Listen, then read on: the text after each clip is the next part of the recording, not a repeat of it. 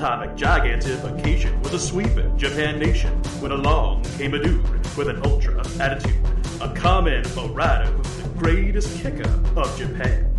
And of all, man, life's too short now, baby, to not talk big now, baby.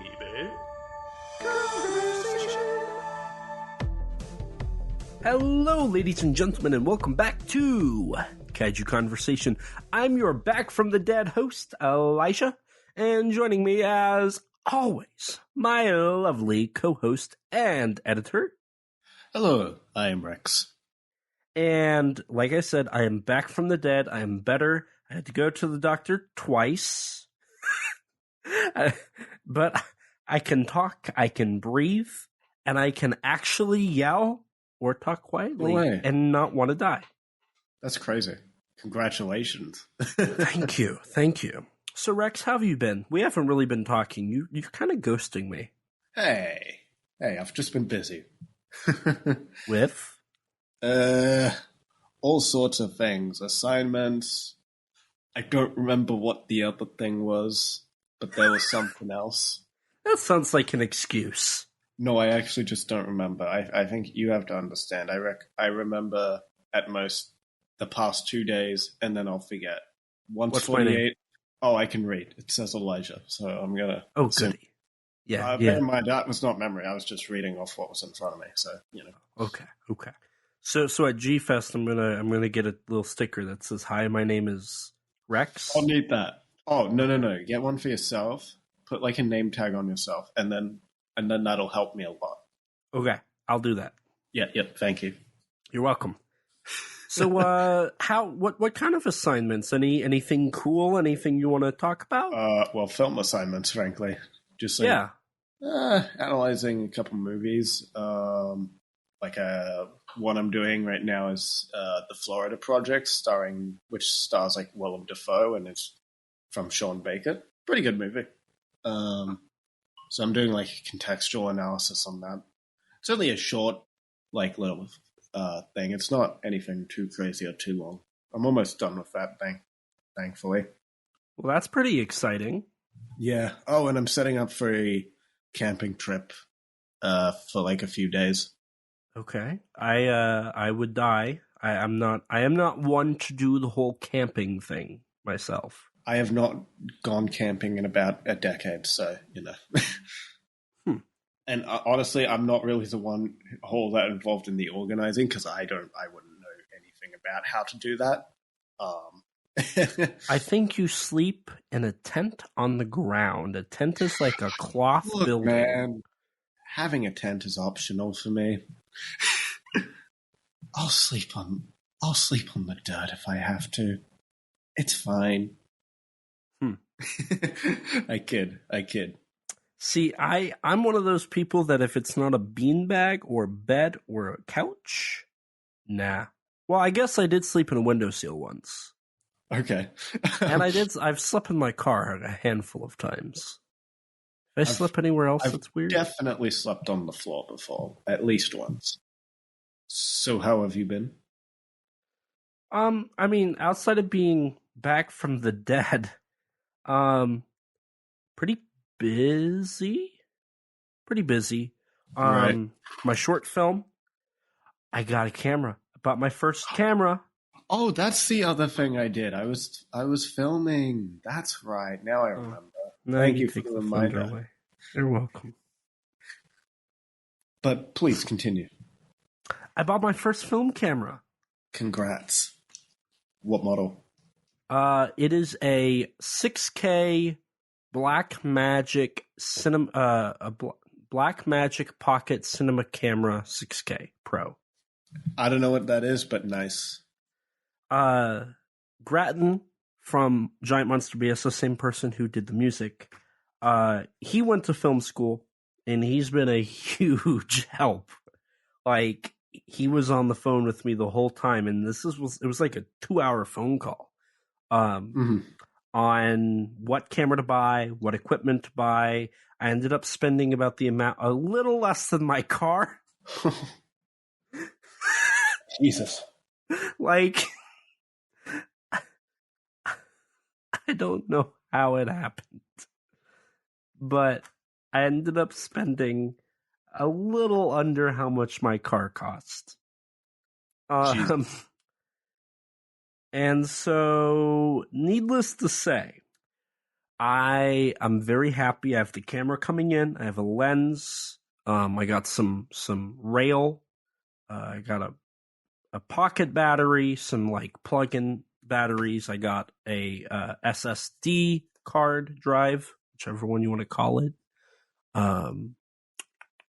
I got a shoulder mount, and so yeah, it's this will be fun. This is for my upcoming short film for G Fest, but I also plan on using it for plenty of other things. So that's pretty exciting. Pretty happy about that. So moving on from that, not to move on too quickly, but what Tokusatsu? Have you seen any Tokusatsu recently? Or well, I watched some more Ultraman 80. Finished disc 4. I have 15 episodes left. He actually watches Ultraman? Oh my god! I have 15 episodes left, and then I'm done. So that's pretty exciting. I'd love to get to move on to Tiga. That's the next series I'm going to be watching. Nice. We should watch it together. I would love that. That would actually help me. That would encourage me to actually. No, that would encourage me to watch it.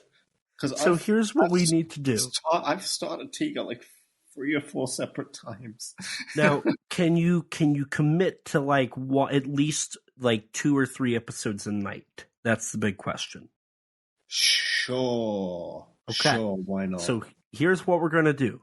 Starting in May, you and I are going to start a Tiga marathon. So that pushes me to watch the remaining episodes of 80 between now and May 1st. And then you and I watch 2 episodes at least a day.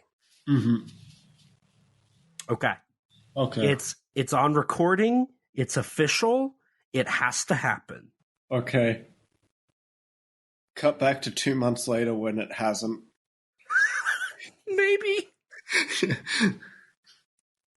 I guess the outside audience will just have to let us know. They will. Yes, if we don't, please harass us. Outside of that, I watched Takashi Miike's Audition. Nice. I love that film.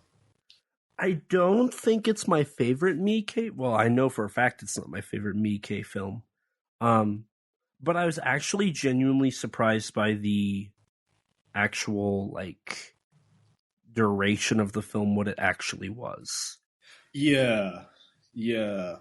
I don't really want to go into too much detail because I would encourage anybody to watch it. I highly recommend watching it and then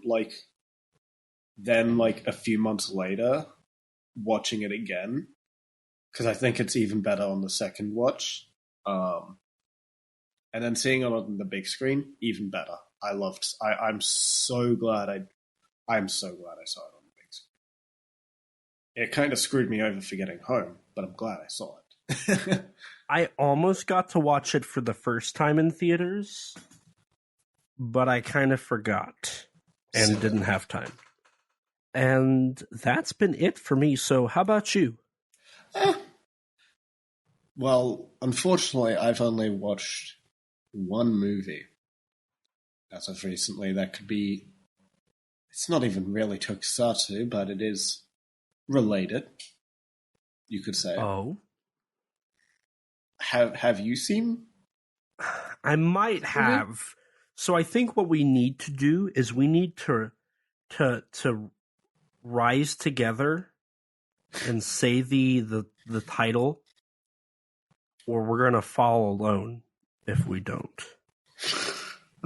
So on the count of 3, we're gonna say the title of this movie. 1, 2, 3. Kong, Godzilla, the New Empire? Kong, the New Empire. Wait, Godzilla was in it? Was he? I'm not sure. Well, we'll have to talk about that. So before we get going, I'm just going to lay this out for anybody. It is not Godzilla X Kong, The New Empire. It is not Godzilla Cross Kong, The New Empire. It is not Godzilla times Kong, The New Empire. It is Godzilla Kong, The New Empire. According to Adam Wingard. But that's that's got to be the official title at this point. Mm-hmm. Even in the Japanese trailers, they say Gojira Kong. I mean, the Australian trailers just say Godzilla Kong, so... Yeah. So, it's Godzilla Kong, The New Empire. I feel like there was nobody arguing this, but anyways. So, after the hype train... I can't say that with a straight face. For real. So this is... Okay. Whew. So this is the follow-up sequel to Godzilla vs. Kong from 2021. That if you've listened to us before, you know our opinion. If not, let me just lay it out like this. For our 50th episode, we have a 5-hour two-parter called Everything Wrong with Godzilla vs. Kong. As you can tell, we are Wingard's #1 fans. Obviously. Right alongside the Death Note community. Oh, that's a good one. That's so true, though. So, Godzilla Kong was announced March 2022 as Untitled Godzilla vs. Kong sequel. That was the title. Before that, floating around was the pitch title of Son of Kong, a working title of Origins. What was the production title, Rex? Monkey Business. And then on the Warner Brothers slated schedule and their paperwork, it was Godzilla and Kong. And on crew merch. Yeah. And eventually it ended up being Godzilla Kong, The New Empire, where I think you and I both are going to refer to it mostly as GXK. Yeah. Just because that's easier and less stupid. Yeah. Adam Wingard was in talks to direct back whenever we first heard word of it back in 2021 through The Hollywood Reporter, but he was officially attached along with Dan Stevens in May of 2022. And then filming began July 29th, 2022. Yeah, but I think the first any sort of hint we got at anything was like in September of 2021, as far back as I could tell. And what was that? I'm trying to remember. It's literally just a tweet from Jared hinting that he got an exciting phone call. Oh, that's right. So filming went from July to November of 2022. I think they had a week of reshoots, if I remember correctly. I mean, it definitely does seem like there were at least a little bit of reshoots in the film. So, Mm-hmm. And Rex, this film was shot somewhere where you could actually go. Yeah, at the time of this film's filming, I was actually somewhat near to the Gold Coast.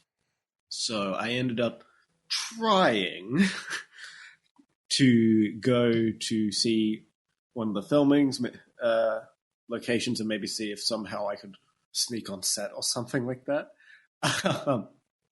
I did end up going to the filming location of the final battle of the movie, but unfortunately production had already wrapped there.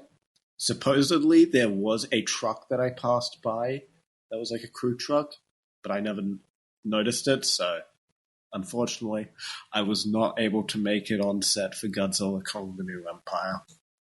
Such a tragedy. And you actually talked about that in greater lengths on our bonus episode where we covered... So if you want to hear my story where I actually remember it somewhat clearly, go listen to that bonus. It's our G-Fest 2023 bonus that also covered the Yamazaki exhibit and J-Horror films in theaters. Wait, no, wouldn't it have been the 2022 G-Fest? Yeah, it would have been. Was it? Yes. It's the one where we have it's a white and green podcast square. It would have been the 2022 one because that's when the film was.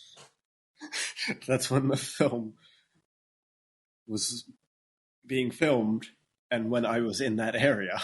When it was being shot, Rex. When it was being shot. Use the right film terminology. You're in school for film. Yeah. Okay. So the original release date for this was March 15th, 2024.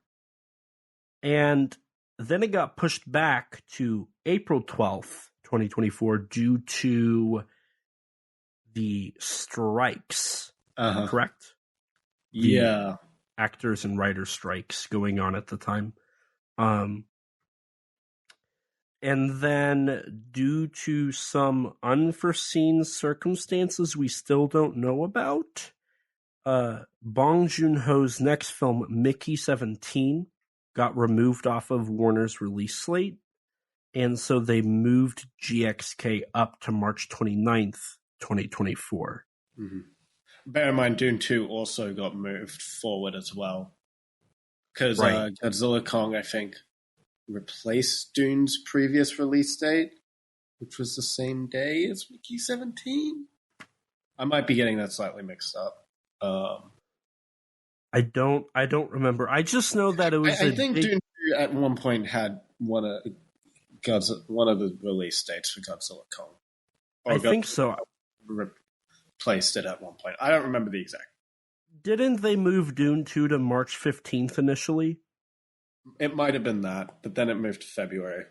Yeah, I think that sounds right to me. Or for your country, I know it was like March 1st, actually. But for me, it was February. I saw it in February myself. Same. Now, the big thing I remember was everybody was so sad because we were hoping this would have been the first time a MonsterVerse movie did not get delayed. Because Godzilla 2014 originally was set to be released in 2012. Then it got pushed back 2014. Kong Skull Island was supposed to be out in 2016. Due to studio situations, it got delayed to 2017. King of the Monsters was originally supposed to be in 2018, but because of then Edwards dropped out, it got moved to 2019, and then it was going to be, I want to say it was going to be in like June or something in 2019, and then it got moved around a little bit. I would not remember. I don't remember. Godzilla versus Kong. Because of that COVID. Was a 2020 movie, you know? Because of COVID, that thing got delayed to 2021, and here we thought that maybe GXK would be the first to not be delayed. And it still got delayed. But hey, it got brought back, so that's nice. It is nice. Pre-production reportedly started January 2022. Where they started actually writing and figuring out the script. So they had about 5-6 months to get the script entirely figured out, which makes a lot of sense. You know, when you hear that, like they spent about 5 months writing the script.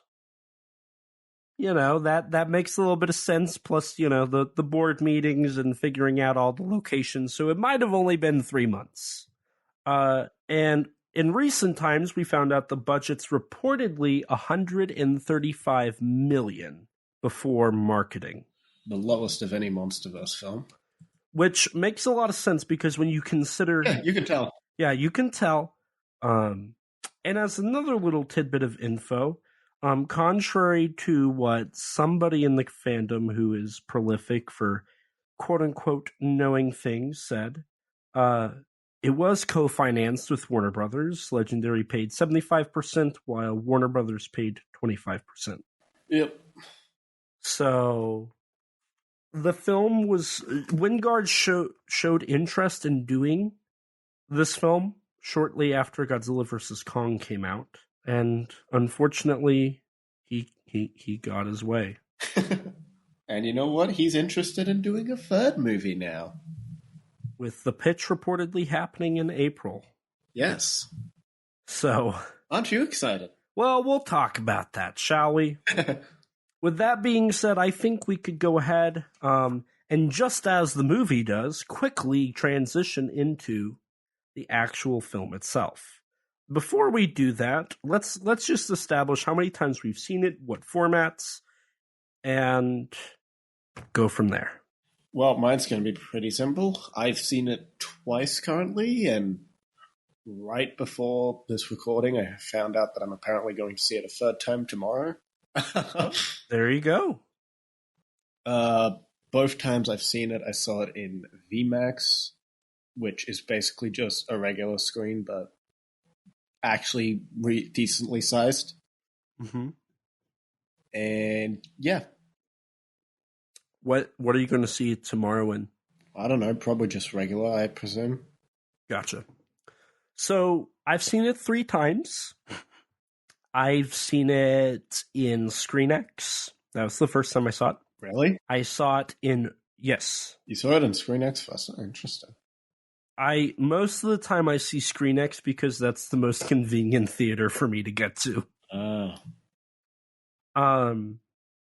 I drove out of state to see it in Real D 3D. This is only the second movie I've seen in Real D 3D.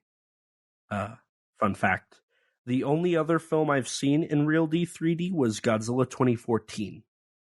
So this is kind of interesting. 10 years later, I get to see another movie in Real D 3D.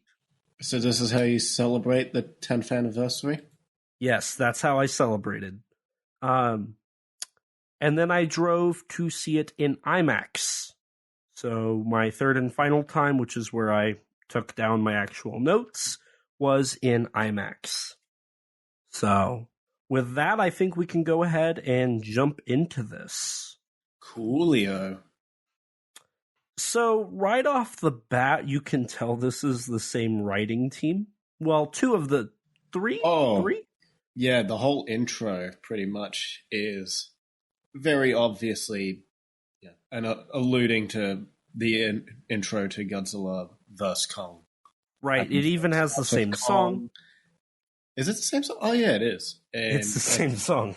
I should remember this. I just rewatched Godzilla vs. Kong like a week ago. Mm-hmm. Even the location tag, which says somewhere in Hollow Earth, is just like somewhere on Skull Island. Kong takes a shower again. Mm-hmm. Which, real quick, I thought somewhere in Hollow Earth was such a... I think that's stupid in both GVK and stupid in GXK. Just say Hollow Earth. It's fine. Quit being quirky. This film has a lot of those problems. Yeah, it does. But we open up, we get to see the Leaf Wings again, which first appeared in Kong Skull Island, and then Godzilla vs. Kong. And some claim King of the Monsters. Yeah, which I don't entirely believe that one. I mean, the novel does state it. Oh, that's true. But we also get to see the Wart Dogs, which appeared in the toys for GVK, right? No. They were made for this movie. There's one toy of them from this movie. The little mini Playmates. That's yeah. Right. Which doesn't even look a lot like the movie design. I will say, yeah, I noticed. I was like, "Whoa, these look different than I remember." No, yeah, because I was looking at I remember looking at the trailer a while back, and I'm like, God, these things don't look anything like the movie design. Mm-hmm. Must have been an early design or something. Maybe. Or just a bad toy. Which both are possible. Both are very possible. One thing I do like about this intro, however, we do get to see kind of how much Kong's learned. Yeah, and we see Kong setting up traps for these wart dogs that he's hunting, and this intro does a decent job at reintroducing us to Kong and also introducing his stake and his emotional stake in the story. Yeah, and they do a really good job at clearly showing that he's learned how to emote and communicate more. Did you just very praise, human-like. Did you just praise this movie? Oh my god. I wasn't expecting that.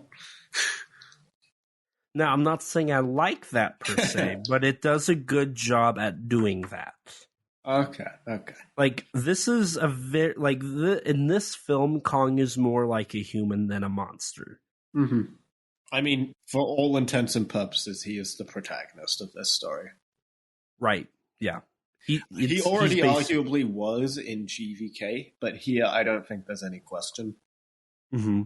So after we see him hunt the wart dogs, we see him set up like pit traps and tripwires. He doesn't kill all of the wart dogs, which leads to him grabbing a corpse that has miraculously appeared next to him. Because when you there's literally a hole. Like, there's no way one died and flew over there like a video game to him. I could have sworn one jumped at him and then he killed it, but no, he jumped at one and it fell into the pit. Damn, I don't remember that. I don't remember well enough. Even though I just saw this movie, I don't remember that bit well enough. So, but needless to say, he picks it up and he rips it in half and gets showered in green blood, and the rest of the wart dogs run off. Yeah, and then, from the psychopath. And then he goes back to his little home after a shower, like you mentioned, and he chills and eats. Yeah, and this is where we get opening credits with some exposition from returning character, Dr. Eileen Andrews. Basically, she, kind of recaps the last movie, reestablishes Kong's emotional stake for he's lonely, wants a family, he's seemingly the last of his kind. And meanwhile, that since he's now moved to the Hollow Earth, that's his territory, and Godzilla's taken over the surface as his territory. Right. Now, it's important to note here we do see some stock footage from Godzilla vs. Kong. Yeah. But that's the only one we see stock footage from. So it's a little different than the previous iterations that included stock footage from all the previous films. I'm going to be honest, the opening credits in this movie were the most boring out of any of the MonsterVerse movies. No, I have a way of going back and I looked at all the redacted stuff. Mm-hmm. It's the most it literally just, it tells you the entire plot of the movie. Oh, I mean, that's fine. Like the little jokes and the redacted text. I thought it was so stupid. Foreshadowing the film. No one watching this for the first time is going to be able to read that. It's fine. That's true, but it's I thought about how in 2014 they're very they're not important to the plot, but they're cool little teasers at what is going on. I mean, that's essentially what this is. but it's so the actor who plays Mikkel. Oh yeah, should watch out for plant life or something like that. Yes, and it's oh my god. And then one's the following people requested to fly by Heave to the set, and it's the producers and Wingard. Yeah, and it's it's too, they're jokes. They're just making jokes. I mean, I don't really see what's wrong with that. I mean, I guess it's more you're acting like the opening, the redacted text in previous movies was high art. Well, in reality, it was just an excuse to put Walter White on screen next to the name Bryan Cranston.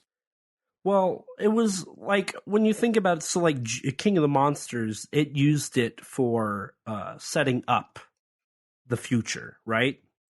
They use that as basically a whole on like this is what to expect.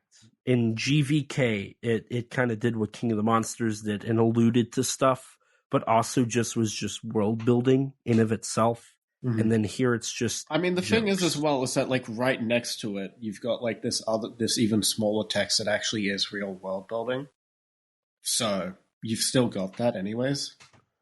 But there's not as much. I want to say there's like 3 or 4 of them, but that's about it. There's one for every single one of those. I don't think so. Yes, it was. Yes, it was for every single one. But not like some of them might be like 3 words, but they weren't. They're like longer than the redacted text. It's just that they're really small, so it's hard to read. Like the only one I was able to read was like talking about how Godzilla is like nature's ultimate like defense system or something, and is speculated to be like the first Titan. But then there's others talking about like Kong and Skull Island and all that. So I guess one day I guess here in like 3 weeks when the 4K releases, we'll just... Jesus, 3 weeks. Warner Brothers moment. I mean, that's what they do best. Yeah, apparently they're releasing Dune on digital soon, so Jesus. Yeah. So that'll be interesting to rewatch. I just thought it was kind of stupid.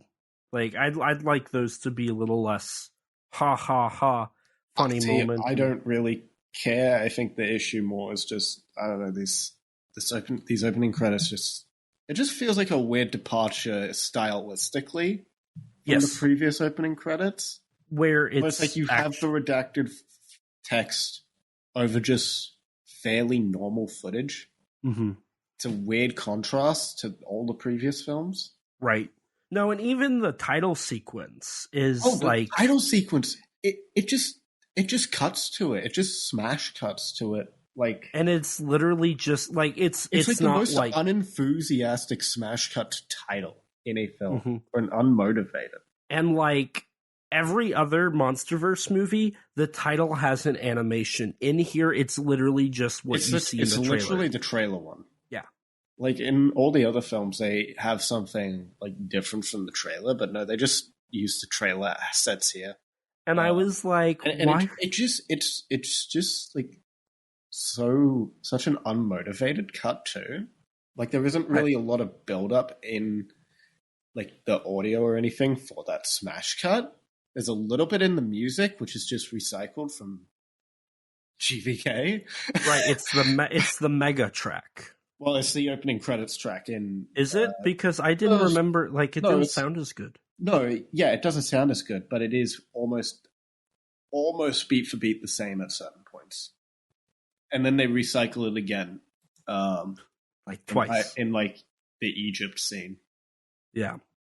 So, yeah, and it's like, this is so uninteresting. Like... It just feels unenthusiastic. Yeah. Before we move on, we forgot to bring up Doug appears. Oh yeah, he did. And then we also got to see the infamous frog from the keychains. Oh yeah, the parrot frog. Which again, it's there to establish Kong's emotional stakes. Right. But one thing is like, how and why is it making Kong roars? I mean, it is named after a parrot for a reason. I guess that's true. I don't know. It's just kind of like, why is this here? Like, what meaning? Well, like you said, it does add the emotional stakes, but like, why is that thing's existence important?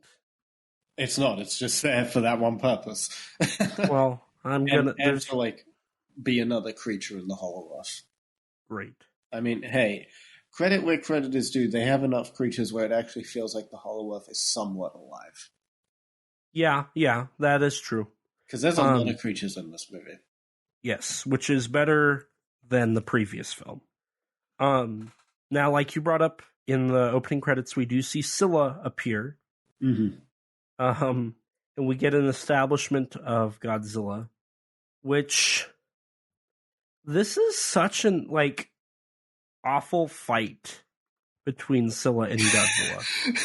So this is where you realize, oh, all the CGI is going to be like this, isn't it?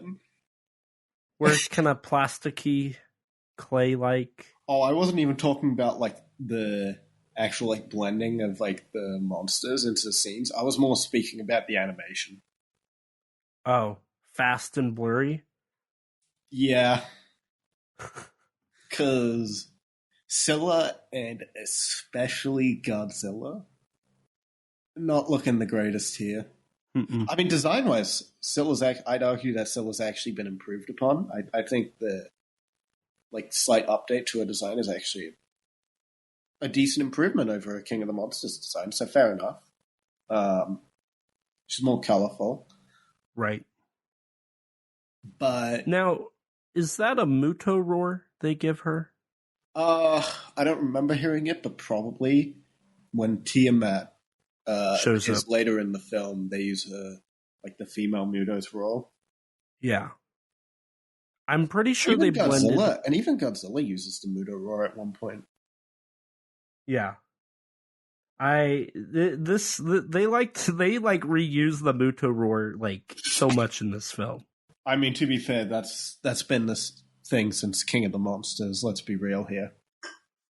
When was it reused in? They use it for not the roar, but they use Muto sounds for Rodan, and then in Monarch, the Muto roar is used for the Endoswarmers and things.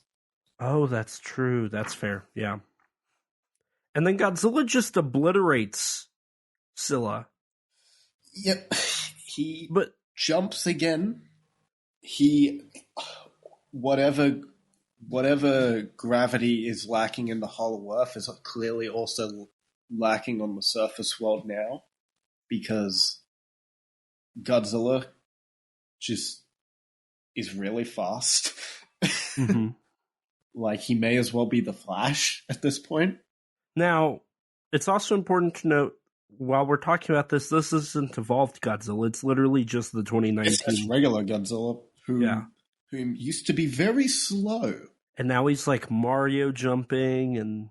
Yeah, literally Mario jumping. The first time he jumps twice in the fight. He does an uppercut jump at in the first wide shot. And I didn't even realize it was supposed to be that he jumped. I just thought that his shoulders broke when I first saw this. I just remember thinking, oh, this looks weird. This was where I realized that this is going to be GVK, but more and more excessive. Now, they do give Godzilla a cool death here. The only problem is they give well, no, they give him the cool death kill, how in 2014, the Kiss of Death in 2019. I mean, yeah, that's basically what he does here. Right. But the biggest problem with that is it's not the first and only time that he does that kind of final blow move in this movie. Because he also kills Tiamat the same way.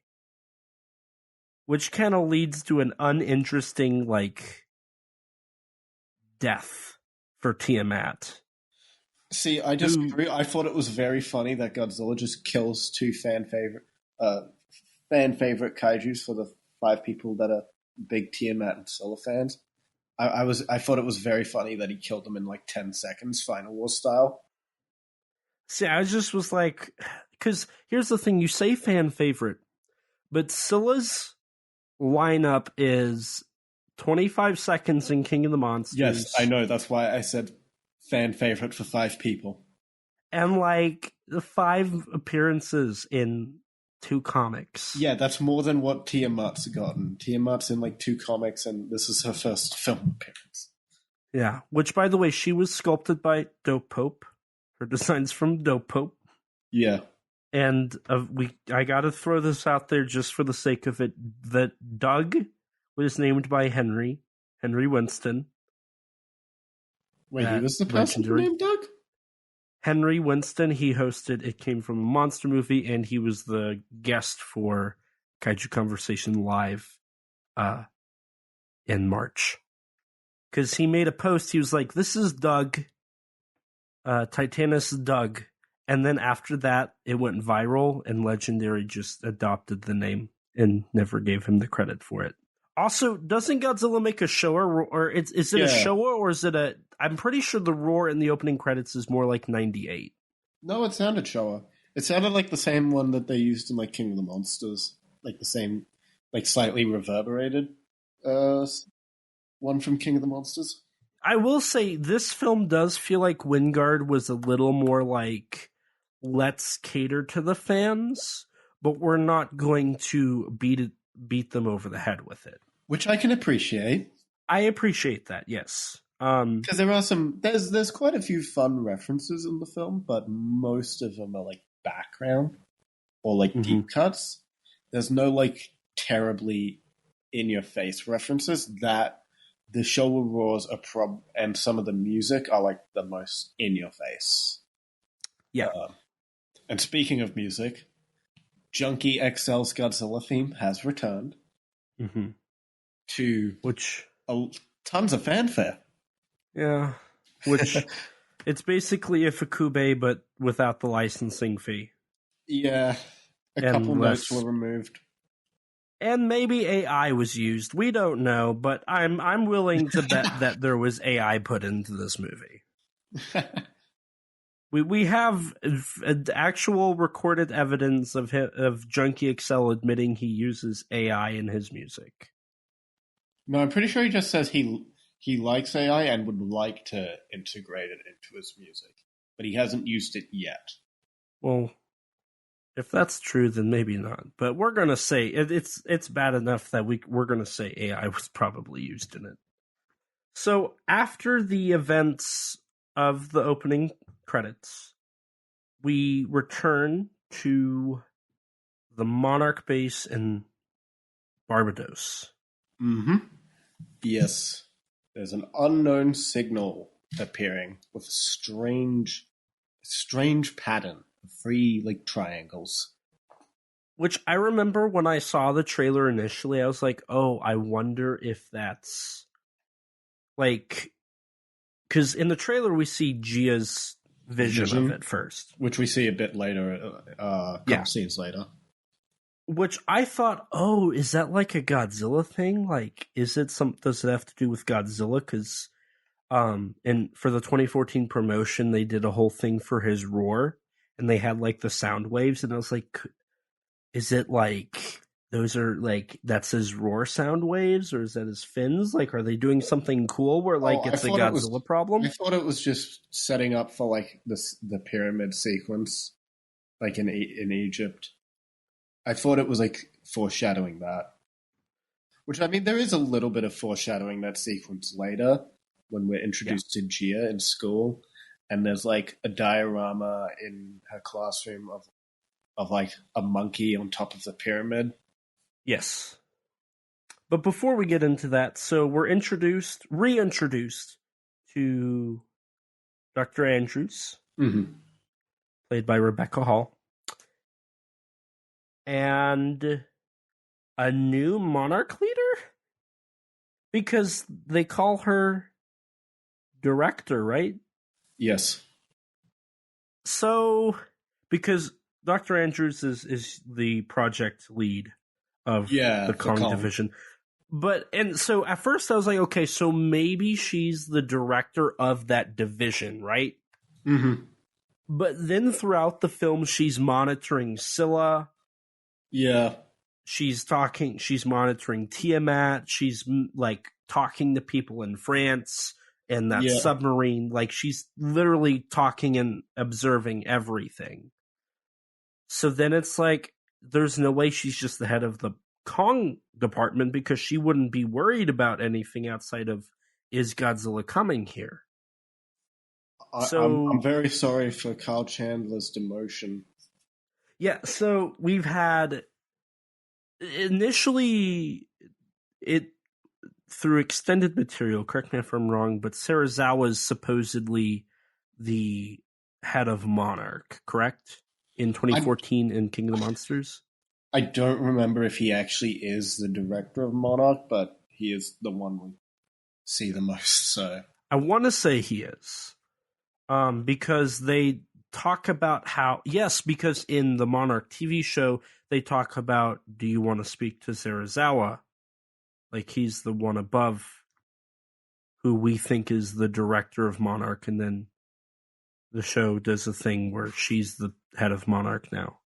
I mean, she's not even the head of Monarch. She's like like a step below or something. Right, but in the television broadcast, she is credited as like the CEO or the head of Monarch. Oh yeah, that's right, she is. Oh, that's funny. So there's two, Serizawa and her. And then of course John Goodman was supposedly, well, he was the founder of Monarch, right? And then No, Monarch was founded before his character had any involvement in it. Because it had existed in the 40s. But he's the one who made it. They say that in the Monarch TV show. No. They state in the TV show that it was founded before he was involved. In the 40s. Randa gets involved in the 50s. But I know there's a weird thing where, like, they establish it's our characters in Monarch running Monarch. Oh, yeah. No, I don't quite get how... I don't get it in the show either. and then in Skull Island, they established that Harry Truman founded it? Yeah, which is mentioned in the show. Okay. So the show mentions that it existed before, like, Bill Randa, Shaw, or Keiko got involved. But they somehow inherited it. Basically, yes. So now we have 4 established leaders of Monarch. Don't they say that Randa... Yeah, because Randa's the one trying to keep the Monarch going in the 70s, so he's the one running the show at that point. Basically, yeah. So there's 5-ish, 4 or 5, it depends on how you want to count that. And then Kyle Chandler is supposedly the director. Or Lance Reddick. Or Lance. It depends. If we're going off of... Okay, this is gonna... I gotta say this and establish it. If we're going based off of real-life events, perhaps Lance Reddick's passing is the reason there's a new director. But Kyle Chandler. So now you're up to 7 or 8 in the span of 5 movies? Yeah. So wait, does Monarch leadership change like the election cycle? Or... every other year it's who gets voted. And so from here, I mean, it's pretty simple, you know. Dr. Andrews is doing her research, you know, being kind of the face of Monarch because she's the one that's like fighting all the questions. Mm-hmm.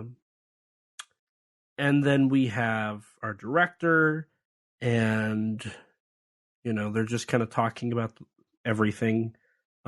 Presents like Godzilla being a angry sleeping baby because now he's sleeping in the Coliseum. Taking a nap. Yeah. In the Coliseum. He's just a big cat. Based off of Wingard's cat. Yes. And then we get introduced to the Monarch Academy, which is, I like that idea. I like the idea of like the family of Monarch is living on Monarch now. Kind of showing that they're now taking it even more serious, right? We get to see Gia trying to fit in with society in class. Yeah, but then she has a psychic vision. Which we get a glimpse at Scar King, we get a glimpse at Godzilla's nuclear pulse, at Mothra, just kind of... And Shimo, all of the events to come. And then when she comes to, she's drawn the three peaks, like we talked about. Dr. Andrews is called up, she has to come. They're talking to her about how she's like isolating herself, and we get some that Volkswagen product placement. Oh my god! Okay, that sequence it's literally shot like a car commercial. Yeah, no. And then they actually did have car commercials for the film with Volkswagen. And when I saw that shot, I was like, "Oh my god! Why are we literally like it? It's the same angle. It's the same like there is no visually interesting lighting. It's all basic. It's got the same camera movements that you would have in an actual Volkswagen or any car commercial. Period." And I'm just like, why? It's Why also are we the doing Monarch this? branded Volkswagen because it's got the Monarch logo on it on the license plate. Yeah, which and I'm is just really like, why? Why? Like, Oh man, they had to get that. They had to get that money somehow. They got to get that VFX budget given the decrease. Yeah. It's like, no, this film is easily the most just basically shot addition to the Monsterverse. Mm. Like, I there's a lot of... I think some of the lighting is nice in a couple scenes. I agree. But for the most part, a lot of this film is just kind of run-of-the-mill, like, basic lighting, basic camera angles, basic editing, basic camera movement. Mm. There's not a lot of good sometimes staging. the editing is even kind of jarring at a couple points. I would agree. Like that smash cut at the beginning in the opening credits. Mm-hmm. One moment, and this is a little nitpick, is like we cut from Dr. Andrews looking in to her just looking down, like in the school when she's talking to the teacher. Yeah. It's stuff like that. It's like, okay, so either A, there was an obvious edit here, or B, they just, instead of like having her like move her head down, they just cut to her like making it look like she wasn't even looking in the first place. Oh, and there's also some occasionally obvious ADR. Yo. Oh my god. Oh. I have some notes on that we're going to I like, but it's all Rebecca Hall for the most part. And it's just like, why are you so bad at this? It's almost like she was, when they relegated her to exposition and they made changes to the movie, they had to redo her lines. God. So Rebecca Hall is actually a really good actress, and she does not get to shine in either of these movies. No, and I feel like she does a worse job in this movie. Really? I actually think she's a little better here. Dude, I just felt like she was such a bland actor in this film. Really? That's how I feel about her in GVK, though. Like, I think here she has a tiny bit more to work with, because like because with Gia's whole finding a home like little arc, and Rebecca Hall later in the film thinking she might have to give Gia up, and then also she has good chemistry with Dan Stevens, like better chemistry than she had with Skarsgård. Yeah, but like, yes, I agree with that, but also in a lot of her, mostly in her exposition dumps, because they give all of those to her. Yeah. She just fails at it. It just feels like she's reading the script. See, I feel that's more of a script issue. It's either a script or direction issue more than Hall as an actress being an issue, because Hall is a really, really good actress. Like, I have no doubt she is, and I would imagine it's talented. She can do like uninterrupted monologues very, very well, and she can be kind of a terrifying actress in her own way. I mean, I have no doubt about that, which is why I imagine it either got chopped up to the direction or the scheduling, because this film reeks of, hey, we don't have a lot of time to do this, let's do it. Mm. But no, I can't help but think that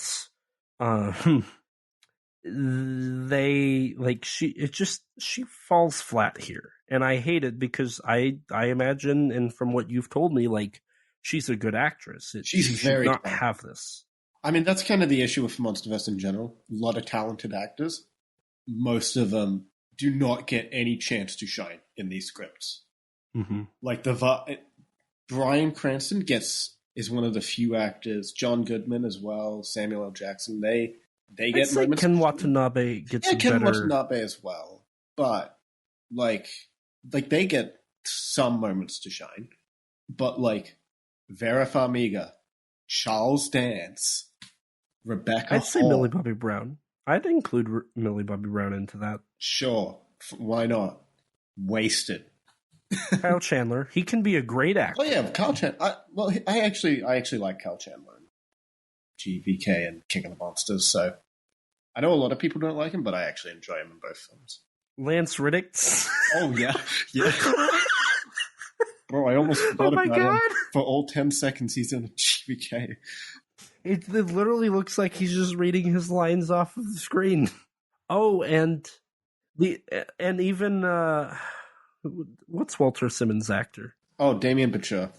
Like, I mean, he actually delivers a good performance in GVK. He's having fun, but it's not. It's the writing is the problem. Like, you can't take him very serious because If you did not, he is selling every single awful line in that movie that he has. Like, genuinely, his dialogue is terrible, but he sells it. He sells every single line. He's just like, I'm here for my paycheck, free food, and to have a good time. Well, Charles Dance was definitely a fan of the food. That's about the one thing he talked about King of the Monsters production. Well, he even mentioned in like an interview, he was like, I don't think they could afford me to come back. What a G. What a G. I love Charles Dance. He's so good. He's such a great actor. Such a shame he's wasted. Before we go off any further, back to the film, after the Volkswagen commercial, we cut to later that night, and Andrews is watching footage of Gia being found. Yeah. Why? I don't know. And she's like about to pour a glass of wine, and on her coffee table's her own books. And I just can't help but think, what was the thought process into the set design on this scene? Like, why are her books there? I think the idea is she's just trying to figure out how she can help and connect with Gia. Like, why would she be reading her own books? Well, maybe just see her own notes, see if there's anything that she can help to, like, I don't know, connect. Something to connect her with, or maybe her notes are just. But none of that's established. She never talks. I mean, she briefly, like, she has a sarcastic remark to the teacher about how she's trying to connect, but that's it. There's no, like, establishment of she's struggling to connect with her. I mean, no, I thought it was pretty clear for most of her interactions with Gia. See, the only thing I thought was clear was she clearly misses her home. Like, she's scared that Gia's gonna leave her at the end. Yes, but that's Iwe. But I feel like that's because of all the setup once they're in the Hall of Earth, and she's playing. You know, she's Gia's, like, adoptive mother. Like, it's very clear her child is having issues. She wants to help her child, but she doesn't know how to. Right. I don't think there's anything wrong in that being done here. I don't know. I feel like it's not very well established. I think it's like, fine. up until this point. Like, I agree, like, by the end of the film, yes, it makes sense why she would be like, you don't want to come home, and that's fine. Because they establish that, right? Like, Gia goes to the Hall of Earth, they find the Iwi, she gets to play and have fun, she's clearly happy, she's enjoying being with her own kind. Mm-hmm. That makes sense. That's set up, that's paid off. But up until this point, like, everything's just kind of alluded to the reason for all of this is because of her visions. Like, it's not even she's disconnected. It's just her visions are messing her up. And Dr. Andrews doesn't know what those visions are. Yeah. That's for the audience to know, not the characters. Or not Dr. Andrews. But I don't understand why, like, she... what it seems to be is, up until this point, she's just kind of shrugged it off, the visions, because it kind of... from what I can infer, the visions have been happening before even the film started. And that's why... I didn't get that vibe. I got the vibe that they were only just starting, like, nowish. But then that wouldn't explain, like, there's not enough establishment of there's a problem with Gia and Andrew's relationship. Because this is really the first scene they get to share in the film. So the problem's not really there. Like, the first interactions they have is at the car when Gia's watching Kong, and she takes the tablet away, and she's clearly upset because she wants to look at Kong, and she won't tell her what's wrong. I think this is all fine. Like, we're like setting up, the issues with their relationship here, which is just typical kid stuff. It's not even like, which is fine.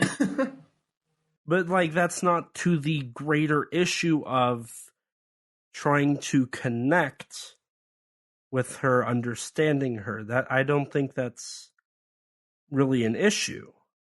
Like, they don't establish it as an issue enough to make that be an issue.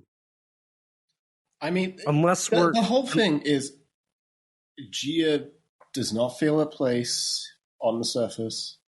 Dr. Andrews wants to help her daughter. She doesn't know how to. Her daughter is having visions, thinks she's going crazy. Andrews wants to help her, but doesn't know how to. That's what's set up here. And that works. But see, the only thing there is the visions part, because we, even at the end of the film... You mean the only thing is that there is the visions part? Like, what? Because at the end of the film, we find out that there's not even a whole thing where she doesn't want to be on the surface. Yeah. Yeah, and that is the emotional resolution to this small conflict that's established. That's the emotional resolution for it. But that's not... There's nothing in these sequences that really pushes the whole she doesn't want to be on the Earth, on the, like, outer part of the Earth, on the surface. I mean, the dialogue kind of implies that she isn't...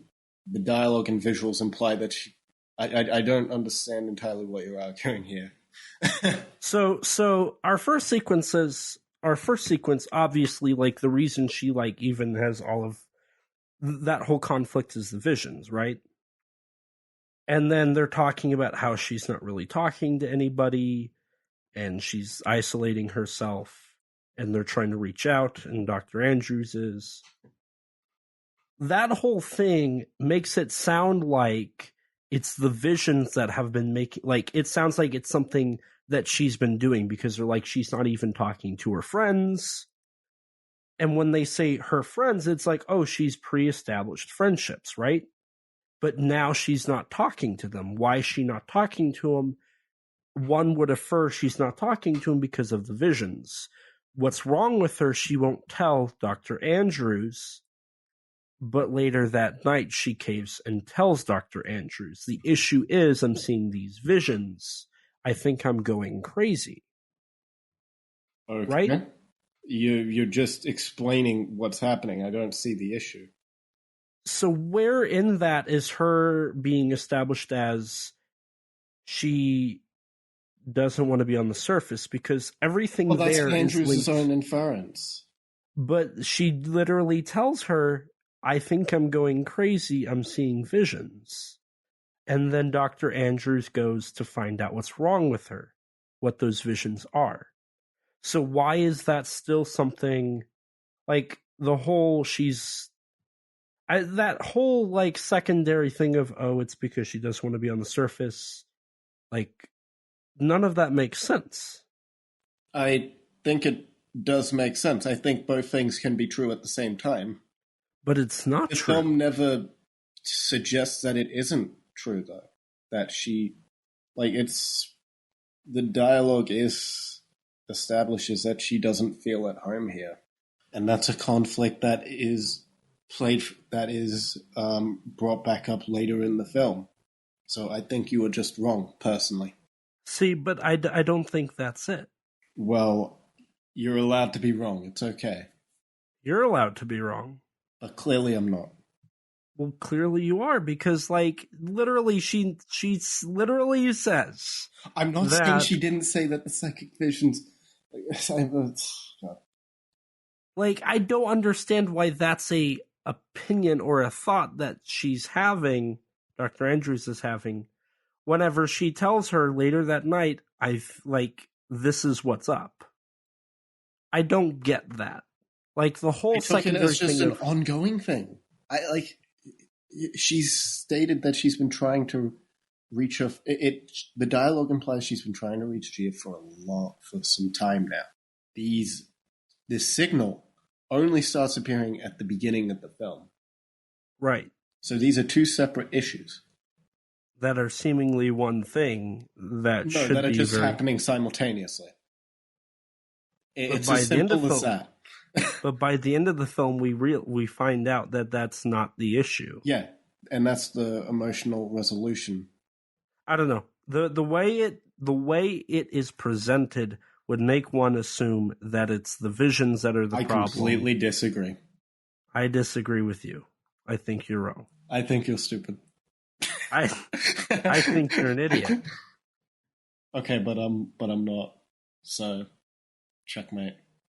Well, you want to know what is wrong and what looks stupid? What?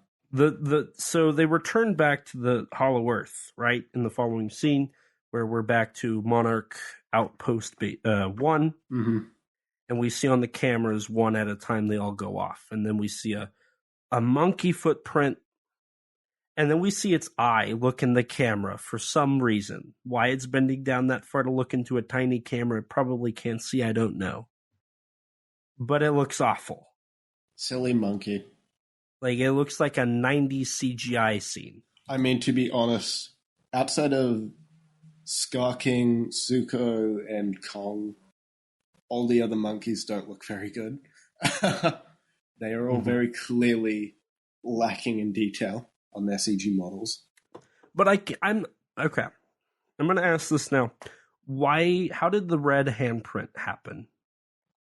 I don't know. Like, that doesn't make sense. They don't really... The marketing and certain people online made it sound like there was gonna be like this big reveal that, Scrye King has been being foreshadowed throughout the entire since Kong's Skull Island. Right, with the red handprint. Even though that's literally just Kong's blood. Right, it's very clearly established in Skull Island. It is very visual. It is visually implied to be Kong's blood. and I think even the dialogue implies it in that film. Mm-hmm. Yeah, because they say, well, we clearly heard it. Yeah. And like, sure, the red handprint in GVK, sure. I can say that is properly Scrye King. Like, that's fine. Wait, red handprint in GVK? In the throne room. Oh, yes. Yeah. Like, sure, that's... yeah, that's probably Scrye King. But I just find it funny that, like, people were, like...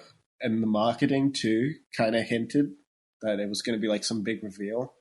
And then it's just, like, we see this handprint. Oh, no. Something Kong-like is coming. And we move on. I just found that funny. And I think it's very clear that, like, Scrye King hasn't traveled on the surface of the Hollow Earth. So this is just some random monkey. Like, even the eyeball, like, it's not Scrye King. Mm-hmm.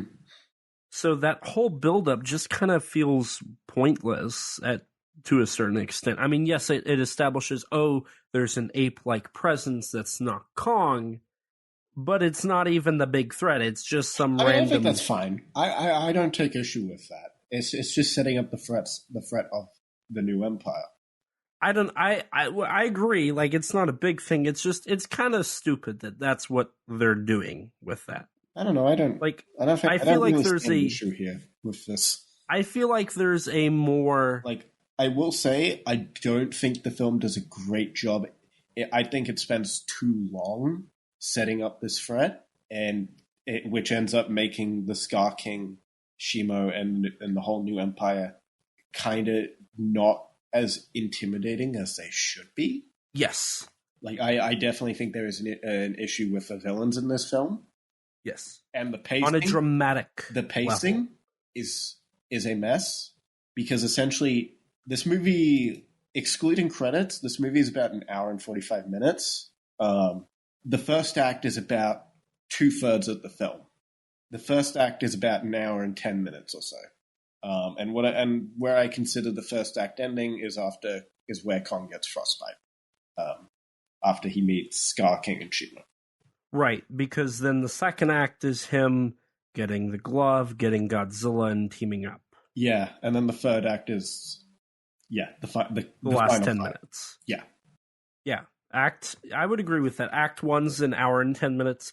Act 2 is about 20 minutes. Act 3 is 10 minutes. Yeah, so it ends up being like it just ends up being a race to the finish line.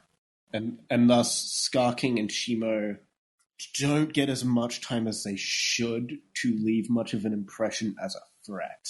Yes. And that's what I was getting at, was the whole, like, the dramatic element of the red handprint of, like, the monkey foot and then the eyeball just isn't there, right? Because by the end of the film, we learn it's not Scar King. So Scar King as a presence, as a looming threat, doesn't show up until about an hour into the movie. Mm-hmm. Maybe 50 minutes. I'm willing to give it 50 minutes. No, it's an hour. It's an hour. It's actually slightly over an hour when he appears. Which isn't a problem for, like, if you're waiting to get Godzilla to show up. I think you can do that if you have his presence being a looming threat, a looming presence, right? But for Scar King, and especially Shimo, I think it's fine for Scar King. I think they kind of get away with Scar King. They give him enough personality when he appears as well to, like, make him, like, a memorable threat. Like, he is a memorable villain. It's just the issue is there's so little of a runtime left by the time he's introduced that he essentially does nothing until the final battle. Right. Same with I would Shima. even argue in the final battle he does nothing.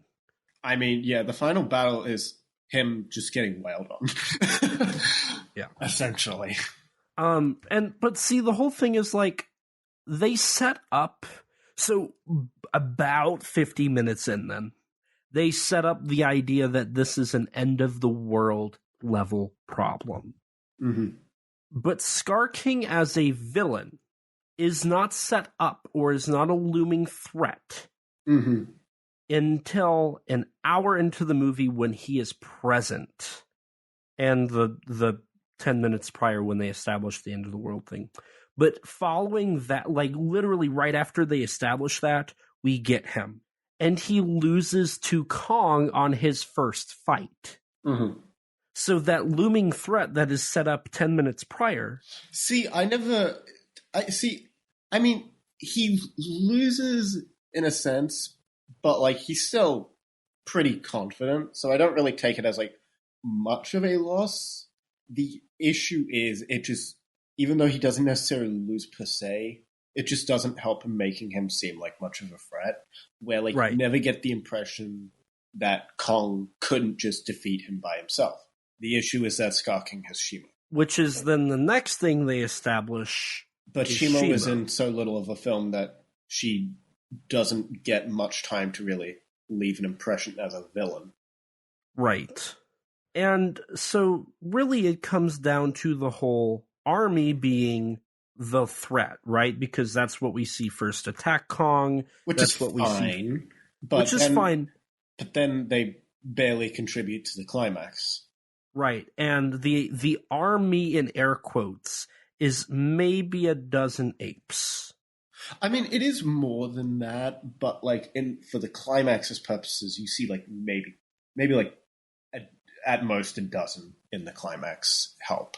Right. But like even then, it's probably like more like 5 or 6. Right, it's like 5 or 6 in that scene, and it's about like 6 or 7 chasing Kong. Yeah. But with Scar King going up to the surface, you would assume he would bring all of his forces to ensure that they... you see like a bunch of them like coming like on the way when Scar King's like approaching. Maybe they just got picked off one by one by the Hollow Earth. Off screen. They all just got killed by like the flying birds, the bird things. I don't know. It does feel like they set up the army to be the looming threat, and then the army's not the threat. It's Scar King, but the Scar King is such a weak character. The only thing that Scar King does to establish his dominance, and my friend Joe, I think, said it best. The only thing Scar King has for him is he's a bully. Mm-hmm. He acts tough, and he bullies people to think he's tough. Mm-hmm. When in all reality, like Kong beat him on his fight, Godzilla would mop the floor on a 1v1 with him. I mean, canonically, he already did. This is true. Godzilla soloed the entire army. Mm-hmm. So it's There's weird. Another problem with the tension. We already know that Godzilla won. Yeah, it's kind of weird to think like, okay, so Godzilla beat a whole army, Scar King and Shimo solo.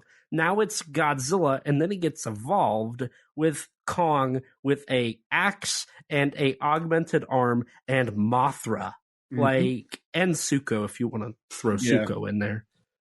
So there ends up being no tension in the climax, and even in the climax, there's no real moment where you think where Godzilla or Kong are losing at all, either. Mm-hmm.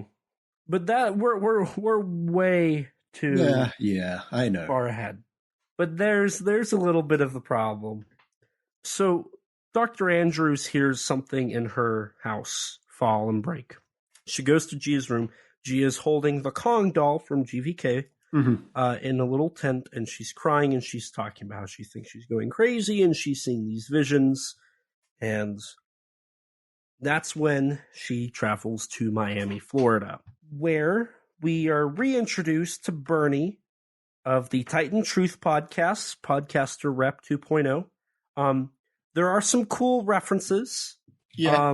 There's that poster from Godzilla 2014 in the background. Playmates Kong, Playmates Godzilla Battle Roar from GVK. Episodes of Bernie's podcast mention Planet X. And Monster Island. Monster Island, Madison Russell, and the Mothra Twins Moon Base. The only reference of the Mothra Twins in this movie. Yeah. And then Bernie's Hollow Earth wish list.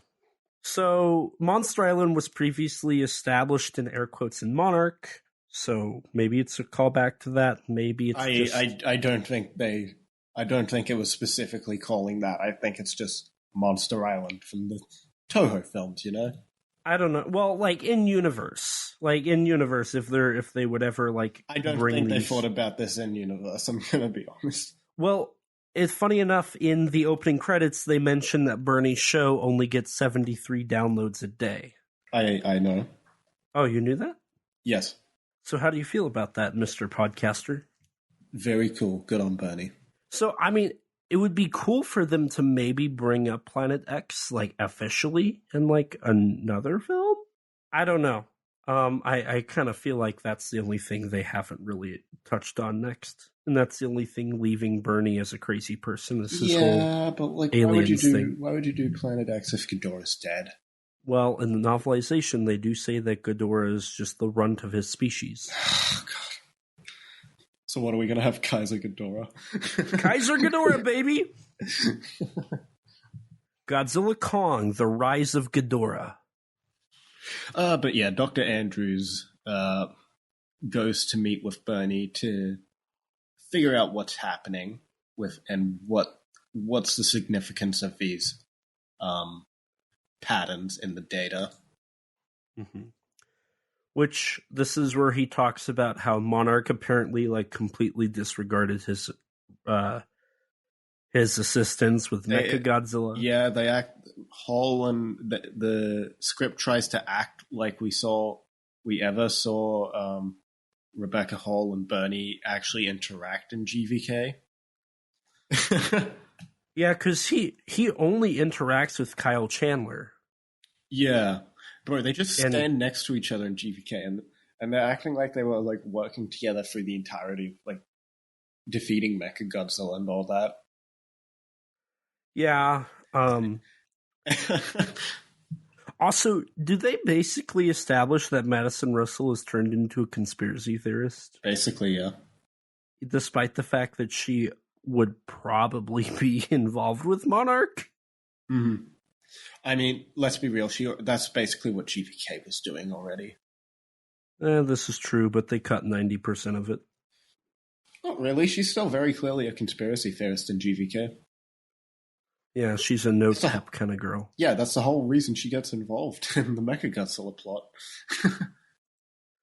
It's just interesting. It's kind of weird to think to be fair, most of the Monarch characters are all crackpot conspiracy theorists. I mean, look at Bill Randa. I was thinking like Tim. Him too. He's just like you. Also, I'm just going to say this now, and I'll bring it up later. I kind of feel like Bernie is a lot like me. Like, if we're talking like Monsterverse characters that are too much like me, I feel like Bernie officially got it this time. No, I think it's Tim, and only ever Tim. Well, I'll bring it up later why I think Bernie wins. I mean, Bernie really only contributes like one thing to this movie outside of cringy jokes, and that is just his one realization that this later on, when he realizes that these patterns are a distress signal, and have been happening since as far back as Kong Skull Island, apparently. That's right. Yeah, because now, before we jump to that, Rebecca Hall basically is like, hey, can you help? After they establish that he agrees with her that these are the same patterns. I'll get you into Hollow Earth if you help me figure it out. Bernie kind of pushes that on to her. Yeah. In here, we get a reference to Ghidorah Stan 64, who's a troll that tells Bernie. So little reference, 1964, of course. Yeah. Oh, and Bernie is canonically a Discord user. See, that's why I feel like, because later on he says, I had to pull some favors from from the members of my Discord server. You know, one person in our Discord recently changed their name to Ghidorah Stan 64, so maybe Bernie's in ours. Wait, did they? Yeah. I didn't know this. Also, somewhere in the background of this scene, there's a reference to the Frostbark from Monarch. Wait, is that? Yes, it's seen in a publicity still that doesn't end up being in the movie. It's probably a cut sequence, but it's Bernie standing in front of his little. It's all connected. I've never seen that. Oh, I will do that. Never mind. But I blocked like Twitter for like a whole. I blocked like the words Godzilla, Kong, and all that for like a whole like month. So on my Twitter, so that's probably why I didn't see it. Yeah, so it's like he has this little chalkboard that's like it's all connected. And if you look in the like, I want to say it's like in the middle somewhere, it talks about Alaska and a Hollow Earth entry point. Alaska Triangle strikes again is what it says on the. Oh, I did see this. I think you actually can see that in the... You can see it in the background, but you cannot read anything. It's so blurry. No, I think I could have sworn it. I feel like I saw it, but I don't remember entirely. I feel like I read it in like an establishing shot or something. I could be wrong.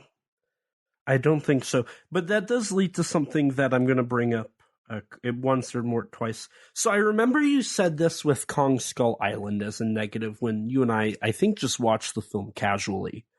The film, I don't know if it's a digital thing or if it's how they use their camera, but the film has this thing where anything that's not like the direct focal point is blurry. Mm-hmm. Especially around the corners, which GVK does as well. It's only the Kong movies for some reason where they have the like blurry edges and whatnot.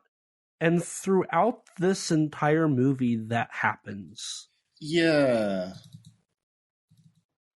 And that's, that I just bring that up think here. Someone pointed out that pretty much the entire movie, almost like the entire movie, uses like a wide angle, like a very specific type of lens that is used throughout almost every scene in this movie. I want to say it was a wide angle.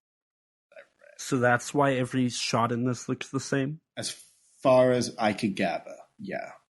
Okay. I'm not an expert, but as far as I could gather, that's the reason. That would make sense. But as they're talking, Andrews does get a Titan alert, which we first saw in Monarch. Now it's back. That Godzilla's waking up. And we get a shot of Godzilla getting out of the Coliseum, which, by the way, the Coliseum is so blurry. Like, it looks so out of focus, and it's the same distance away that Godzilla is. It's almost like they took images and did like a render of the Coliseum, and they didn't do detail. Like the shot of him like rising from the Coliseum, like that doesn't look too bad with the focus. But then when they cut to the Monarch camera, that looks awful. That looks legitimately awful. See, I was talking about the low angle shot of like him standing and walking over. Like that's where the Coliseum looks really, really blurry. Maybe I'd have to. Well, I can't check now, but I'd have to check I'd have to keep that in mind next time. Now, after this, we do cut to some shots of the city, which we get a little chubby Godzilla. Yeah, with some references next to him. Mm-hmm. We get the text punch, punch, punch, punch, which is little lyrics from next to him. Mm-hmm, that looks a lot like Jet Jaguar. Punch, punch, punches from the song Godzilla and Jet Jaguar. Punch, punch, correct? That's the song title? I'm pretty sure it's just punch, punch, Godzilla and Jet Jaguar, punch, punch, punch. Yeah. From Godzilla vs. Megalon. And then you said that another cameo shows up here. Yeah, so next to Jet Jaguar, you can also see a drawing of Skelly Turtle, Knifehead from Pacific Rim, an Exilian spaceship, and Hedorah eyes with the text "Save the Earth" next to them. Huh. Yeah. The word Earth is cut off, but you can still clearly see "Save the." I really want to see that shot again because I don't remember that. So that's really cool. And then right after this, we get the infamous Godzilla Kong was inspired by -1, where we do see Godzilla step down and like some of the. It's so subtle. I genuinely haven't noticed it. It's very subtle. And I think the only reason I noticed it was because I was so focused in on like, there was just a reference to punch, punch, punch. That's really cool. And then I also read about the whole, hey, Godzilla -1 is referenced in the film. And everybody made a big deal about that. But like you said, it's very subtle. It's literally just how it's framed. The ground pops up when he steps down, and then like the next shot of him where he kind of like growls or snarls is similar to the cinematography that is found in -1, but it's very, very, very subtle. Also, is the Godzilla model okay. It looks like it kind of contorts a little bit. Like the eye has a weird twitch when like in a pan up shot to him. Like it looks like he's raising his eyebrow. It's really weird. Yeah. And his model like twitches very weirdly at a couple points. This even applies to like the evolved design, like throughout the film. There's just like these weird twitches. You know, with how much VFX was in the film, the lowered budget, and also the fact that previous MonsterVerse films have reportedly not had the best of work conditions, I pray for the VFX animators, and I am very curious about what it was like on this film in particular.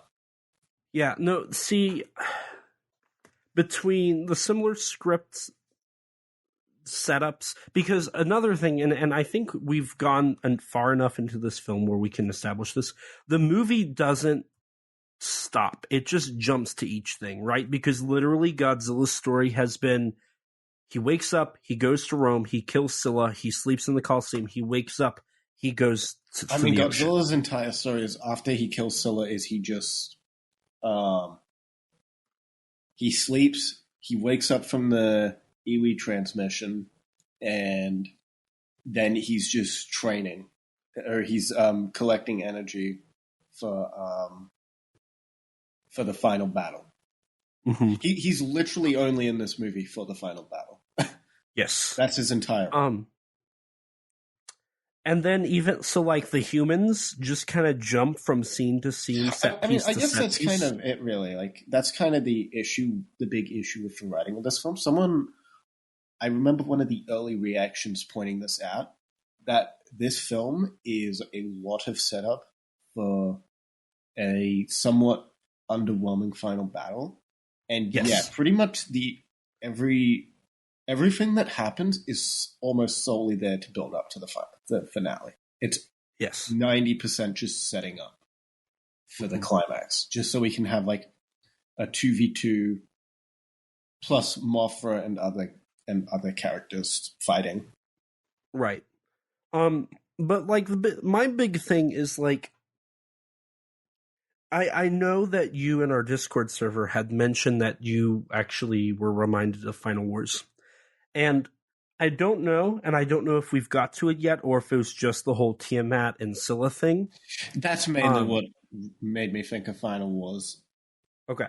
Because I was like, is she... It's got a little bit of that Final Wars. It's got a bit of the craziness of Final Wars, but it's also kind of this movie's own craziness. Right. Because my whole thing was like, okay, because I was like, okay, what could he be referring to? Is it the craziness? Is it how he kills those two characters? Is it the film literally jumps from set piece to set piece? And I was like, well, the thing about Final Wars is, while yes, it's a grand like trek around the world fighting monsters. In Final Wars, I don't think there's really much of any downtime in this. The closest thing to downtime is the human scenes, but even then, most of them are just setting up Mothra. So yes, it's not even really downtime, or it's exposition for like Star King and Shima. Right, because once our human characters go into the Hollow Earth, our main ones, we only go back to the surface to follow through Tiamat's lair and directly after. Yeah. After that, everything on the surface doesn't matter. Yeah. And then we come back for the last bit of the final battle, and that's it. Right. And so, it's just the film, and I was like, and what you just said, how like Final Wars does take its time, like I immediately think of as soon as Godzilla shows up after, he's already beat Gigan, he goes to Sydney, he beats Zilla, then he goes like the scene with the grandfather and the kid? Yes, where they stop and they establish that Godzilla cannot forgive mankind. Yeah. The whole, but I mean, the whole spiel about Godzilla. I mean, they also just have a couple moments with the actual cast, like between like Ozaki and Miss Otanashi. Mm-hmm. to give them weight, to give them emotions, to give them a reason to be there, and right? Just to give the film, such a breakneck film, just a little moment to breathe. Just giving that the audience that little moment. So I could not, I was like, surely it's just that, because I was like, there's, like, Final Wars, I feel like, has the decency at least to stop for our characters, and that's why I struggle to figure out, and I'll just say this now, I don't think this movie is like a Showa film. I really don't. I'm gonna throw out this out there right now. This, after my first viewing, I was like, this reminds me a lot of Godzilla vs. Mechagodzilla 2. Just, how Godzilla's always kind of there. The feeling that the humans are just kind of there for set piece to set piece. Granted, Mechagodzilla 2 does give us the baby plot line to directly link the humans to the kaiju stuff. See, I feel the difference is Mechagodzilla 2 is very boring. So, whereas this film, I can't. It's excessive, which leads to it kind of not being boring. I think the only Showa comparison. The most convincing comparison to the Showa era I've seen for this film was a review on Letterboxd from one of the Wikizilla guys, where he's like, this is basically a modern Toho Champion film. They slashed the budget, kept the human cast to a minimum, staged a fight every 10 minutes, and made it just goofy as hell. See, I can't. I really don't see that.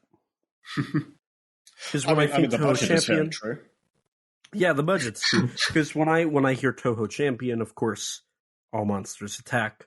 That film's got a lot of human stuff. Godzilla vs. Hedorah. That's got a lot of human stuff. Gigan. I mean, Hedorah has a lot of Godzilla and Hedorah screen time. It does, but the humans still are. I mean, granted, they're not very good. Mm-hmm. And like Megalon has a pretty minimal cast, all things considered. Yeah, but the people are still in it, probably 2/3 of the film. Yeah, right? But also in like the last act, it largely drops them in the last act. Yeah, Which Hedorah but does. This film doesn't do that. Because the film is so focused on making the monsters 90% of the film's runtime. I mean, I think the monsters actually are like literally half the runtime. Actually, no, they're slightly over half. Yeah, because between following Suko, Kong, Scar King, Shimo, and Godzilla, like you get most of that runtime. Godzilla's only like 10 minutes of it, though. About 8 minutes. See, one person told me that it was 35, and I was like, "There's no way." Yeah, there was some sources saying 35, but no, definitely not. No, because like he shows up in Rome, he goes to sleep, he sleeps for like half of the first act, he gets up, he goes to fight Tiamat. I mean, we also cut to him like before the Tiamat fight, going to like France and Spain and all that to charge up. Right, but even then, that's not a lot. No, those scenes you only see him for about like a minute. I mean, Spain is like 30 seconds. Right. And then he goes back to bed. Then he shows up. Then he appears again once Kong's on the surface. Then we go back to Kong and whatnot. Then he's in Cairo. And then he's in the Hollow Earth battle.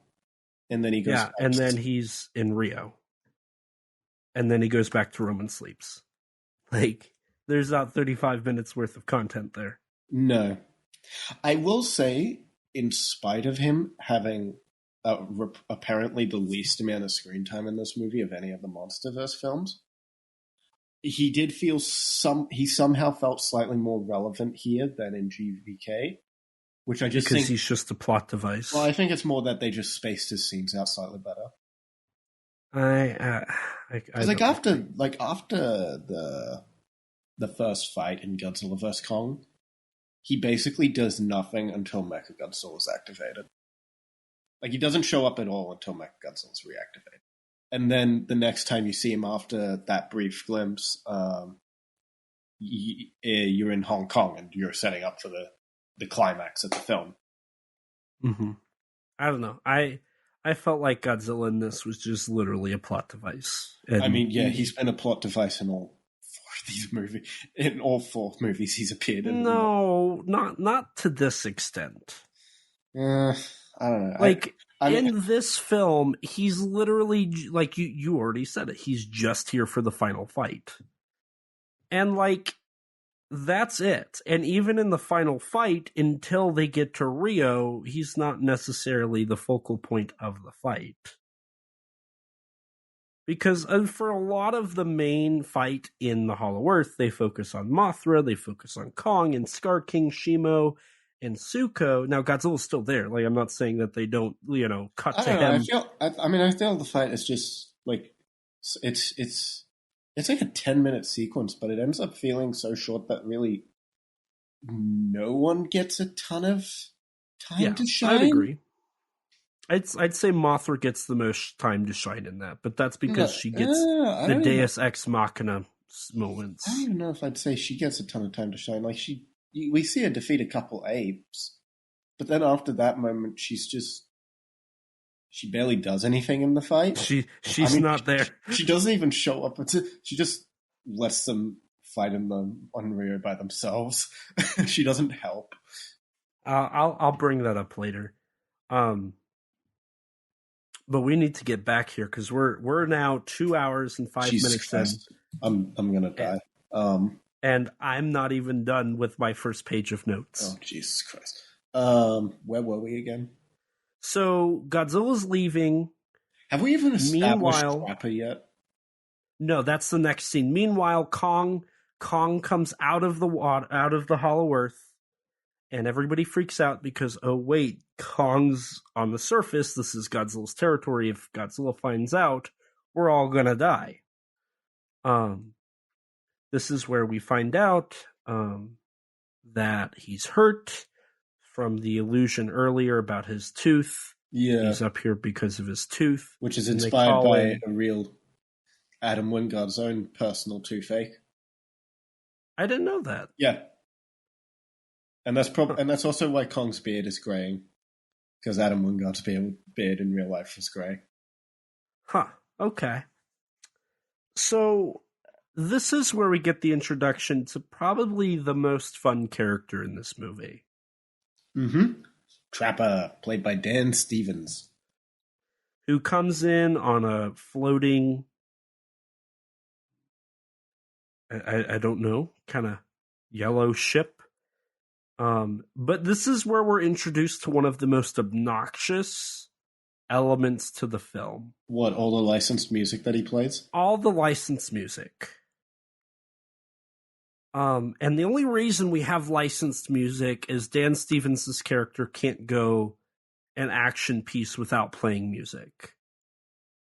So we get him playing music. Now, granted, this is also just something that for some reason has stuck with Kong, is any Kong film, they have to throw in the licensed music throughout. Now, like 2014 that was practically the closest thing to a theme he was given in Godzilla vs. Kong, I would argue. I would agree with that. Now, like, I'm not saying, like, because Godzilla 2014 does have the moment where they play Elvis, but that's a very brief sequence. King of the Monsters does have Wave of Mutilation by the Pixies, but that makes sense because that's in universe, and it would make sense she's, like, on her laptop. Madison Russell is. Monarch has she's doing Anaconda. Does it? Yes. It plays it like 3 times in the show. Remember Dr. Barnes? Oh, that's right. But again, like that makes sense because, she's listening to music as she works and whatnot. Yeah. Skull Island is a little, it's the Guardians of the Galaxy. It's also just doing like 70s throwback and getting you in that sort of time period. Right. Like there's an actual reason for it. Mm-hmm. And then you get Skull. I definitely felt it was kind of obnoxious in this film. Yeah. More so And than in the GVK. biggest... Yes. The only thing is in GVK, there's like no reason for it to be in there, period. Mm-hmm. GXK does have a similar thing occasionally, but for the most part, they try to make it in universe.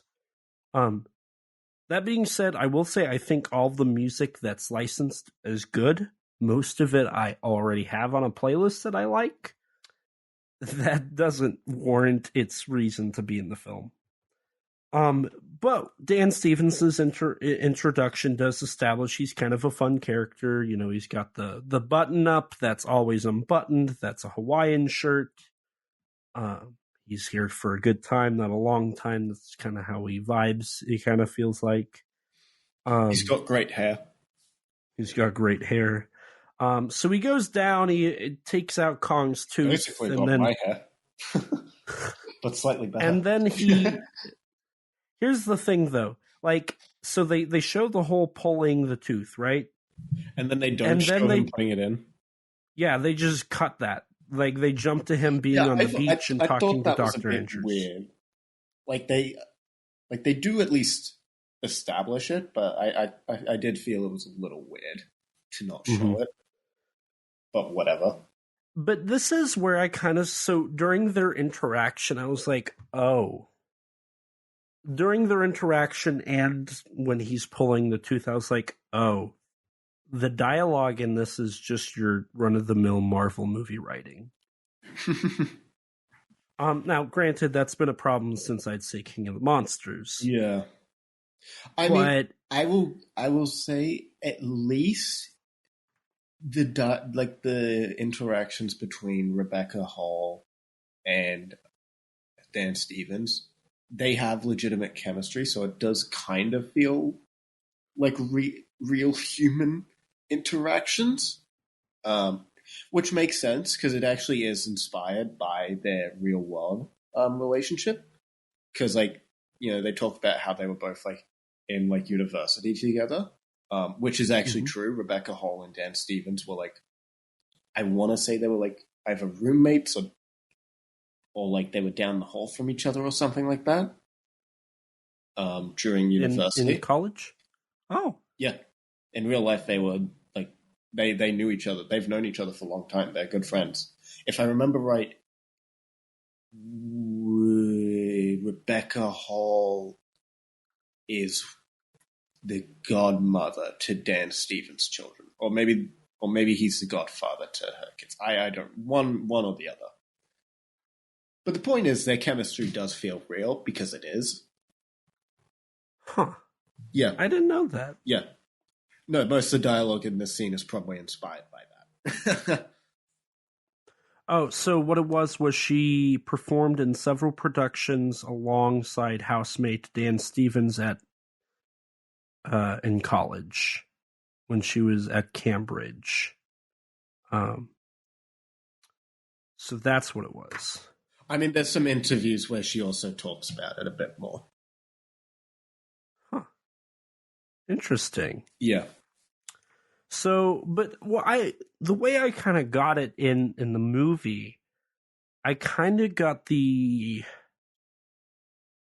intention that they used to be in love with each other. They used to be a thing. I had that thought, but the movie doesn't do anything with it. I mean, it doesn't right. Clear. I mean, I think the idea is they would just like call it like roommates in college or something. I think that's what it's going for, but you could definitely read it like the other way, yeah. Right, because like he ends up winking at her when they're in the heave. He straight up says, "I love you, Doctor." Later on, I mean, I feel like that's just meant to be. I feel it's all meant to be platonic. Dan Stevens got more going on with Bernie. Let's be real here. Not wrong. But as they're talking about their college days, somebody from Monarch interrupts and says, Dr. Andrews, your guest is asking for you." Then we get the whole Discord mention. He brings up how Monarch has a lot of glaring missing important parts to the history. Yeah. And then he tells Dr. Andrews what's up. Yeah. But what's weird is like, okay, huh? That is a distress signal. Yeah.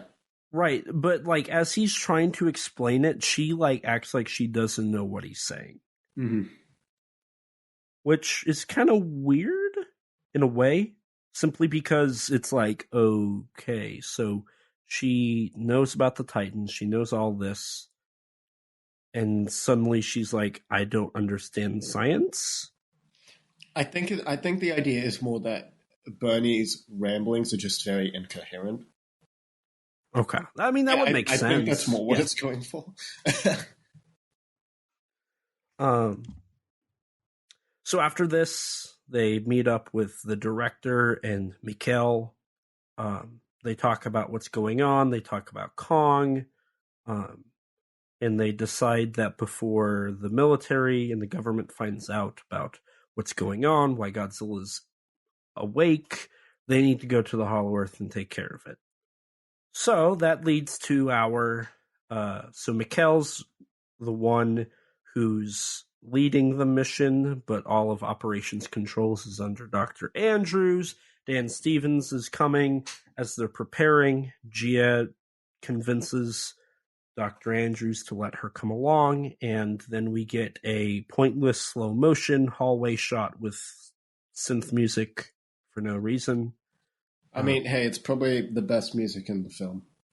I would say it's the best music, but it's stupid. It's just dumb. It's a dumb shot. Honestly, I thought it was fun. Look, this movie is intentionally being silly. I think some of the silliness works. I think this kind of works. See, it's really playing up the whole it's an 80s action movie. Yeah. Yes, and that is what Wingard intended, yes. Which, I don't know. I got plenty of that in Thor Ragnarok. I don't need that in my Godzilla Kong movie. I'm not looking for a superhero movie when I look for giant monster movies. Then as they're about to board, Bernie's like, why am I not going? Which, I mean, I will give Bernie this. Like, literally, that's what she did. She was like, oh yeah, we'll figure this out. I'll give you whatever you want if you'll help. And then it's like, I'm just gonna leave you here. So props to Bernie for standing up to himself. Yeah. Then they get on. Then he does nothing useful for the rest of the movie. I mean, he does what he wants, which is take footage and see really cool stuff. So as they're getting ready for liftoff, Kong gets up and jumps in as they follow, and this is where we get the next bit of copyrighted licensed music with Twilight Zone by Golden Earring, which is a good song, and I do like the whole Twilight Zone reference thing. But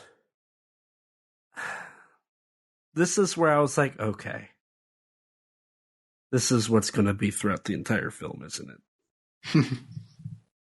I mean, hey, at least it's not beast mode. That is true. Thank God for that. They had so many opportunities to play beast mode, and they never did, and I am thankful. Me too, because that song was garbage. But then we do, moving past the whole beast mode thing, so I can forget it existed.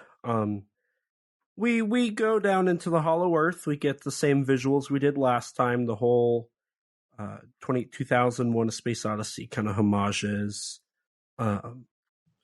We get a horrifying close-up of Dan Stevens. just laughing away.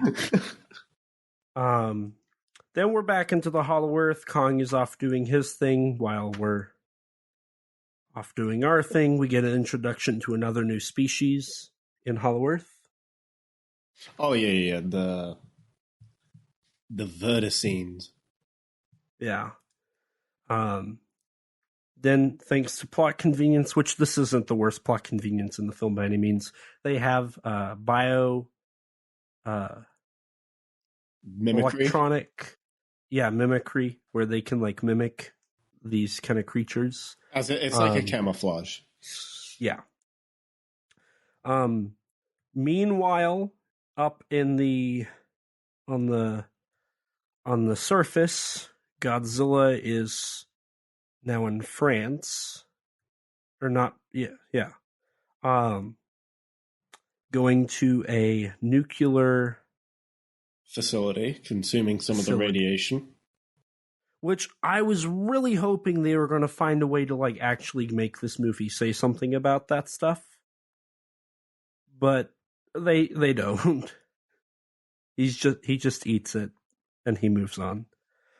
However, when they're following him and they look at the footprints, I got real 98 vibes from that. Yeah, I guess. Kind of just how it was framed and whatnot.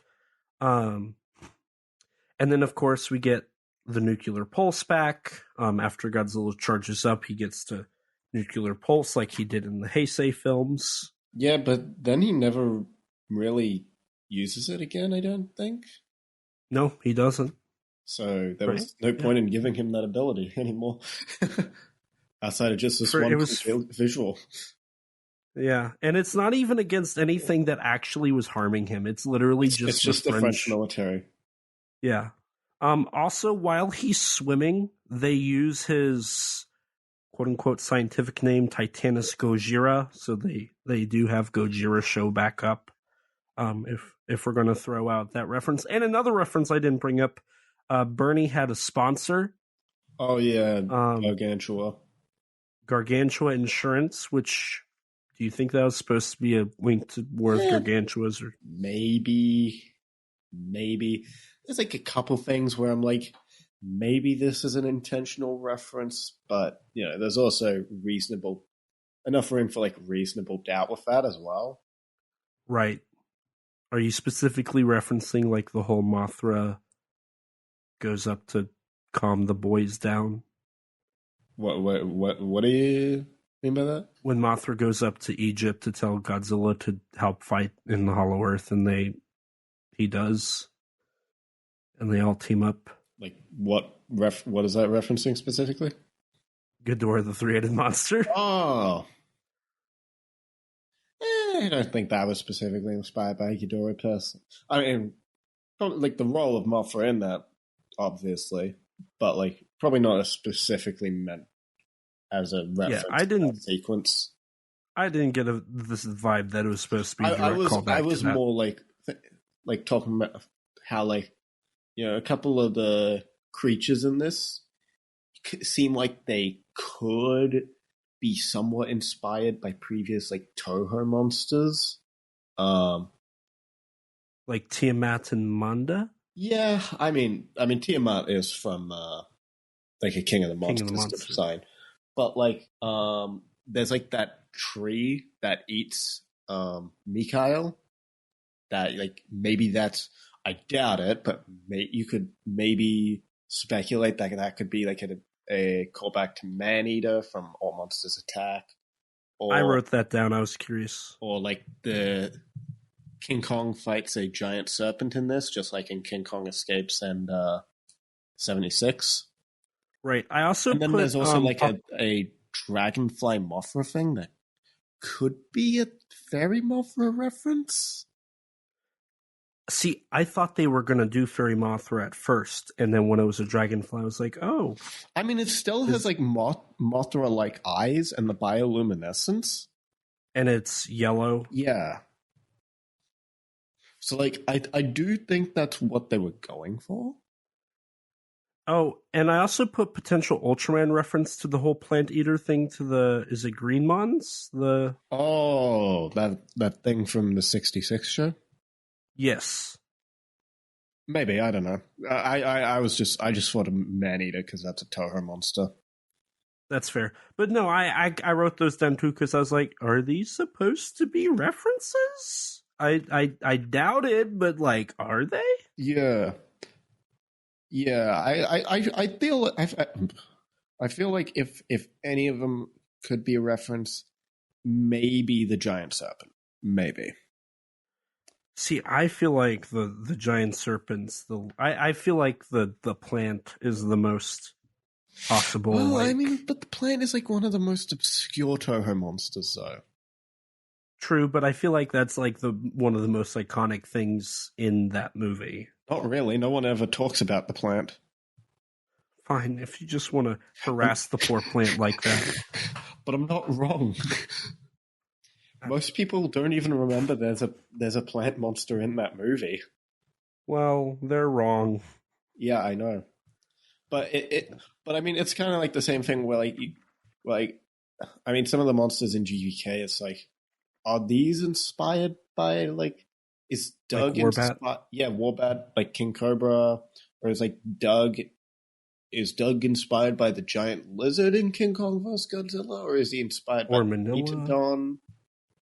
Yeah, From King Kong 05, which is what he's named after, and like the audio something, so the audio book or the audio descriptive version of the film, maybe. But yeah, I don't know. I don't know. It's like there's enough reason for me to doubt that these are intentional references, but I'm also like, these could be references to certain characters. Or like when the Iwi first appear, it's very much like, and I don't know if you would even have noticed this, but it reminded me a lot of how the natives appeared in King Kong 05. So I was like, is this supposed to be a reference? I thought it was more of a callback to Kong Skull Island in how they appeared. Oh. Because it was basically just like their first appearance in that film, more or less. Well, with the whole, like, they were in kind of that ravine-ish area, that kind of reminded me of I was more referring 2005. to camouflaging. Which, I mean, I haven't seen this movie in years, but I think they camouflage in 05 as well. Yeah, they do. Yeah, okay. Yeah. I will say, though, I did kind of think of Ibra Horror of the Deep a few times in this, mainly with regards to Mothra and Kong, and like knowing a lot of the original intent behind Ibra, and like some of our own speculation of like, you know, is the role of the Mothra people, are they just was this originally intended for like the people of Skull Island or Faroe Island or whatever it would have been in Ibra's script? I forget what Lechi Island. I think that's what it's called. Or no, Lechi Island. Lechi Island, yeah.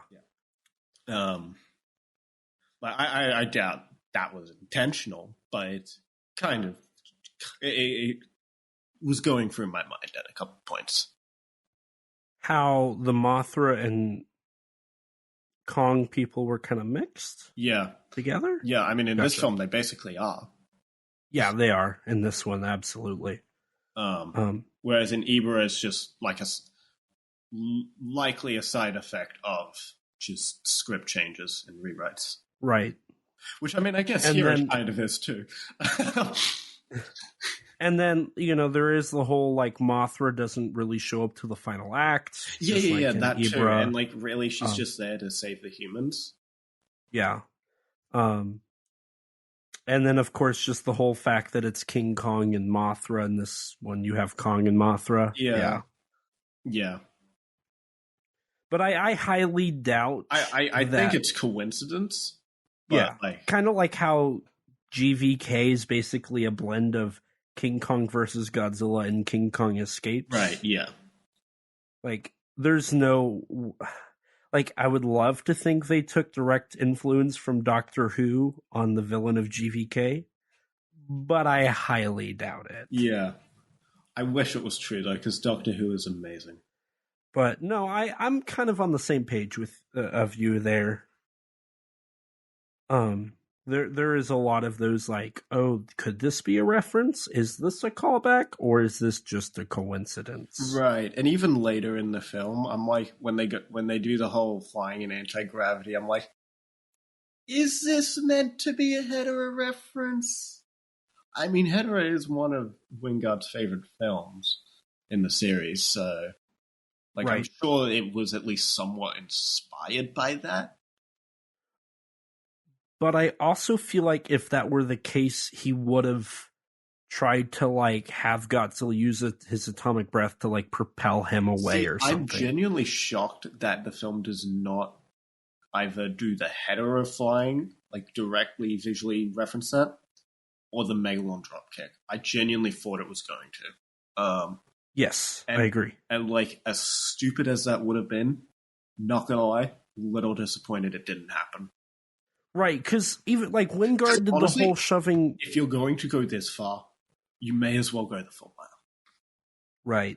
If you're going to go this absolutely mentally deranged, insane, then just, for God's sake, just do the flying. Do the drop kick. Do one of them, just at this point. Right. You know? Because, like, Wingard even did in GVK the whole shoving the tree down Godzilla's throat with the axe.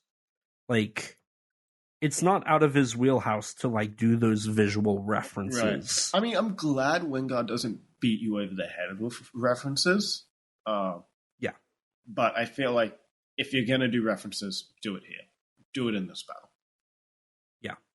Do it in the fight.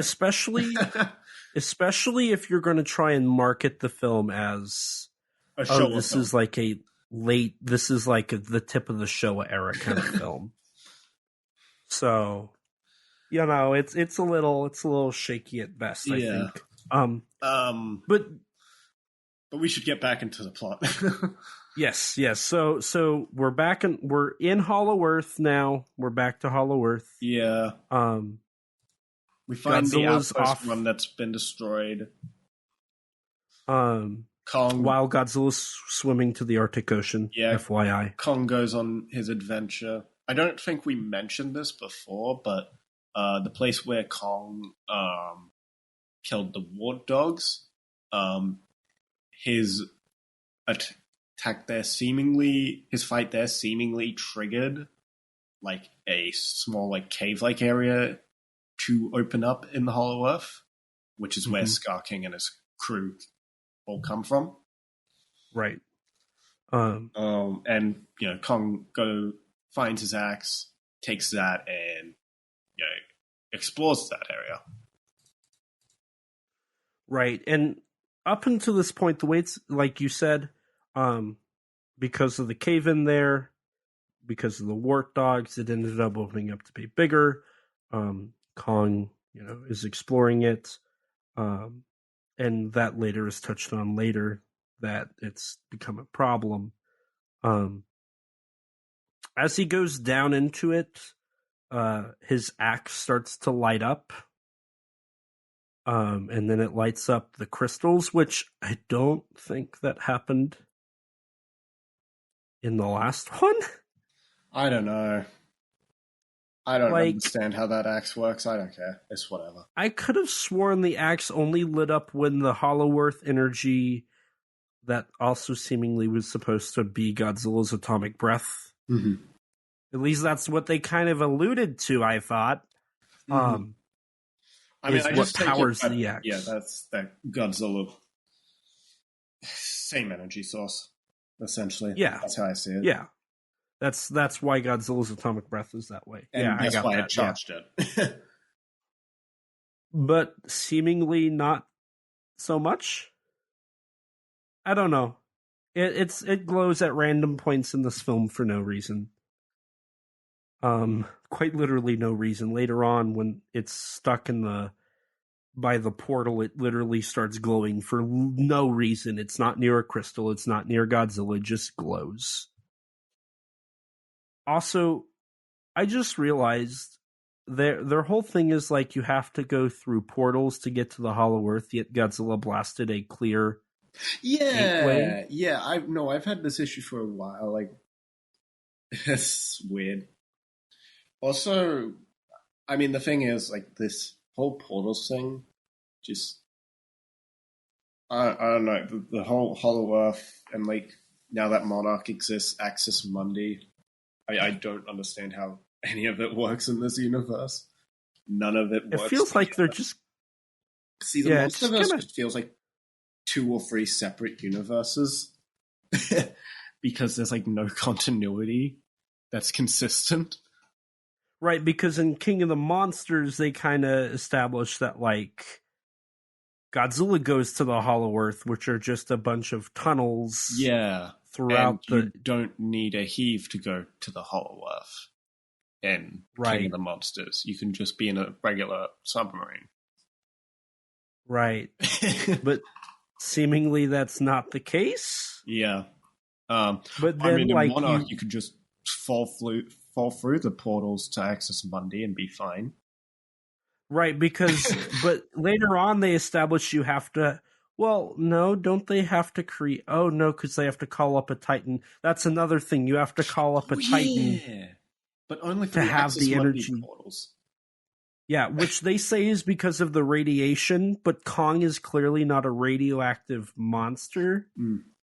I mean, I guess the access Mundi portals aren't Hollow Earth, but like, I don't know.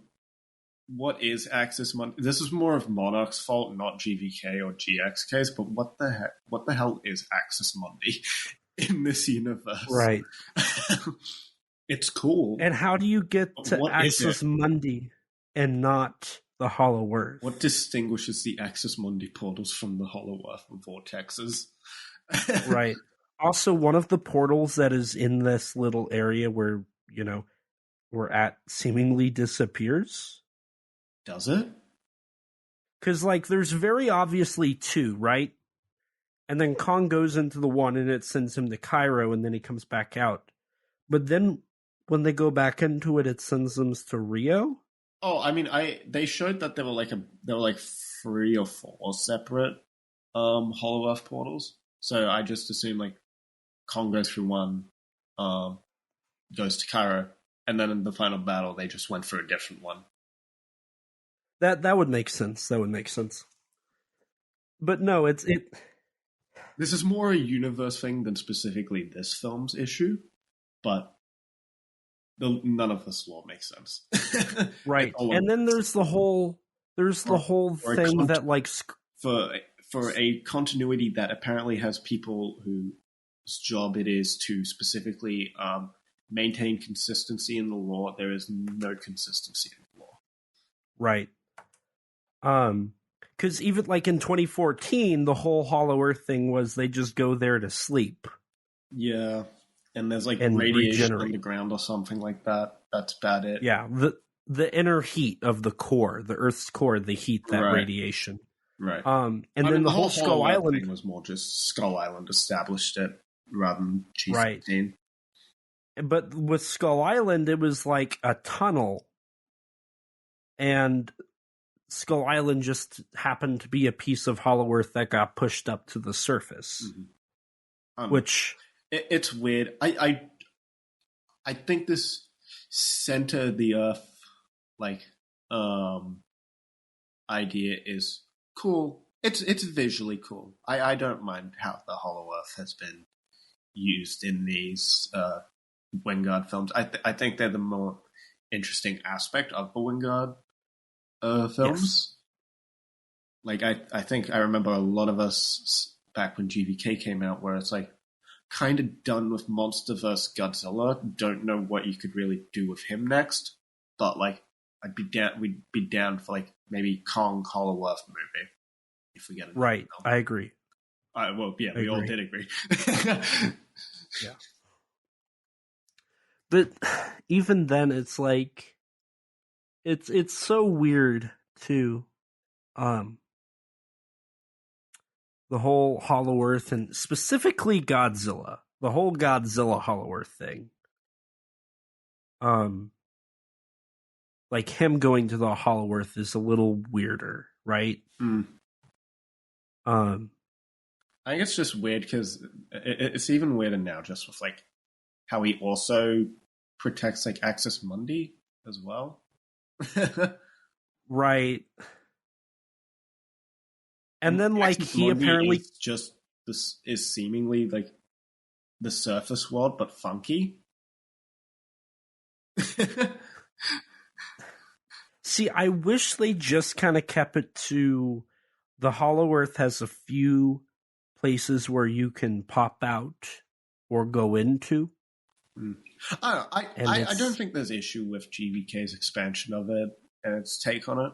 It's not consistent I agree. with previous films, but those previous films didn't really do much with it, so I think it's fine that GVK kind of retcons it a bit to do something interesting and right. But really explore. I think the issue more comes with the establishment of Monarch and GXK, where there's portals all around the world. Like there's literally one in Kansas. Even though Monarch has Apex, Monarch and GVK just can't work together in the same canon.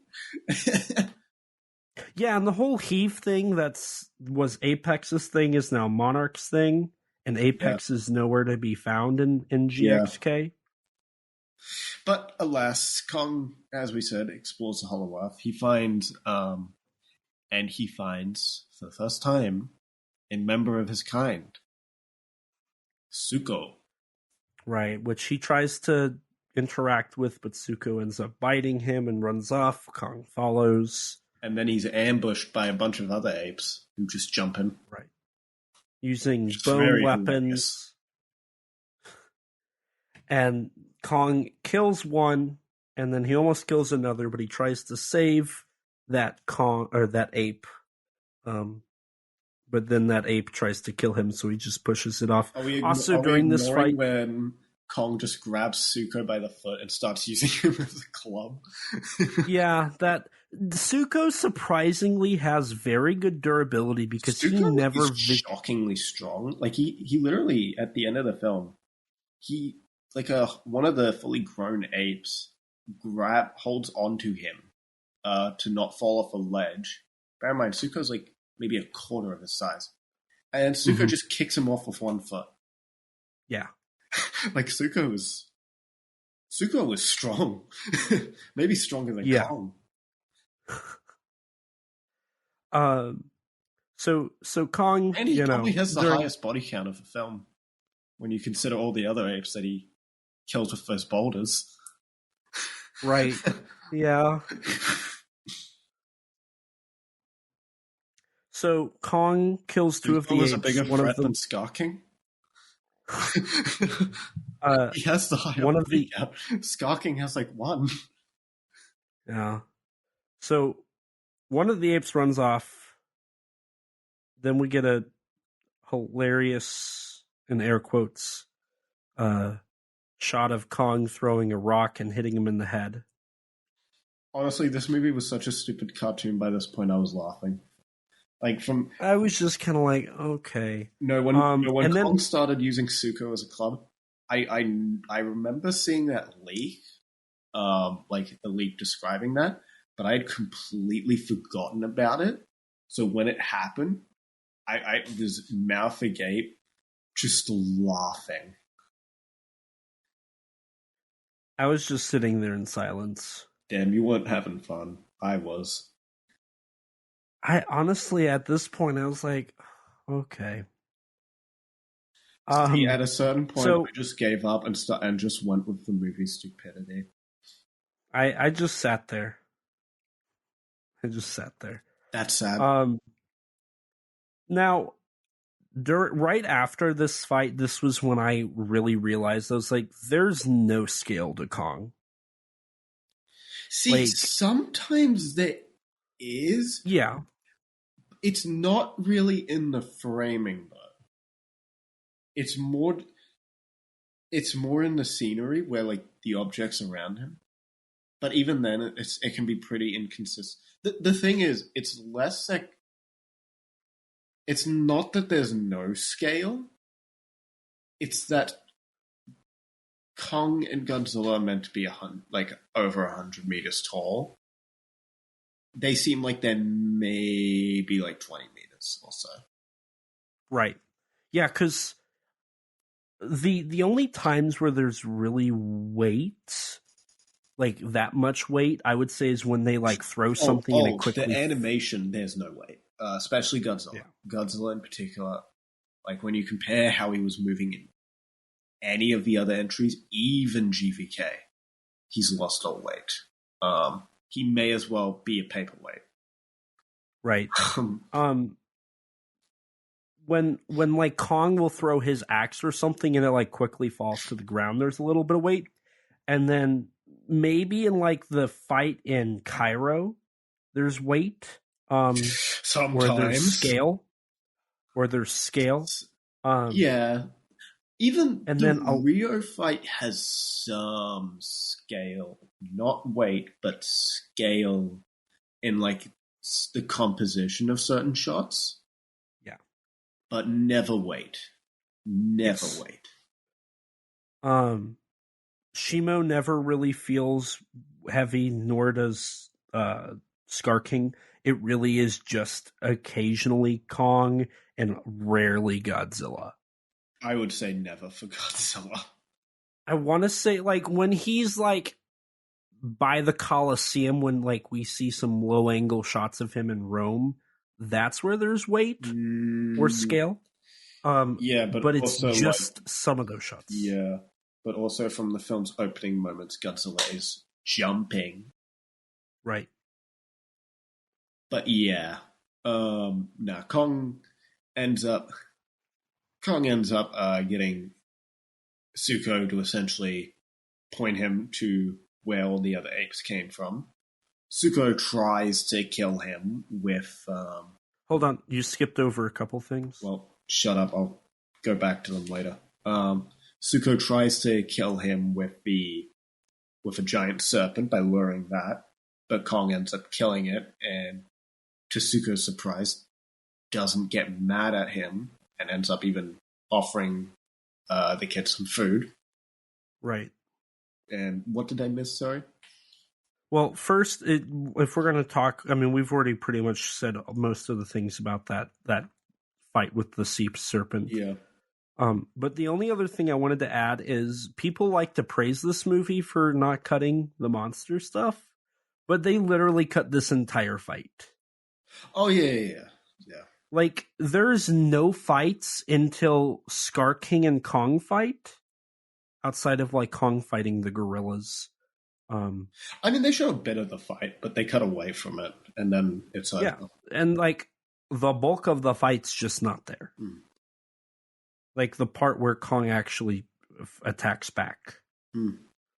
So before all of that, we do get some shots of Bernie and Dan Stevens' character, like the mosquito scene where we establish more that he's kind of a hippie. Yeah. And then, like... Mikhail dies. Mikhail dies. And then I did laugh at the thing. So, you know, after this, they run away, and Bernie's like, that dude literally got ate by a tree. And Dan Stevens is like, hey man, like, that's nature. Like, let's hug it out, overcome man. Grief with love. And then I had to laugh at Bernie saying, I think there's something seriously wrong with you. I think what makes it funny is that it's Bernie saying it. Yes. Yeah. It's so that like whole his one thing's funny funny. line in the movie. And then after that, we do cut back to Godzilla walking through Spain to get into the water to swim to Tiamat's domain. And during this whole thing, they're like, we can't get too close because Godzilla's literally irradiating radiation. So, like, is Spain dead? I mean, we saw people who were alive. Yeah, people are literally standing like... can't fend off him. But, like, he's leaving anyway. But, like, if he's irradiating, like, if he's literally venting out radiation... Yeah, people would be dying from that, I'm sure. This movie isn't too concerned with the human casualties. I mean, by the end of the movie, probably the entirety of the population of Rio just died. Yeah, Rio should be dead, and so should Spain. But the thing of the matter is like, in theory, wouldn't it be kind of like the Beast from 20,000 Fathoms, where when the Rhedosaurus literally walks by, people die because of the radiation? I mean, we literally just see people screaming and running. It's like, they do that, and then they literally establish that, like, he's got deadly radiation. So Yeah, it's but like we also wire. only spend like 10 seconds here. It's literally just to remind the audience that Godzilla's still here. Yeah, and that he's swimming to Tiamat's domain. Oh God. So going back to Tiamat, or no, after going because after the fight, or before the fight actually, we do get them exploring the Hollow Earth more, Discovering human an Iwi characters. temple. Where they find Mothra, which we get Oh, da da da, and then Junkie XL cuts the rest of the Mothra theme, not the dun dun da da dun dun dun. No, Like he cuts like 3 beats out of that. It's not that he cuts. He does the first bit of the song, and then he just adds like 2 new notes, and then the Mothra theme is just that, but repeated again and again. And I was like, oh, that's awful. It's I not do even love that it's like the worst thing ever. It's just generic. It's generic. And like, we already had a great Mothra theme like 2 movies ago, you know? Like we had a great Godzilla theme 2 movies ago. Yeah, that too. That's It's almost like that's the thing with like Junkie XL's scores is that they are those classic themes, but they've just been like altered like to be different for the sake of being different, but they end up just sounding more generic. Mm-hmm. Yeah, I don't know. I hated that whole thing, but I do love. I loved the actual practical set because they clearly built this. The set looks nice. Temple. It's a very nice set. And then they follow the. That's when they see the little Mothra dragonfly. Gia presses a little button. Water starts, flowing. Flows through the temple. That's really cool. And then they discover a wall. That's bioelectrical, and Gia pries it open, and they find out it's camouflage for some crystallized pyramids and some other cool things. Basically, where all the vortexes are in this Iwi population as well. Mm-hmm. So they go to venture off into that. So then we get the whole Kong fighting the sea serpent and Suko and them eating. Then we cut back, all caught up. To Godzilla. We cut back. Yes. And so it establishes Arctic Ocean, Tiamat's domain, right? Yeah. And you want to know what the next line is? What? In the script? We're entering Tiamat's domain. And I'm like, you just said that. You can just cut that line. Why do you have to show us and then tell us? Like, that's stupid. I think stupid is the name of the script. Also, there was a blink and you'll miss it moment of stock footage of from 2014 where they showed the little serpent skeleton, which I guess now has been retconned, or maybe, they never really clarify, so maybe it's always been meant to be Tiamat. I don't think it's really meant to be Tiamat. I think it's just, I think it's just meant to be like, well, this is like Monarch classified stuff that we're seeing for the first time. So it's just meant to be cool, I guess. I don't know. It's a cool little thing. That... it very well could be like they're trying to imply that's Tiamat.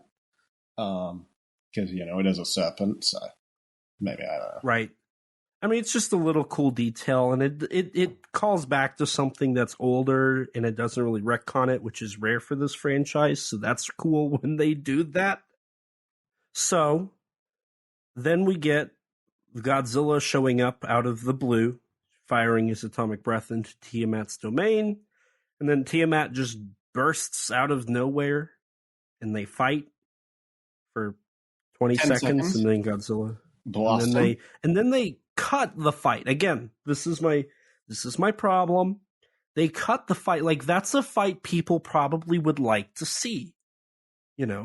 Specifically the fans that either A, knew about Tiamat from the novelization Blink and You'll Miss It stuff from King of the Monsters, or the actual lore behind Tiamat, or the comic where he shows up and fights the She Justice shows League up. Yeah. and Godzilla multiple times. So like maybe like I mean I would have liked to have seen that fight, especially because on the actual like screen when they're showcasing Tiamat, it does say like Titan class destroyer, which if I'm understanding correctly, that's like high level monster. I mean, I just understood it as it's just an aggressive monster that'll probably attack a city sometime or something, or is territorial. I just like the way I took it was like, oh, they're establishing that Tiamat's like a force to be reckoned with. Oh yeah. Like you don't No, go yeah, into no, his... they build like this is like that whole scene is there just to build up the threat of Tiamat, whom is dispatched in 10 seconds. Yeah, I don't know. I think part of my issue with this film is that there are a lot of fights, a lot more than in, say, GVK or King of the Monsters and all that, but they are not as good as any of the fights in GVK, I would argue. Like, they're nowhere near as well choreographed or animated compared to GVK, because GVK does actually have, for the most part, good choreography and better animation. And like the fights have an actual flow to them in GVK. There's a little bit of that in the final fight of this film, but it's not as good as any of the fights in GVK. yeah, I would agree with that. You know, this film could have set up a lot of that. You know, have a lot of cool fights. You know, I would love to see Kong fight another monster underwater. We saw that in GVK and he got his butt whooped. Clearly here that's a different situation. But I will say the one issue with the two pre-Scar King fights here between Godzilla and Kong with these other kaiju monsters, giant monsters, it's literally the same thing. Yeah, no, I agree. I noticed that. They're both fighting serpentine. They both cut away very quickly, and they're both like serpent. And they both get cut up into like millions of pieces. Yeah. Like it's literally the same fight, one after another, which I think kind of makes up for a dramatically kind of boring fight. Plus, one of them, you know, could be a reference to King Kong Escapes, and the other very well could be a cool fight that the MonsterVerse fans have been waiting for to see in action. But that's not the case. So then Godzilla goes into Tiamat's lair and starts sucking up the energy. And the whole thing with Tiamat's lair is it's right where the sun's rays are its most powerful, the solar radiation. So Godzilla's there. He killed Tiamat just to do that. And in a way, I feel like that kind of... The cool thing about what King of the Monsters set up, and what Wingard appearingly followed through with on GVK, was Godzilla only fights monsters when they go out of line. Yeah. And he follows that up into GXK with Scylla, in theory, right? Yeah. And then he just goes and kills Tiamat for the reason of he wants to get more powerful. So it's like, why? I do feel like within the context of a film, he's, you know, this is a big threat. He doesn't really have time to deal with like Tiamat, so he just gets him out of the way. But at the same time, the brutality of MonsterVerse Godzilla in this film does feel a little out of character. I've definitely felt in GVK he felt out of character in the way he acts Kong. And just how mean he is to Kong. And even in this film, doubles down on that when they meet each other again in this film. Right. Where he's just on a complete warpath of Kong the second he sees him. Right, and see, that all goes back to something I don't remember. I don't remember if it was Edwards or Doherty or if it was somebody else from a Toho film. But I remember they specifically said that Godzilla's kind of like a samurai. Mm-hmm. You know, yeah, he fights. He definitely in 2014 and even King of the Monsters, that's how he acts. But then in GVK and GXK, he's just a brute. Yes, and I don't care for that. Like, I like the idea that Godzilla's attacks. I had less issue with it this time around, but it is still an issue with Wingard's interpretation of the character. Yeah. It continues. I would say this film continues my opinion that this is the most Americanized version of the character. Yeah, no, 100%. And now I can't even argue he looks true to the Japanese character because, you know, they've taken away the classic spines. Actually, I think the spines in this film are fine. I think they look close. I think they actually look like the spines in this film. The shape of them is actually like something I could almost say like a Toho Godzilla having. Yeah. Let me establish, I don't have a problem with the spines. They're farther away from the like very much just straight up classic Godzilla spines. They're still I actually think they good fit more than the 2019 spines, like in their shape. They're not perfect. I think there's some in the middle that I would personally reshape, but for the most part, they're fine. They're a good mix between 2014 and 2019's. Missed opportunity to give MonsterVerse Godzilla the iconic white spines, but whatever. I mean, they're kind of there. There's white to them. Yeah, they definitely look pale when they're not charged up sometimes, but personal preference. But to that point, I would still say the whole Thagomizer thing. Oh, the Thagomizer and the elbow spikes. I've never cared for elbow spikes on the G-Man. I don't like the whole bumpy head thing. For me, I'm mixed on that. I kind of like it, but I kind of don't in certain shots.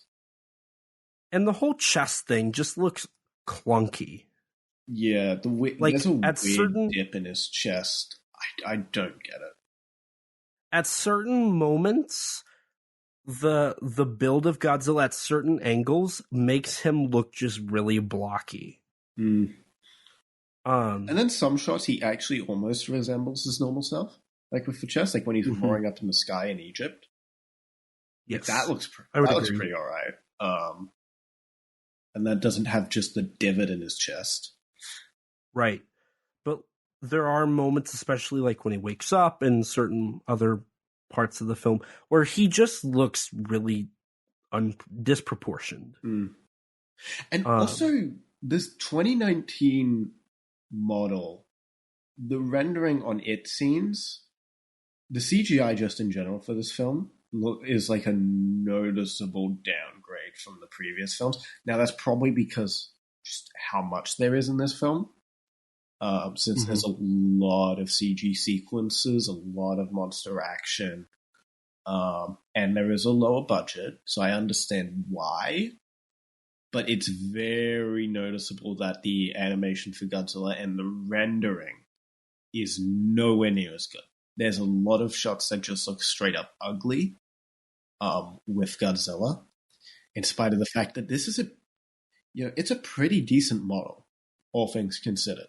And I've seen the other films. You have too. I think we can both agree that it can look pretty good.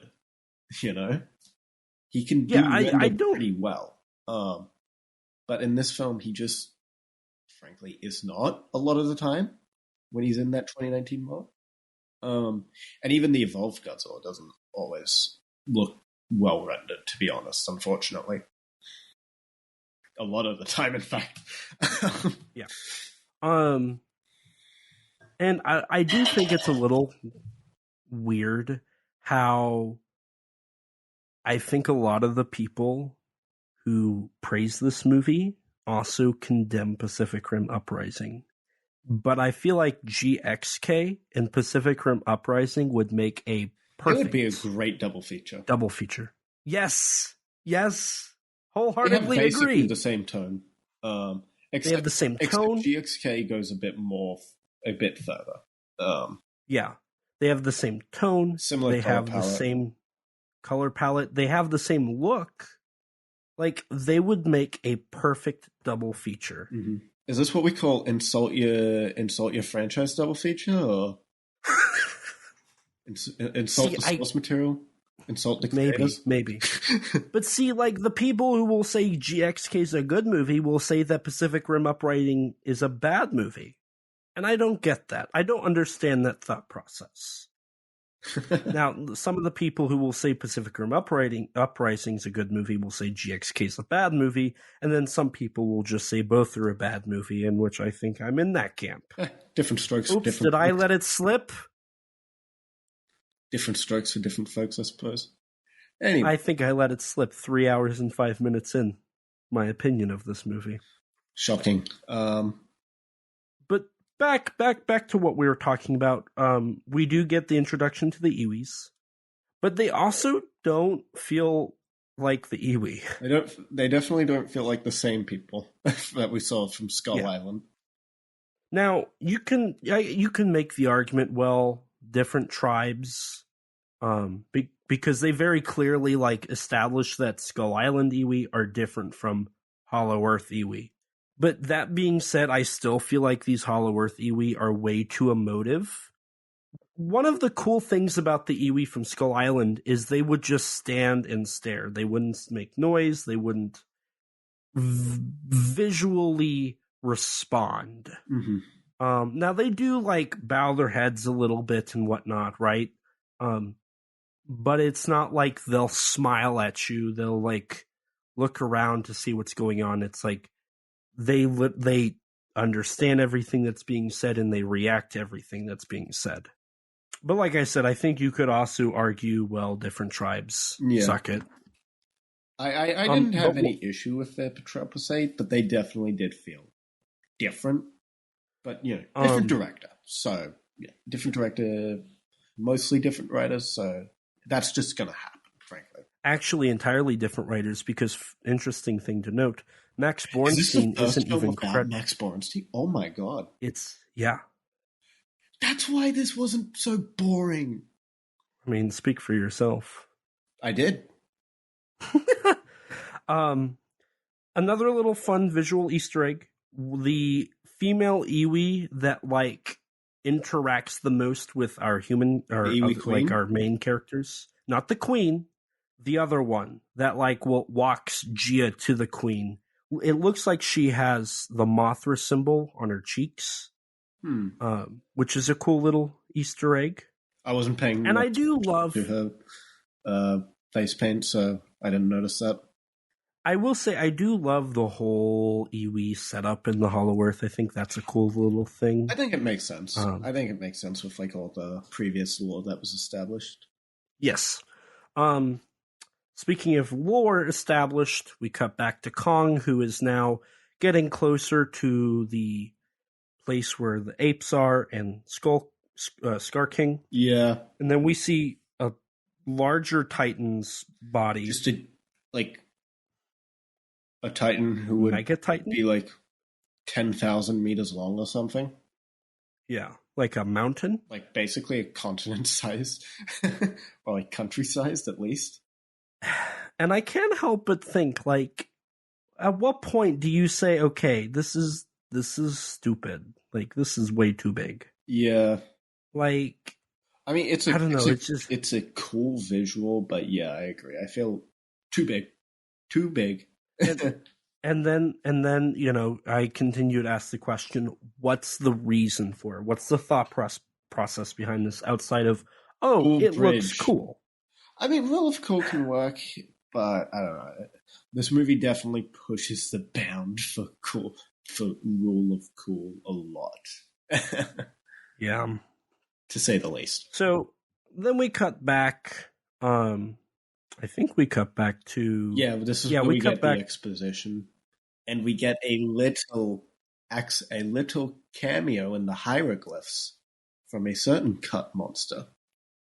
Before we get to that, because I want you to talk about that a little bit. She leads them into the temple where she shows them, not the temple, the pyramid, where she shows them the inside of the pyramid. Then she takes them down into a little cavern temple thing. They pour some cool bioluminescent liquid that lights up the whole room. We see some stuff on the walls, and Dr. Andrew starts reading the Iwi text, which her dialogue is so bland. Oh, I'm just going to bring this up. So the Iwi communicate telepathically, right? Like they can read each other's thoughts. Like that's how Gia understands them. That's how Gia got the message and all that. So out of our cast, our main cast, only Gia can actually understand the Iwi. But then Dr. Andrews just knows everything. Anyways? Well, because she has studied the Iwi, she can understand their text. No, but even when, like, there's no text in the room, she just knows everything that's, like, being communicated by the Iwi Queen. Oh, kind of like how she's, like, tries to like when she's explaining stuff Gia. to Bernie. There's just things that she's saying in the dialogue about, like, how their society works and things that there's no way she could know this unless Gia... Like how it's polite to stare at them? Oh, no, that's fine. I think with, like, her, like, research of the, like, the Hollow Earth, around the Iwi civilization, that's fine. But her explanation for, like the Iwi, like, saying, yeah, the Iwi use this to make a signal, they specifically attract Godzilla and all that. Like, it comes across as like she's being told this directly by the Iwi. Mm-hmm. Even though, like, only Gia is psychic. Well, Gia does tell her, like, this is what was sending out the call, which they came to the conclusion beforehand that the call that Gia got's also what got Godzilla Dr. Andrews here. just gets too into the specifics of it all. As if she just is being told it by the Iwi. I don't know. I feel like that. I think it becomes a little worse later on, but I think here it was fine. I mean, I was more bringing up this as an issue in general. This is just where I first, like, noticed it. But it reappears again, like, later on, if I remember right. I see. Yeah. Then we get some exposition explaining that the Great Titan War between the Godzilla species and the Kong species was actually just basically Scar King just wanted to take over the surface world and kill humanity. He enslaved, like, a bunch of apes and a bunch of his species, as well as Shimo, to do this. And then Godzilla just trapped them all. He soloed them. Mm-hmm.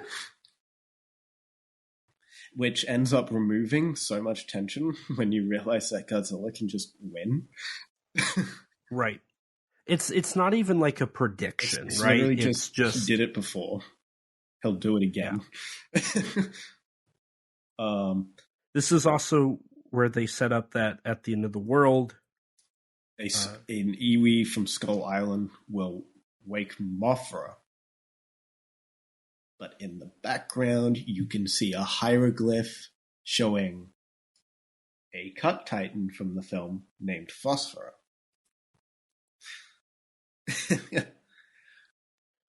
Which, it's very obvious that Mothra was replaced.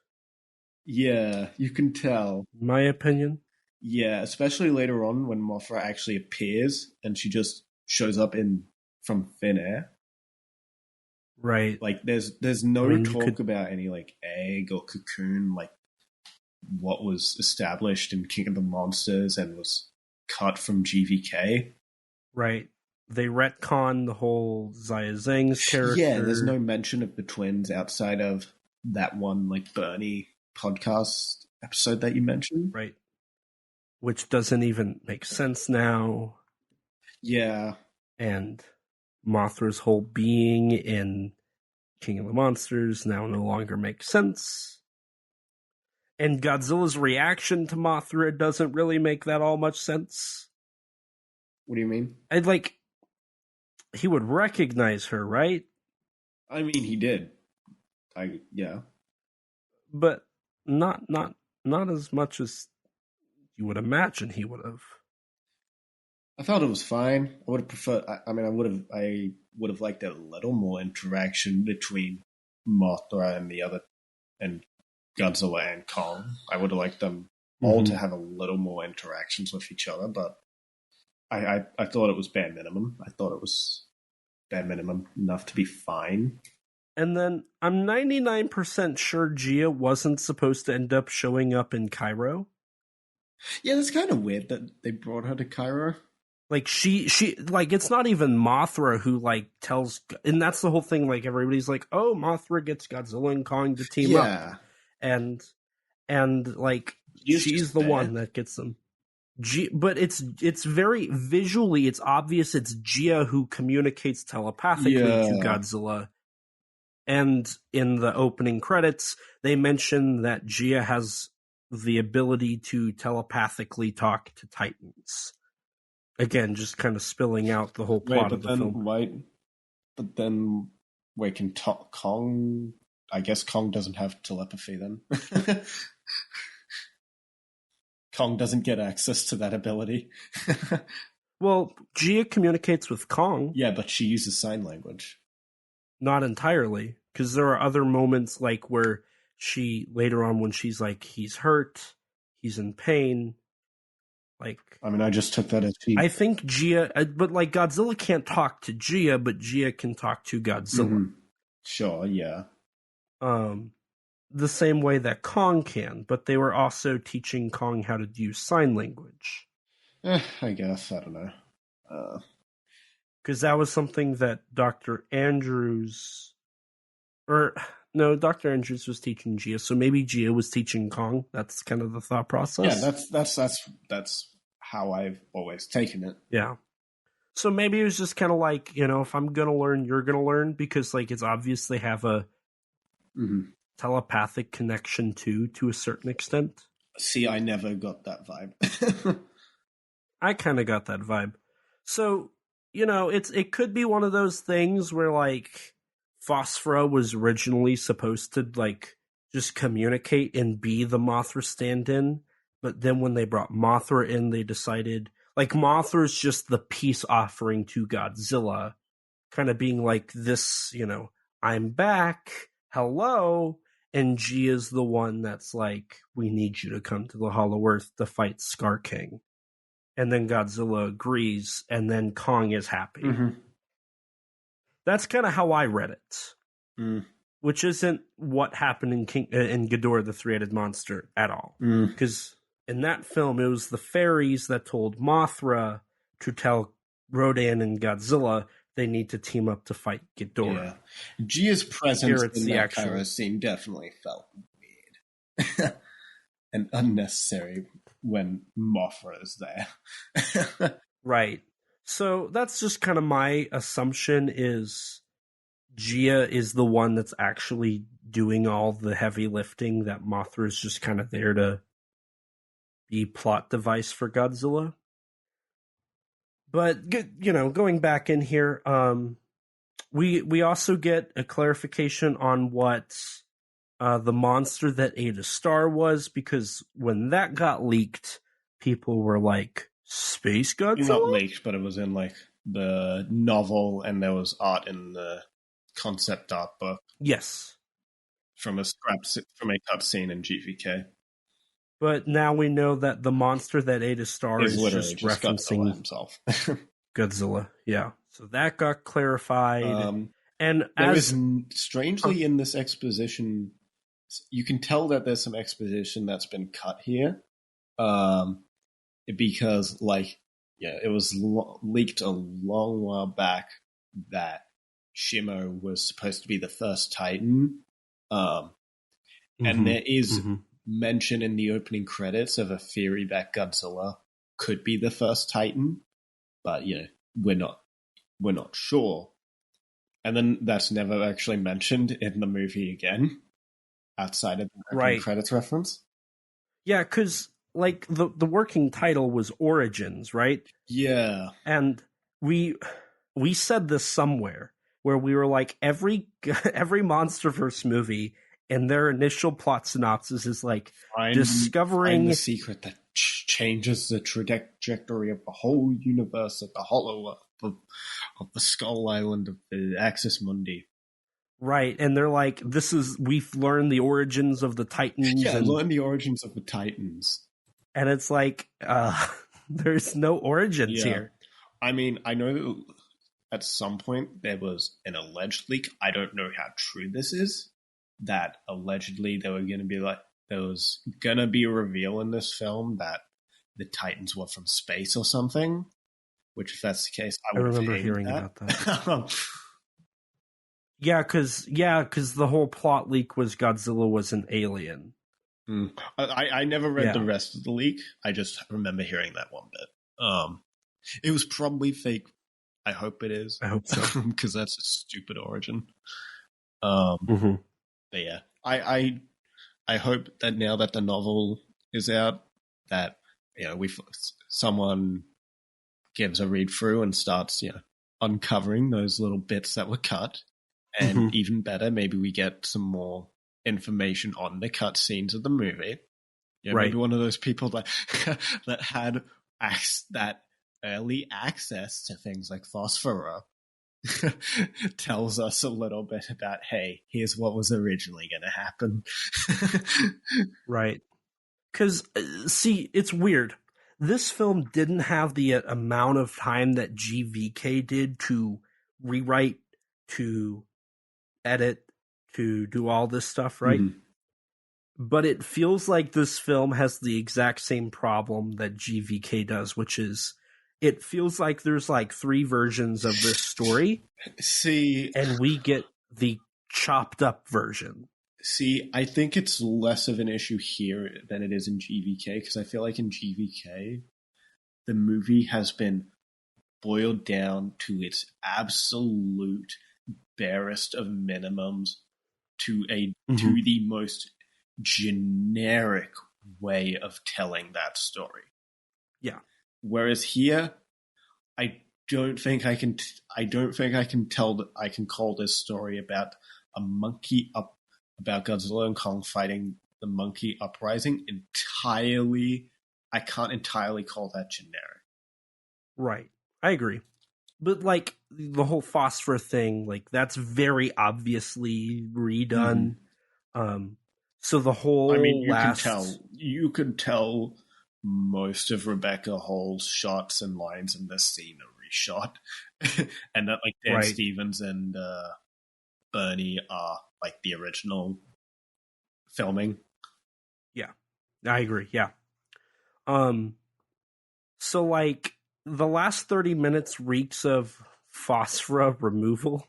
And then like you said, like there's very clearly a cut storyline, plot line of the MonsterVerse, of the Titans' origin. Right. And like that's also part of why like Shimo was kind of built up in the trailers and the marketing as like this hidden Titan, and like she's the biggest Titan in the movie, and is a Scar King's ace in the hole of sort. But she kind of doesn't leave much of a lasting impression, which is largely at fault of the fact that she shows up too late. Both of them show up way too late in the film. But you can also just tell that so much of Shimo's backstory and everything has been removed. Right. There's not a lot of details in the novelization that are really being talked about yet, but from the skim read I did of the preview of the novelization, I know the opening prologue has a scene actually set before King of the Monsters with Dr. Andrews, Serizawa, Emma Russell, and Dr. Graham. Kind of like they find out that the Ice Age likely had something to do with a Titan, but they're like, what could have caused this? So there's all this setup at the beginning for Shimo. And I imagine there's going to be more. There's going to be like cut scenes from this film that give like more exposition on Shimo, probably revealing that Shimo is like the first Titan and all that. Mm-hmm. But yeah, you can tell that there's a lot of backstory in Shimo that's just been omitted. Right. Which is unfortunate. And because Shimo's like, I like Shimo. Yeah. And just for context, for anybody watch or listening, I guess, maybe watching if you're watching this like a year down the road on the YouTube channel. We are, so in my notes, I wrote 4 pages of notes. We are 3.5 pages. We're 2.5 pages. We're on the 3rd page. We're about halfway down it. So we only have about 1.5 pages left of my notes. We haven't gotten to Scar King or Shimo yet. Yeah. Like, that just goes to show, like, they don't up to this until point, 2/3 of the film in. Mm-hmm. This is our first time mentioning them. Well, we mentioned them a little bit, but well, like in film, in the film context. Yeah. So, yeah, that's true. Shimo is really not set up at all until this point. And all they establish is that he is Scar King controls Shimo, who created the Ice Age. Well, okay, I guess there was a tiny bit of foreshadowing to Shimo, like when Gia sees her in a vision, but that's it. That's like and Scar King. But it's a blink and you'll miss it, like right. It's a very small moment. But yeah, speaking of which, we finally get introduced to our antagonist. With all of the apes first working in this whole thing. Yeah. What are they even doing? I don't know. Like, why are they moving bricks? It's not like they're building a temple. It's not like they're building their way out. I was wondering this on my watch today where I'm like, what are they actually doing? Like it and why is there a hierarchy? I mean, I took it as the idea of like Scar King has just he's got a couple of his lackeys who are just as ruthless of him, like that's his tribe. But then he's enslaved all the other apes to build his forces essentially. I think that's the idea. It would be nice if any of this got elaborated on or explained or we understood what was going on. I think that element is communicated visually well enough. I don't think you need. I think they give just enough exposition on it from Andrews and show it well enough that it's it works. I just wish we could get more elaboration. Like, here's the thing. This film could have some really interesting or exciting or cool things. Mm-hmm. But for me, not only is Tiamat underwhelming, the 2 fight sequences we've had so far for Godzilla and Kong, well, I guess 4 total, have been kind of underwhelming.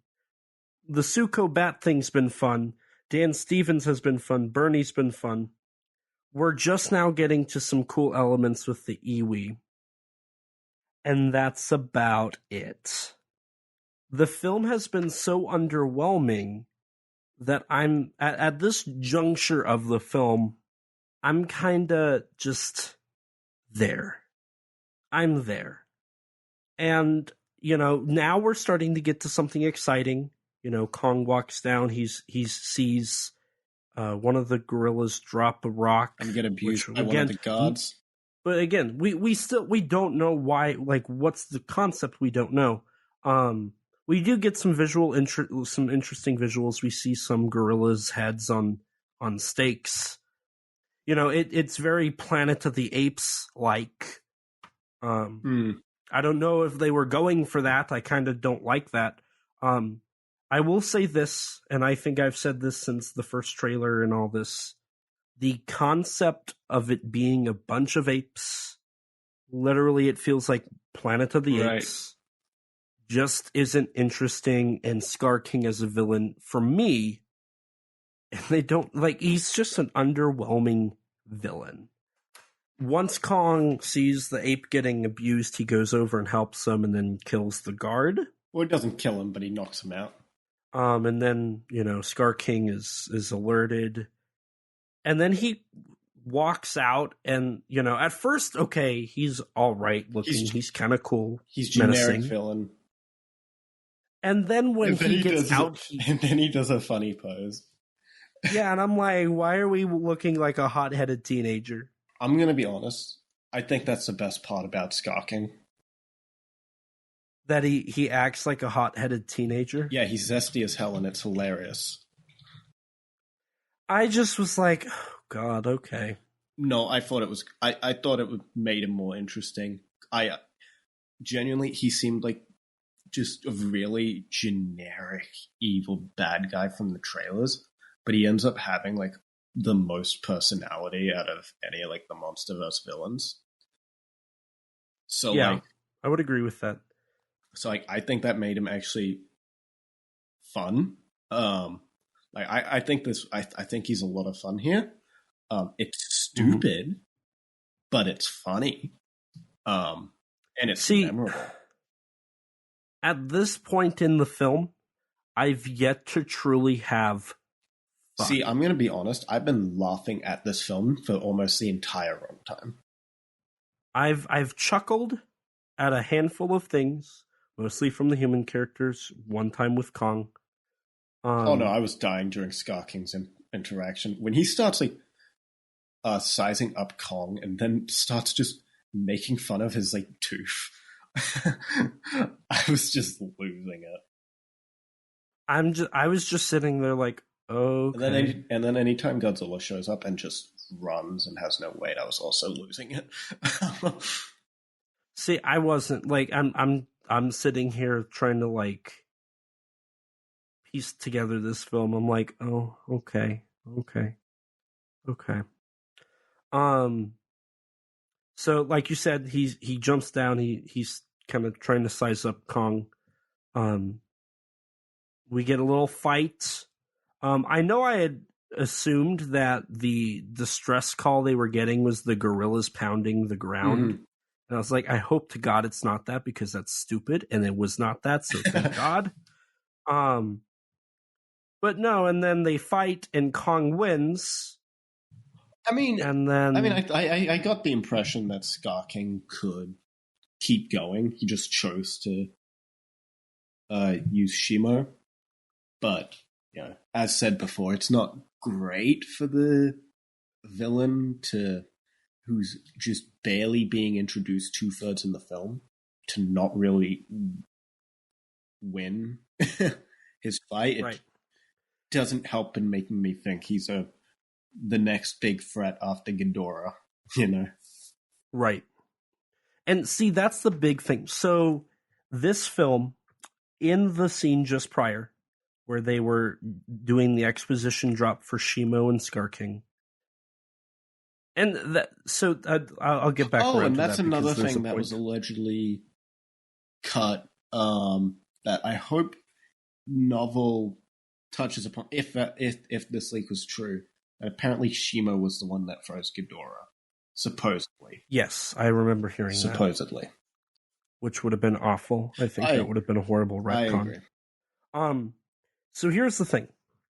So Scar King is established to be the end. They say that at the end of the world, an Iwi from Skull Island will show up, bring Mothra back. Godzilla and Mothra will bring... But Godzilla's already on his way. He's already preparing for this.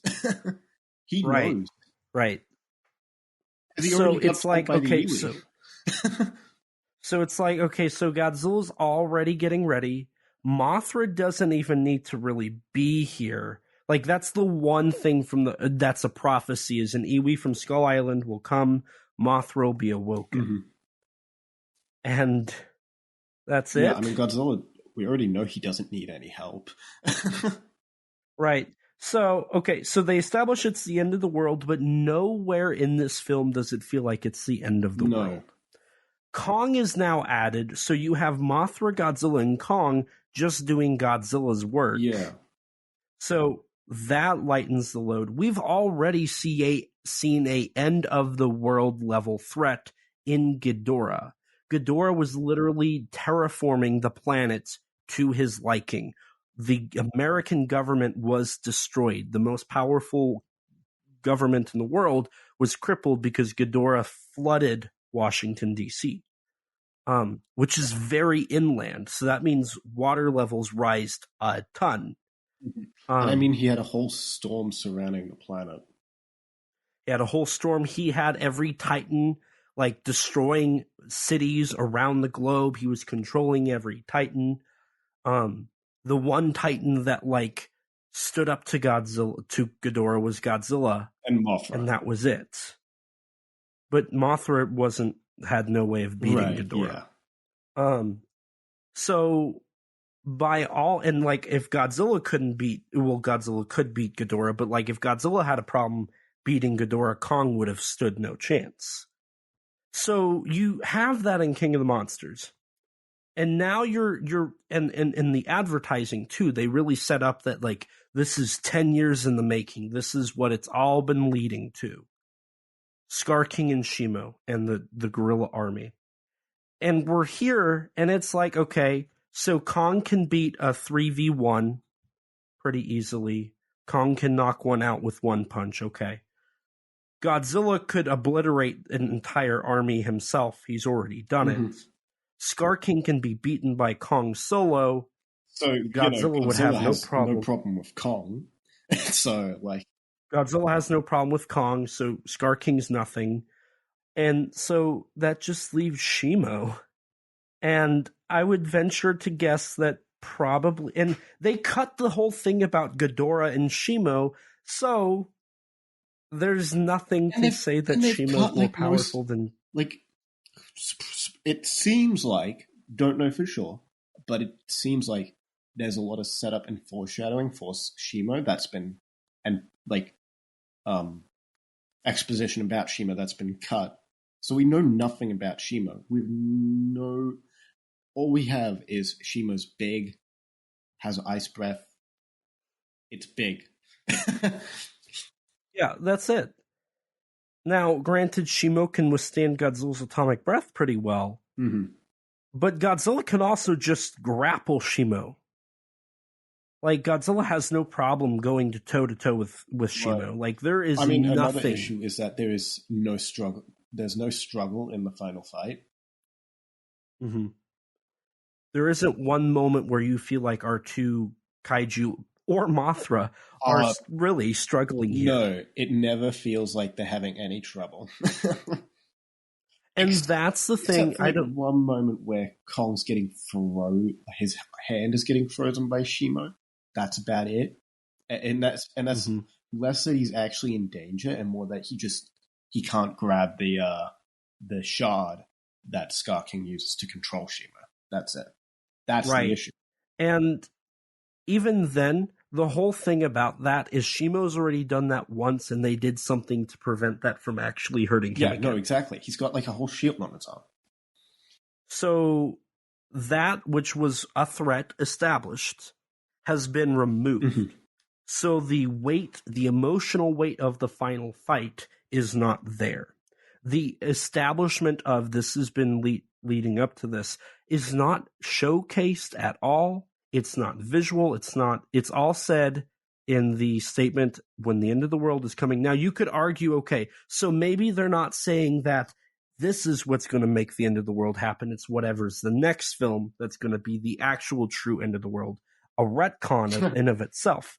But I don't think, like, if that's the case, then that's kind of a stupid decision by the creative team here. Why are you setting up to retcon? I don't think they were thinking that far ahead, I'm going to be honest, with this. Maybe not. Wingard has said he clearly has a vision for what a third film would be. Right. But we don't know if there will be a third film. We don't know if Toho will sign on for a third Godzilla film here. We don't know if they want Wingard back. You know, everything is up in the air. I personally kind of think it might be inevitable, but it is up in the air at the moment. Now, I will say this, and because I don't think we'll really get back onto this topic again. They might not go with Wingard again because, as a critical film, this is not getting very critically well received. This is proving my assumption that I made that GVK was an anomaly because of when it was released. Point proven. Sure. I mean, I don't know. Money talks. Mm-hmm. This is Money true. talks. Like, if Wingard's made 2 successful MonsterVerse films in a row, then I do think that might speak a little more than a more mixed critical response, especially with the generally positive audience reception, I'd say, so far. Mm-hmm. Yeah. I mean, he is the one pitching. Seemingly, he is the one pitching this third film, so, yeah. But, and to all of this, I think it's also worthy to point out, and we already touched on this, the whole reason the events of this film are happening is because Kong started it. Kong's the one that accident. It was his hunting ground. He had no clue it was there. Some of the leaks made it sound like Kong was just an idiot and just woke up all these apes, and that's why Godzilla's just goes ham on him in Egypt. He's like, "Why the hell would you do this, you stupid monkey?" But honestly, it's such an incidental thing. It's I'm not even sure what specifically actually triggered the whole thing to open, because it's not like killing one of the ward dogs led to something some specific rock or something being knocked over. Not as far as I can tell at least. Right. It's just suddenly that area just opened up. So it's not even really Kong's fault, I'd argue. But probably a chain reaction to him walking over that place or whatever bunch, but not really his fault. So, Kong and Scar King fight. He loses. Scar King wakes up Shimo. Shimo blasts Scar King with her frost breath. Kong's blast Kong, not Scar King. Oh, blast Kong with her frost it's breath. Established that Shimo is not willingly under Scar King's control, but he's got some weird shard, MacGuffin. That's not clarified. Because isn't there lore about the whiplash and the shard that it's it's visually communicated that it's a part of Shimo, but they never really say anything on it. It's bare minimum, essentially, to just communicate what it needs to. Doesn't really go into anything. But it's one of those things where I'd kind of like to know more, Suko shows Kong where to escape. So Suko and Kong escape. I will say, in spite of the fact that they don't really do a good job of building Scar King as a threat, I do think they do an okay job at painting him. The audience does not like Scar King. Yes. Because not only you've got the monkey slaves, you've got the monkeys with their heads on a pike, but then later on, Scar King might have his own sex slaves, monkeys. Yes, yeah, it's kind of visually implied. Yeah, it's visual because all of the women of the apes are in his lair behind the throne. All of them have kids, and all of the kids are orange like him. Yeah. It's never Suko really, is the same way. It's never stated, but I know leaks were stating back when this film first got leaked, all the plot stuff, that Tsuko was like the son of Scar King.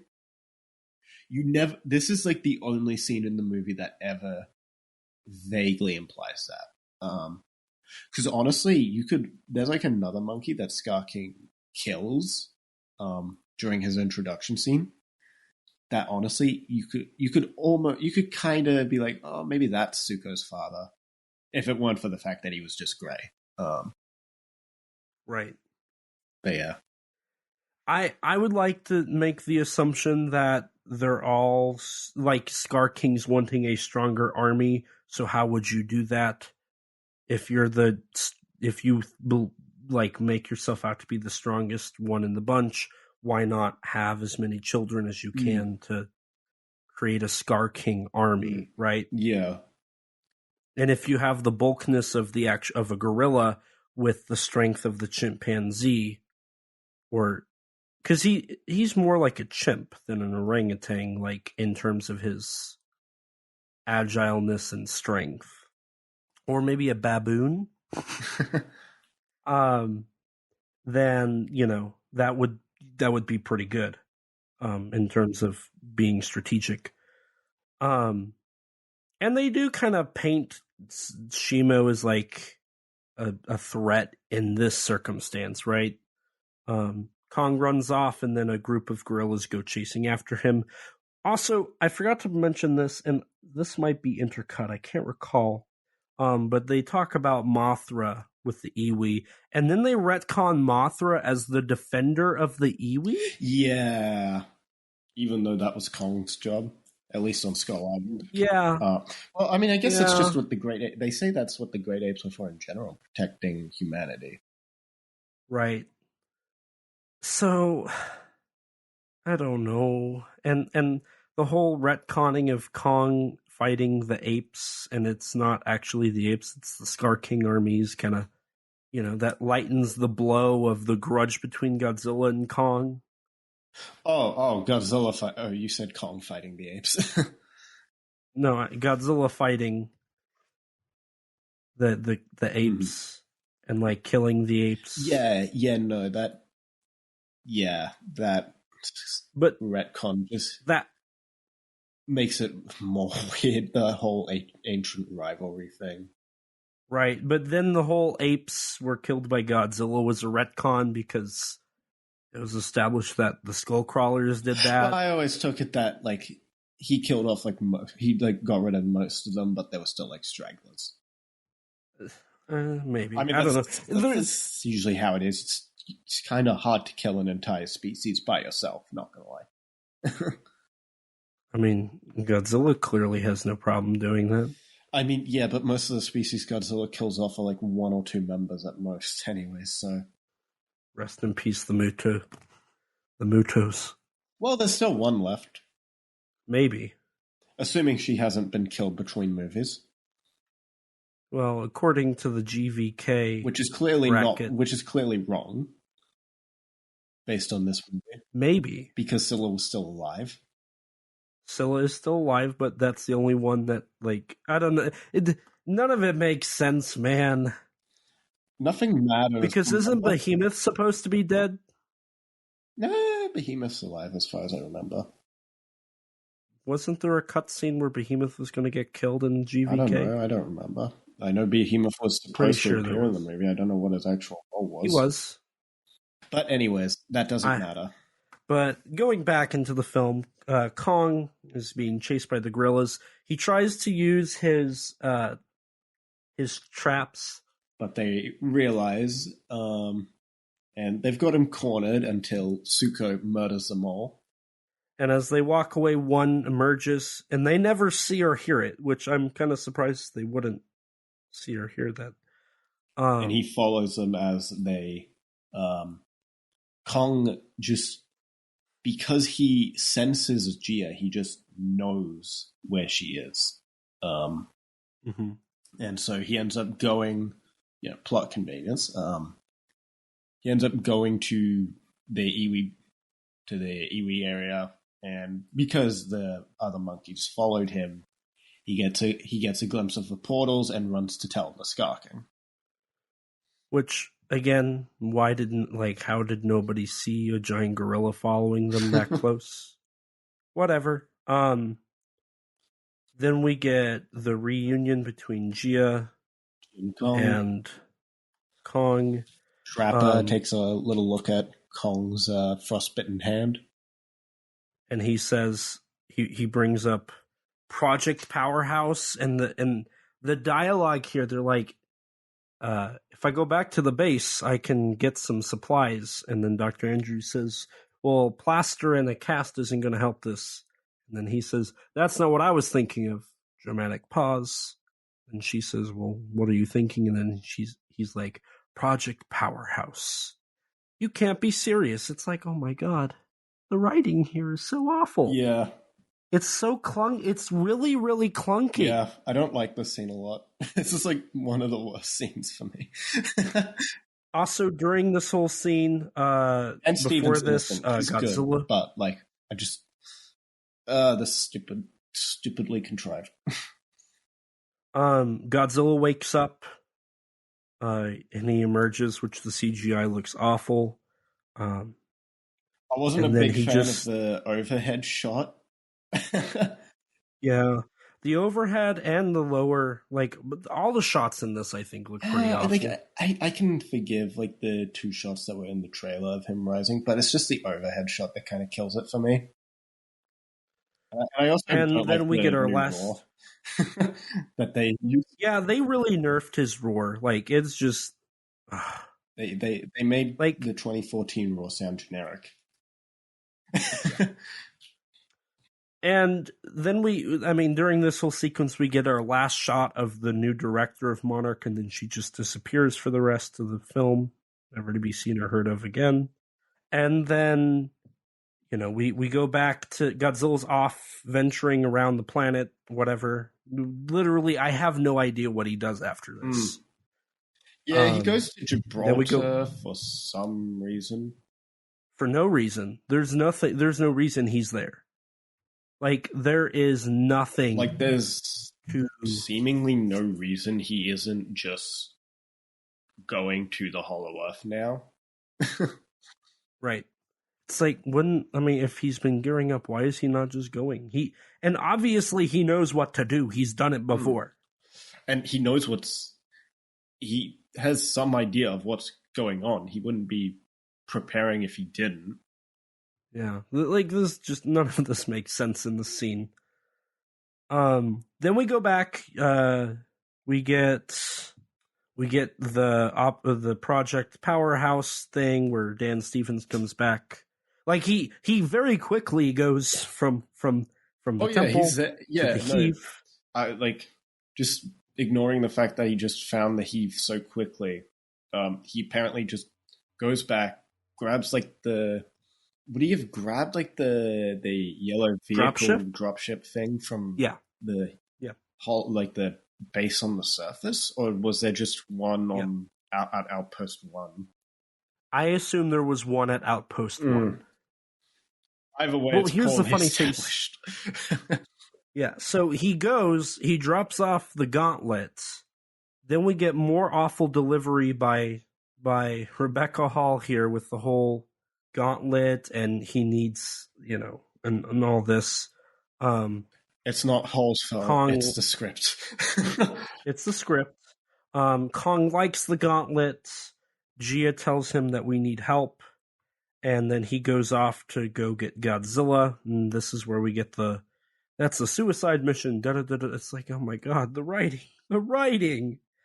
And then, they're prepping because Scar King is on the way. And then we go to Cairo. Kong emerges in Cairo. Godzilla, for some reason, is climbing on the top of the Gibraltar, like the mountain. And, when he senses Kong, we get recycled GVK music, which is, to be fair, that's almost the entire soundtrack. Kong also roars to assert his dominance to get Godzilla to show up. He's baiting him. Yeah. And then Godzilla also jumps off the cliff. In 98 style. See, that's another scene where I got the Ibra vibe.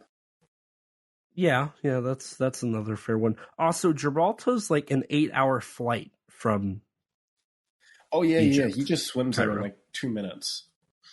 2 minutes, yeah. No, wait, and then he jumps out, and now in between this, we also get more. We get the Mothra stuff, more exposition dump with Andrew, Dr. Andrews. Then we get Gia walking up and awakening Mothra, which Mothra, I will say this, the whole awakening is kind of cool. I always kind of understood it as like maybe she was camouflaged up there the whole time. Because it's later established that her silk is what made the camouflage barrier. And we know that Mothra can camouflage in general. She's like,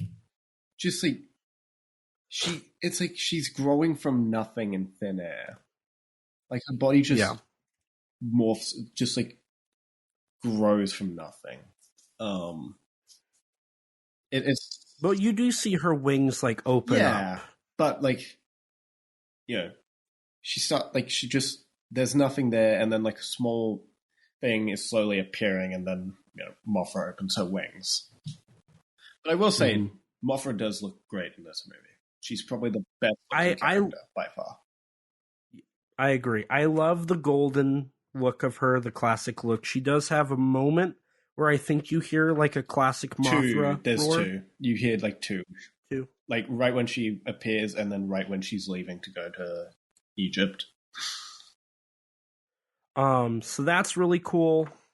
Bear in mind, it is also like the King of the Monsters version of that roar as well. It's not it's like the King of the Monsters re-edit of it.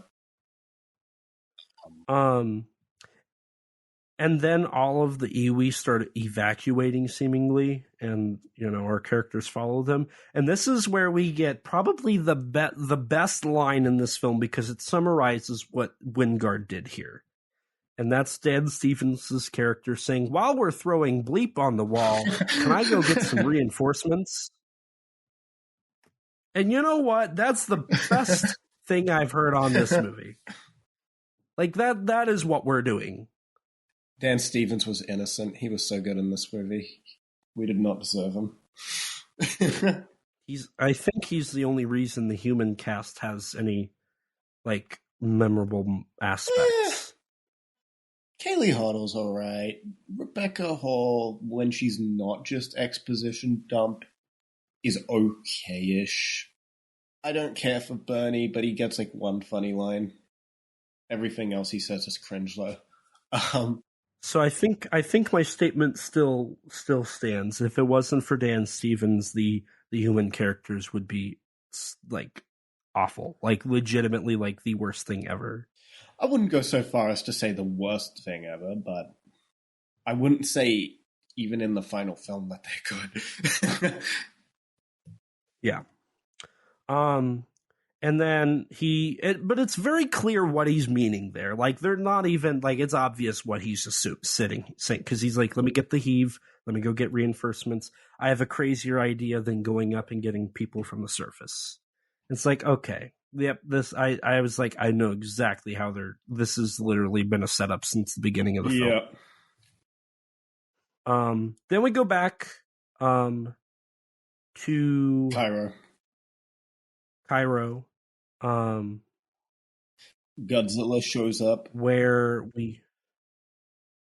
again, the stupid run / crawling thing where he's on all fours. I mean, he doesn't. I still hate it. There's a couple moments where he does it briefly goes for like a second. It's less that he goes on all fours and he just like uses the building to propel himself. Yeah.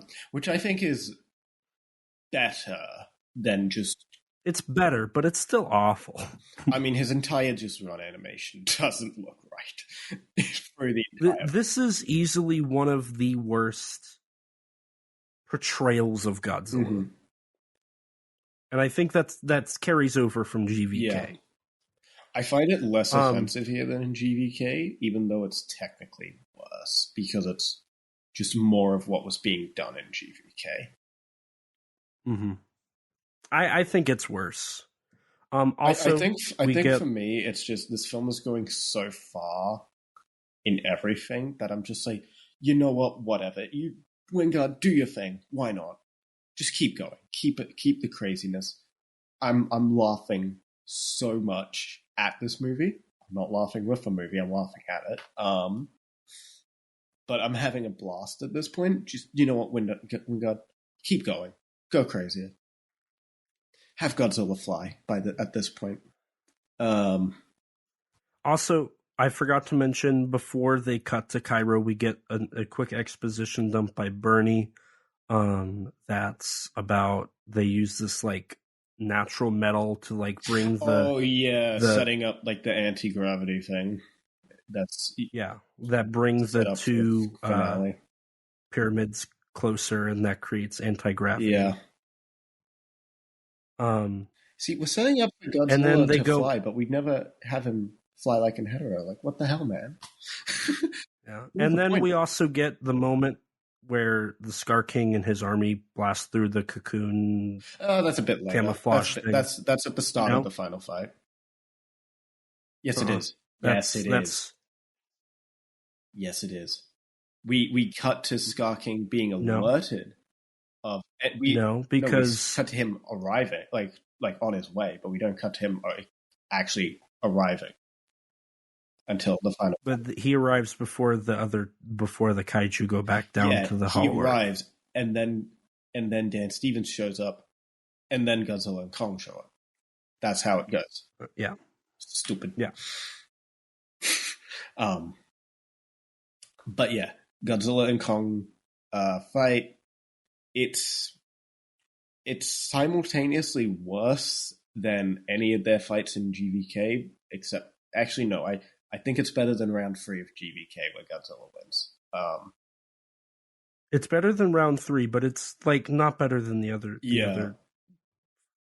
I'm not going to say round 2 and 3. It's better than round 2 and 3, I think but it's round not as 2 good is as round 1. for them. Round 2's stupid. It's fine. Round 2 is a sorry excuse for a round 2. It's fine. It's awful. It's better than round 3. No, it's equally as bad. The whole Hong Kong fight's awful. It's not awful. There's actually good choreography and there's good flow to it. Awful. Outside of like the atomic breath bit going on for too long. It's awful. Whatever, I'm not going to argue this. This fight is probably the stupidest fight between Godzilla and Kong, but admittedly, it is pretty funny. And the whole WWE. Oh, I wasn't mentioning that yet, but like when Godzilla vs Kong Godzilla just starts the fight by tackling Kong through one of the pyramids, I was just cackling, and then we get a bit of that stupid Godzilla that Wingard kind of does, where Godzilla's just stupid and just runs forward without any like thought or reason outside of just kill. But we do get an incredibly stupid moment where Godzilla suplexes Kong, and that might be my second favorite moment of the movie. Yeah. I gotta say, as stupid as it is, Godzilla suplexing Kong is something that I never knew I needed in my life. I didn't need it. Again, at this point in time, I'm so underwhelmed by everything I've seen. I'm just so underwhelmed by everything, because like I've already seen this Godzilla and this Kong fight. This just feels like the same thing. We just get dumber moments where like Kong throws dust in his eyes, and he suplexes Kong and all that, and then we get the same thing. So Kong like knocks him out momentarily and starts striking him to Hollow Earth. And then Godzilla uses. For a second, I thought they were gonna do like the tail throw from 62. Right. For also, a second, they did a visual reference when Kong first got the gauntlets, where he had like electrical powers. Like a visual reference to Kong having lightning power in 62. And he never uses it in this fight. Yeah, he never has it again. Period. No, he has it again in the final fight. Does he? For like 1 or 2 moments. Yeah, like when Scar King throws the building. Oh, that's right. Also, I forgot to mention when they do the whole backstory for the Beast Glove, when they show like the flashback to the Monarch Armory. Isn't it just the Gypsy Danger arm? Yeah, it's the Gypsy Danger arm as the blueprint. I'm like, okay, cool, I guess. Look, this film was made for a low budget. Honestly, for a recycled asset, for it to just be on a blueprint, I think that's fine. I mean, it's fine. It's so weird how much recycled stuff is here. But so Godzilla does literally the Hong Kong fight where he does the whole atomic breath thing again.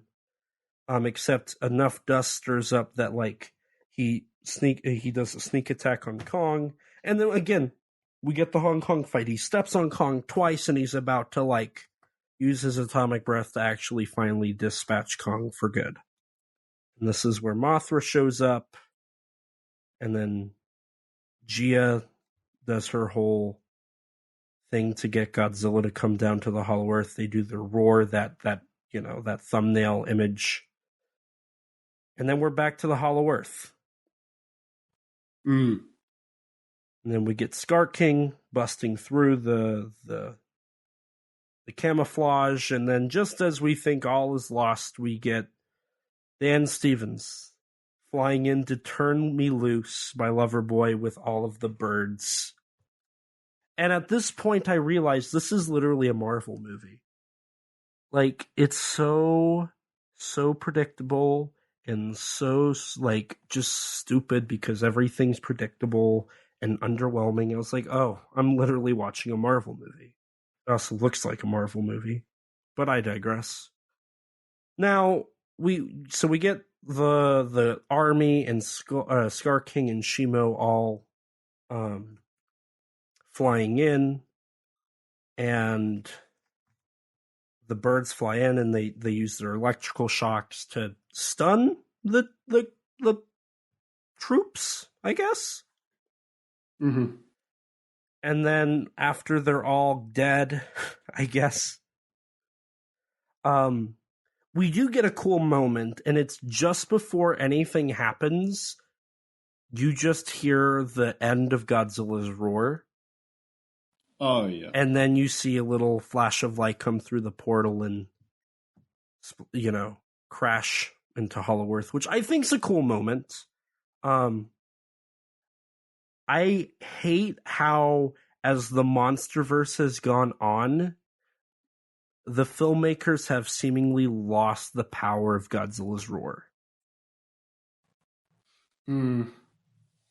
Yeah. Yeah. Because the use of the roar in 2014 is genius. Like, it sets a level of fear for anybody who, like, can't see him. Oh no, he's coming. It's a powerful, thunderous roar. Like, it's so good, and it's so well used in 2014. And then in King of the Monsters, it's a little bit worse, but it's still got some pretty decent power to it. Plus, the inclusion of the Showa Godzilla roars is a cool thing in my book. I mean, the thing is, just the sound design in these movies has gone down and down and down slowly. Mm-hmm. As post production seemingly gets more rushed, right? I mean, it's also like they keep just relying on the same stock sounds from each movie now as well. How they use the roar from the trailer with the actual music. Yeah. And then, like, in this film, like, Shimo's, like, footsteps are just Godzilla's footsteps sound. And Shimo's roar, very generic. I don't remember what it actually sounds like. She does. I don't remember what it sounds like, but she does. Now, Scar King has one, but it's literally just the same sound repeated over and over and over and over again. It's kind of It sounds awful the first time it plays. Yeah, I agree. It sounds legitimately awful. Like, the trailer version sounds better. I agree. And then we get the whole Godzilla and Kong. I will say, at least Godzilla does not sound more like a robot than Mechagodzilla in this film. So there is that. That one improvement in the sound design. I agree.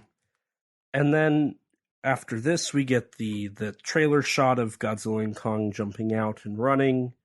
Kong jumps onto Godzilla's back. Which looks janky as ever. We talked about that in our bonus episode, right? I don't remember. I don't remember, but I know we both kind of agreed, like, Kong just kind of hops on. Godzilla, like, has no weight. No weight. Now, you could argue... It's just how this film is. But you could argue that it's partially because, and we kind of glossed over this, the Iwi move the pyramids closer when they need to lift heavy things, so it seemingly doesn't appear like they're heavy, like the bricks they're moving. Perhaps... Yeah. But to that... So Shimu has frozen the pyramids from getting closer, but you could assume that the gravity is at least somewhat lighter. So perhaps that's how come Kong can jump on Godzilla's back. Mm-hmm. Yeah, but doesn't that happen like after this, where the gravity goes into gravity? No, because it's right as soon as Shimo and Scar King walk through, he uses her to blast it, to freeze it. That's when Dan Stevens... Oh, yeah. No, I know. But, like, isn't it like when all four monsters jump into the air and fight, that's when the pyramid actually, like, hits together? Yes, but before that, they were already moving closer, so gravity was probably already getting manipulated.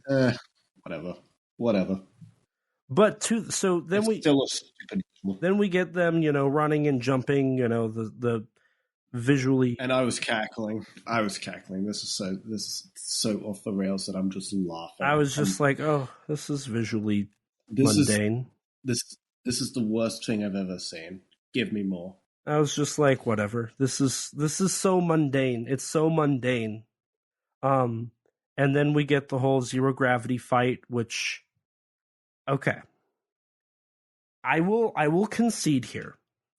It is a lot of fun. It's the best part of the movie. It's a lot of fun. It is entertaining. But this was the first moment in the film where I legitimately was entertained and having fun. Damn. And the whole time in my subsequent viewings, I'm like, how come Godzilla suddenly can just move through 0G like it's nothing?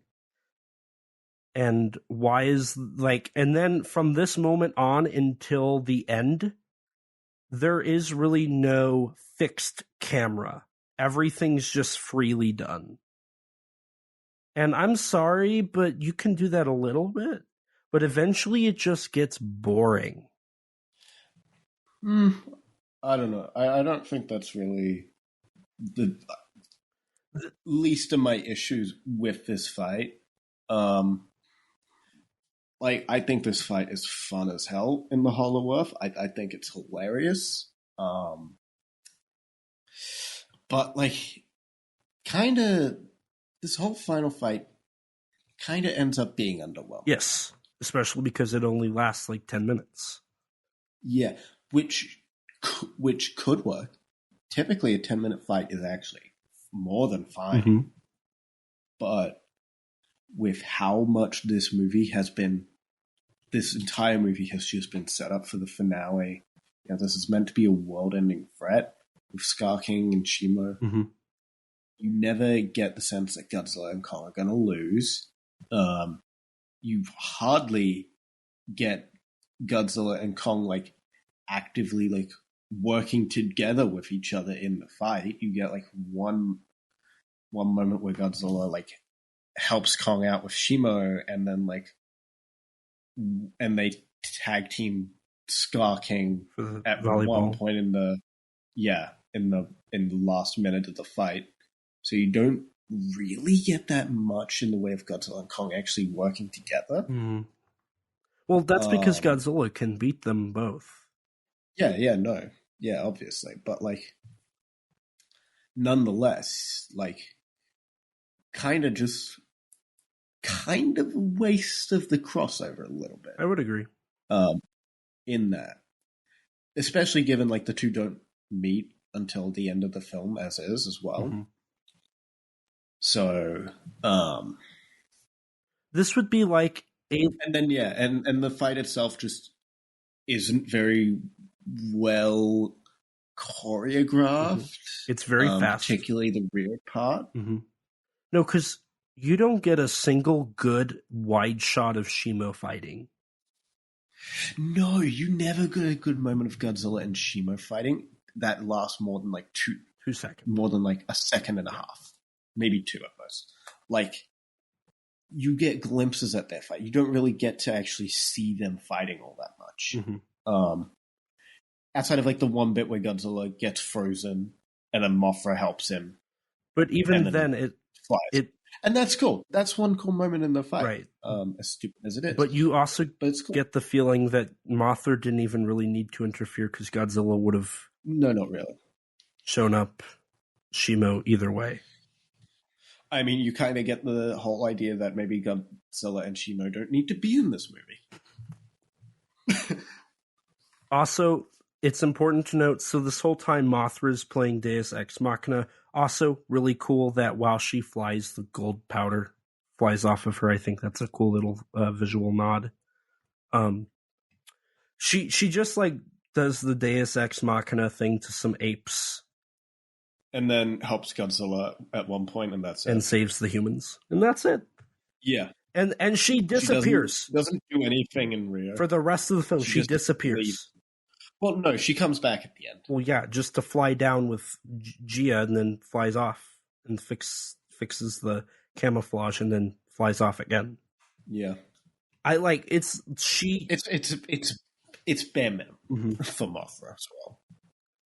But no, the whole zero gravity fight's pretty cool. I have fun with it. And then when the gravity comes back, they all go to this top where the portal is, and they all manipulate themselves to go into the portal. Which it's kind of cool to see Godzilla just like dive bombing this portal. Like the dude, like literally, like Shimo's not in his way, the rocks aren't in his way, Kong's not in his way, Scar King, he's just dive bombing it. Like, it's like, okay, dude, you do you. Oh yeah, and just before we move on from that, another issue I have is just, scale is non-existent in this Hollow Earth fight. Yeah. Because there's no difference between, because they're no longer in the air, you can't, or they're no longer on the ground, you can't even tell if Godzilla is 100 meters tall or if he's a centimeter in height, Right. Suko also joins in to like throw rocks at some gorillas, like you mentioned. Yeah. And then as they're all going into the portal, Kong loses his axe. And then they all come flying out into Rio. We get Shimo saving Rio accidentally with freezing a tsunami. And then Scar King just popped. I mean, I didn't get the impression that was a tsunami. I got the impression that was just like a wave at the surface. We got a really big wave. I got the impression it would have been a tsunami level. Whatever. Maybe. And then Scar King just comes out, probably smashes some people, because the whole beach is filled, and then the next shot is like it's empty. Well, no, it's not quite empty because Scar King rolls at like a ton of people. Well, that section of the where he is suddenly empty. I definitely like the moment where the switch from CG characters on top of live action footage, and then it's just entirely all CG footage, and it's really noticeable. Yeah, that none of it is real anymore. Yeah. And then, this is where I finally realized we're literally watching a giant orangutan chimpanzee with a whip, like, flashing a little crystal at a white monster. And I'm like, this is really stupid. You don't say. Like, the Scar King is this where you realize? This was where I realized that the whole thing of Scar King is stupid.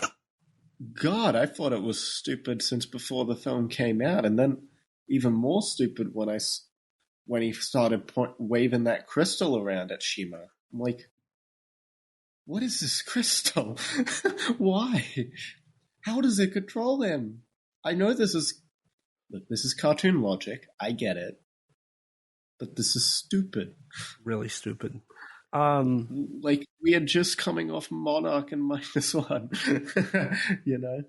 So, following this, we get Shimo popping out. Shimo starts blasting the earth, or not, the atmosphere to freeze it. Shimo also freezes, like, all of Rio for random reason. This is what I would call mindless destruction, because, like, Scar King has no reason to freeze that when he's trying to freeze the entire Earth. Also, why would he freeze the entire Earth if that's going to kill everything? How is he going to rule over it? Or is he just... See, I don't really know what Scar King even wants. Yeah, like, what does he want? What's his end goal? Is it to destroy the world and rule over it? Like, I guess the idea is he just wants to wipe out humanity, but, like... But he doesn't... Why? Like... We should give him a tiny bit of motivation. Yeah. Like, we don't need, like, a super long backstory of, humanity killed his kid or something like that. But, like, just a tiny bit. Mm-hmm. Give him something. Just a tiny bit more. Especially if you're going to give them the whole humanized characteristics. And if you're going to make them a world-ending threat. Yeah. Give them a little more. Yeah. Why should I care? Why should I be invested in this story? You shouldn't. Why should I want... You know what? That's a great point. So, following this, Kong comes out of nowhere, punches... Kong emerges, Godzilla emerges, and Scar King is defeated in like 10 seconds. Yeah, so... Or at least what feels like it. Yeah, so they fight, it's Kong and Scar King and Shimo and Godzilla. Kong knocks out one of Scar King's teeth. Scar King no longer really can beat Kong with his whiplash at all because Kong has learned and is using his glove. So the whole thing that like had Scar King's upper hand in the first fight with him is no longer a thing. Again, Scar King never really came off as much of a threat on his own, so... and the whole time it feels like Godzilla's kind of mopping the floor with Shimo. Yeah. They continue to just fight. Like, this is just noise. This is just noise to me.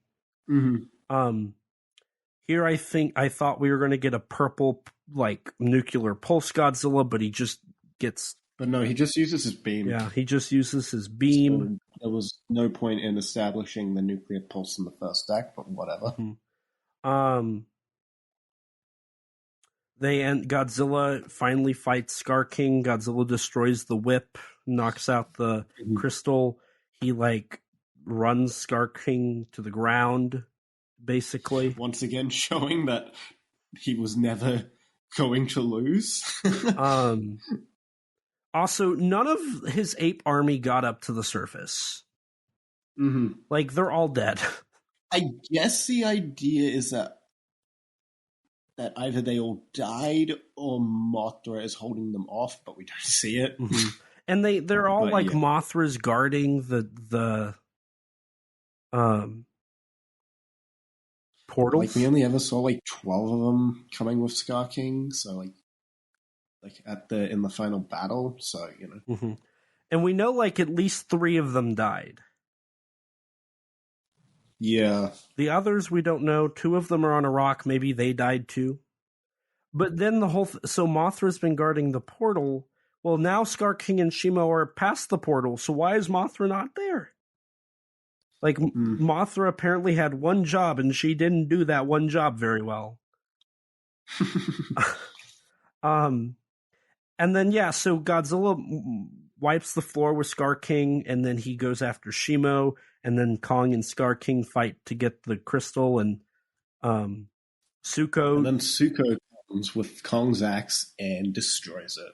And then Shimo's like, fine. And I was like, what now? And then Kong like grapples Scar King. And then we just get a Mortal Kombat death. Yeah. Shimo blasts Scar King, freezes him, and then Kong just smashes him and he breaks into a million pieces.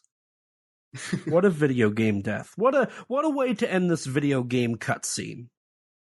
I mean, to be fair, it's not like the Monsterverse doesn't always just have graphic kills. Like for them. But this is easily the worst of them. I don't know. Ghidorah getting smoked is... I would take that over this one. Scar King's death I actually don't have an issue with. It's just, I think it just happened so quickly, and like he's not a threat, so kind of just, that's my issue with it. I think his actual death is fine.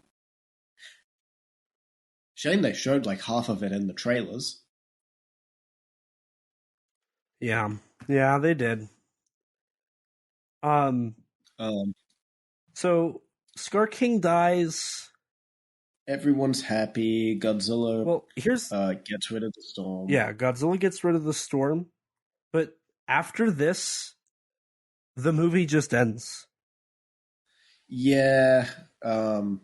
Kong returns to the apes, reveal they're no longer enslaved, and Shimo's now his cute puppy dog. And then Godzilla goes back to Rome and goes back to bed. Mothra fixes the wall. Andrews decides to let Gia stay if she wants, but Gia's like, what are you talking about? I'm just going to stay with you. That moment... Which is okay. Which is nice. I think that's a nice moment. It's a nice moment. I agree. But they play it off as a joke, so I struggle to figure out, are we trying to be serious or comedic here? I never got it. I never felt it was played like a joke, per se. People laughed in my theater. Well, Americans have strange reactions in the theater. I agree. From what I've been told. So. And see, after this, the movie ends. Mm-hmm. Like, Mothra fixes that, flies off, Godzilla goes to bed, Kong goes back to the apes, they're free, and this whole interaction between the two, and that's it. And then they, like, all hug. Yeah. And that's it. And then roll credits. An interesting... And we get a Mothra roar at the end. Yeah, I don't know why we get a Mothra chirp at the end. I don't mind. And also... Variety. Summit Kaiju International gets a special thanks in this. I don't know why, but that's a cool little... There was someone else in the Kaiju community that got a credit there as well. Like under Summit Kaiju, I think. Huh? Oh, it was Christian Gonzalez, I believe. Like the artist. Because he did the drawing of Godzilla. Like with the pizza, and then all the Jet Jaguar and all that references, I think. Oh. Yeah, because he's the one who did that. Interesting. And that concludes this movie. Do you have any more notes or anything? Final thoughts before we go into rankings and cast and crew? No specific notes, but do you want to hear my thoughts on the movie? Overall? Yeah, let's hear them. Okay. Well, I went in expecting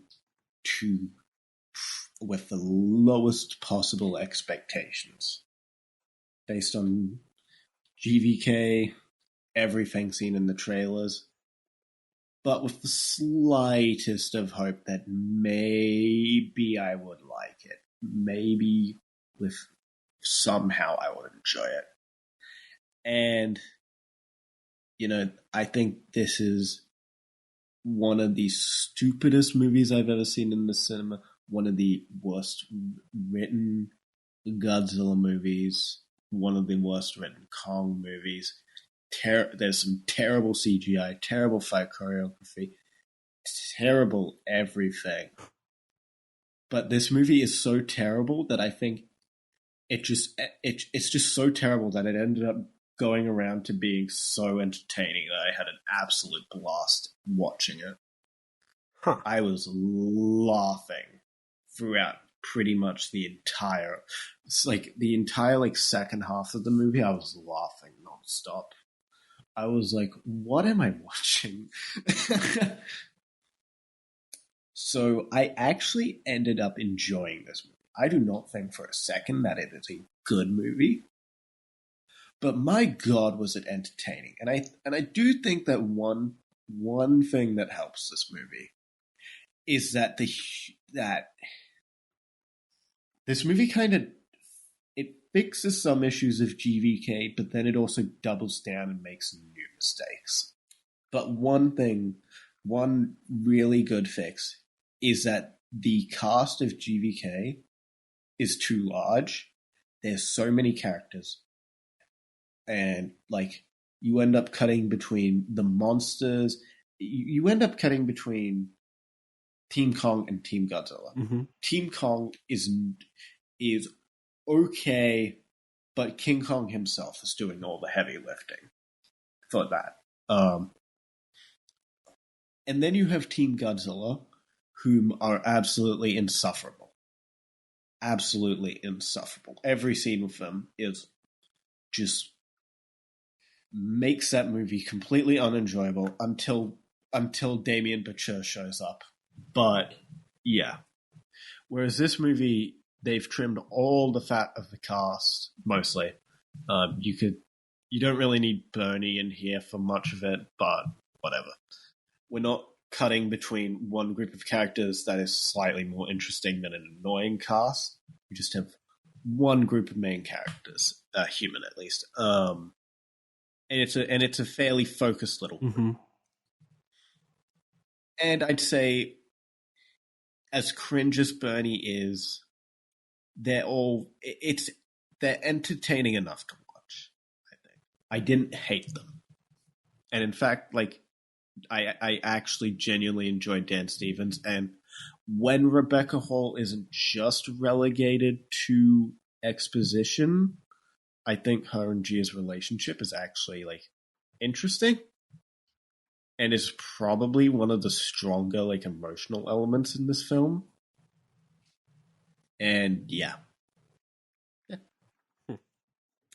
See, for me, Godzilla, Kong, The New Empire is a very underwhelming movie. I couldn't help but feel at the end of the film, I was like, that was so underwhelming. I went in with no expectation. I think I had the advantage of I was expecting the worst. See, I went in with no expectation. I was just like, we'll see what happens. And I just felt underwhelmed. I felt like our human cast got delegated to exposition and Marvel quips. I agree, Dan Stevens is a very entertaining character. His Trapper character, very entertaining. Lot of fun. Bernie has some fun. I think Bernie's more tolerable in this one than the last one. Yeah. I don't know if it's sure. Rebecca Hall, I feel like, has lost a lot of her interesting aspects and has just been put to Miss Exposition. And it sucks because 90% of her exposition's done in poorly done ADR and reshoots. Godzilla is a plot MacGuffin for this film. It is a Kong movie. And I guess it works in that regards. I think Scar King is a cool Kong villain. And Shimo, I think, would work as a cool Kong villain in that regards. But the fact that they also fall under a Godzilla villain just doesn't work for me. This movie has so many glaring writing. I mean, I kind of see it as like Scar King, Kong villain, Shimo, Godzilla villain, because essentially evil Kong, evil Godzilla, right? Evil Godzilla. But I could not help but think that This film just, every step of the way, it's underwhelming. They resort to it's a giant dumb monster movie. It's stupid. And they never treat it as anything more than that. And, a lot of people are like, well, there's enough in this world to have both Monster or -1 and the New Empire. And I would say yes, if the New Empire at least took itself seriously. I can't help but think that this film didn't, I feel like Wingard doesn't take this seriously. He's just having fun. But I don't know. I feel like since it kind of works a bit better here than it does in GVK, because it just feels less restrained in that regard. Mm-hmm. Like, this film is balls to the walls, and that kind of worked for me. It's not good, but it worked for me. It didn't work for me, especially because this film is just so much noise, and the amount of kaiju or monster action in this film is so high just because of how much Kong and Suko stuff there is alone. Mm-hmm. The film ends up just being kind of blah. You don't get the excitement or the thrill of, oh, here we go, here's a monster fight, here's monster scenes, because that's 90% of the film is monster scenes. So by the end of the film, all of that weight, both legitimately and figuratively, is gone. The only time in this film where I feel like I had fun was the final fight with the zero gravity. And that was just because it was fun. It wasn't good. It was just fun. It's so full of energy that it's kind of exhausting. And the movie moves from set piece to set piece so quickly that I just don't think this works. Mm-hmm. It's loud, it's trying to be fun, and it's energetic, but that's really all you get out of it. That there's nothing more in this film. It's just like if you were to watch your siblings' children, you're not going to get paid, you're not going to get anything out of it, you're just going to get tired by the end of it. It feels like another cog in the machine, another blockbuster, another Fast and the Furious, another Marvel movie. It just falls into that. And in that regards, it just ends up being just another monster movie. It doesn't feel special to Godzilla. It doesn't feel special for the whole Kong thing. It just feels like another monster movie. And it continues to prove my opinion that Godzilla should be dropped from the Monsterverse, and I think it continues my point of Adam Wingard should be removed from these films. So, that being said, Rex, do you want me to do our cast and crew, or do you want me to... Go right ahead. So for our crew, we have Adam Wingard acting as the director, story by credit, and executive producer for this film. He was the director of the 2017 Netflix adaptation of Death Note and the director of Godzilla vs. Kong, and originally set to be the director of the King Kong 2005 sequel. You have Terry Rossio, who did the screenplay and gets a story by credit. He worked on Godzilla vs. the Griffin. He got credit in Godzilla 1998. He worked on the Pirates of the Caribbean films, which included 2 films that featured the Kraken briefly. And he worked on Godzilla vs. Kong. Simon Barrett worked on the script and story. Jeremy Slater worked on the script. He worked on Death Note 2017. And he's working on the upcoming Mortal Kombat sequel. Thomas Toll is your producer. He worked on Clash of the Titans. There's also 3 other writers who are technically credited, but all their stuff got cut. Rest in peace. Or no, 4 or 5, sorry. See, and this film does not feel like it has 7 or 8 writers. It's such I think altogether with all the cut stuff, it's 9 or 10. Oh my god. But for what's actually in the film, it's still about like 5. Ugh. So no wonder it's a mess. Yeah, it's a mess. For your producer, you have Thomas Tull, which here it's more just an honorific, but he was producer on Clash of the Titans, the 2010 remake, Jack the Giant Slayer, Jurassic World, Dune, Pacific Rim, Godzilla 2014, The Great Wall, Kong Skull Island, Pacific Rim Uprising, Godzilla King of the Monsters, and Godzilla vs. Kong. Your cast includes Rebecca Hall as Dr. Eileen Andrews, who was in the BFG and Godzilla vs. Kong. Brian Tyree Henry, who plays Bernie Hayes, was in Godzilla vs. Kong and the Eternals. Dan Stevens, who plays Trapper, worked on the English dub for Earwig and the Witch and The Boy and the Heron. Kaylee Hoddle played Gia. She was also in Godzilla vs. Kong. Alex Ferns played Mikkel. Fala Chen played the Iwi Queen. And Rochelle House played Hampton, Director Hampton. She was in Thor Ragnarok. And that's your cast and crew. Makes sense that she was in Thor Ragnarok. It does. Similar filming locations. And so with that, I think we just have 2 things left here. Well, 3. But before we get to the 2 biggest ones, Rex, we got to do a ranking because this is a Godzilla movie. That's so true. So now, Rex, before we do our Godzilla ranking, you're going to count this as a King Kong movie. Yes. I'm not going to because I have my continuing statement that Kong is not King Kong. Me. I don't care. Copyright technicalities. So I'm going to let you have the floor to give us your ranking. Okay. Well, at number 5, I have Son of Kong, followed by number 4. I think I'm going to go... See, I still was not entirely sure, but I think I'm going to go King Kong 76. Number 6, Son of Kong. Number 5, King Kong 76. And then at number 4, Godzilla Kong the New Empire. Purely because I think it's so stupid that it's funny and has a bit more rewatch value. Just for the insanity. And then number 3, King Kong 33. 2, King Kong Escapes. Number 1, King Kong vs. Godzilla.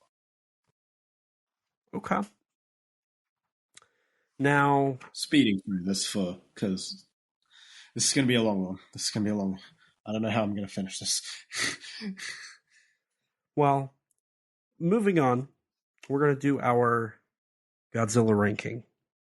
So let's start at the bottom. Least favorite Godzilla film we've covered so far. So for anybody watching, that includes Godzilla 54 up to Destroy All Monsters, plus -1, plus Godzilla Kong the New Empire. Curious where you're going to put this. Because I have an idea on where it will be. I just roughly where. I just don't know. So before we go, where do you think this will end up in my ranking? Either at the very bottom or just above Raids Again, I think. Okay. Now, I think yours is going to be more mid. I think you're going to put this in the mid. Because I think you just had more blindless fun than I did. Mm-hmm. Okay. So, who wants to go first? You can go on your least favorite. Oh, I can do the honors? Okay. So, at number 10, I've got Godzilla Raids Again. Okay.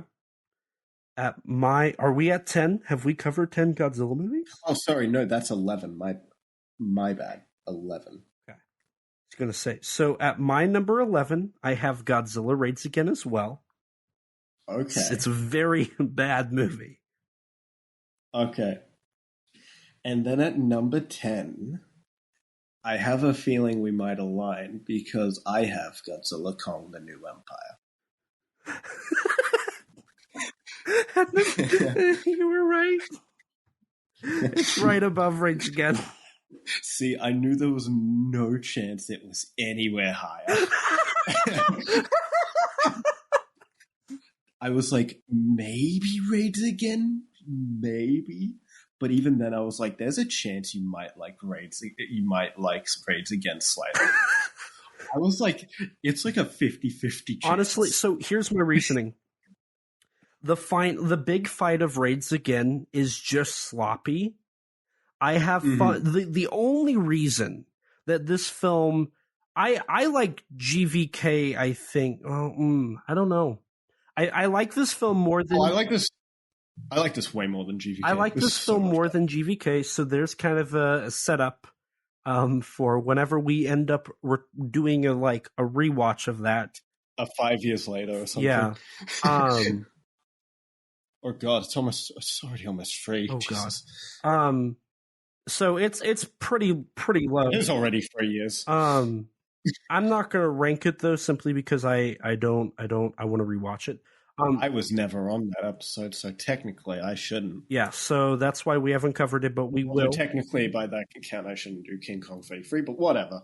Yeah, that one we're giving just a whatever for. But I enjoy it a little bit more than GVK simply because I think there was less setup that it had to pay off. Mm-hmm. And see, I ummed and ahed about whether or not I wanted. Spoiler alert: at number 9, I have Destroy All Monsters. I ummed and ahed on whether or not I wanted to put it above Destroy All Monsters or not. But I think with Destroy All Monsters, it's as much as that film can kind of slog a bit. It's just got that classic Toho feel that works for me. It's got the suitmation. It's got one of the best Godzilla designs. It's just got a really fun fight. Where it's like, I think this film has entertaining fights. I don't think any of them are actually very good. Mm-hmm. And yeah, it feels it's actually a Godzilla movie, whereas this Godzilla's hardly acting like Godzilla. Right. I was thinking... It didn't offend me as much this time around, but he doesn't act like Godzilla. I was thinking about this because originally there's an idea where King Kong would have shown up in Destroy All Monsters, which would have marked the first time Godzilla and Kong teamed up.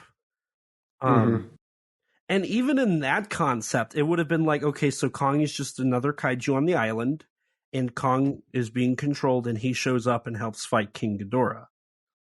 That whole setup makes more sense and works more than either of them in the Monsterverse. I kind of wish we had that reality. I mean, kind of the issue with the Monsterverse at the moment is that genuinely none of the writers really have an idea on what to do with Godzilla at this point. He's just kind of there because he has to be, because they have him, so they might as well include him. I get the vibe that Toho is the only licensing it for the licensing fee and the free publicity and the free box office that gives them. I mean, yeah, it's free money, so I don't see any reason why they wouldn't want to. I think Legendary is only doing it because it gives their titles marquee value. Yeah.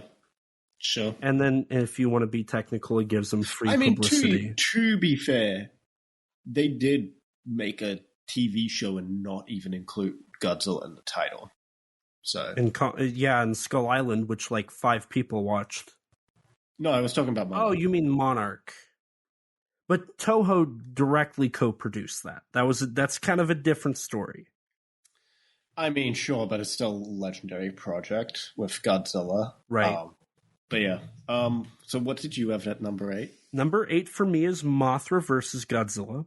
Right. I find the film incredibly boring, but it still has more to say and is more intriguing than Godzilla Kong: The New Empire. Mm-hmm. Now, if I remember correctly, the next film on your ranking, isn't it Mothra? No, it is Ebida, Horror of the Deep. That's right.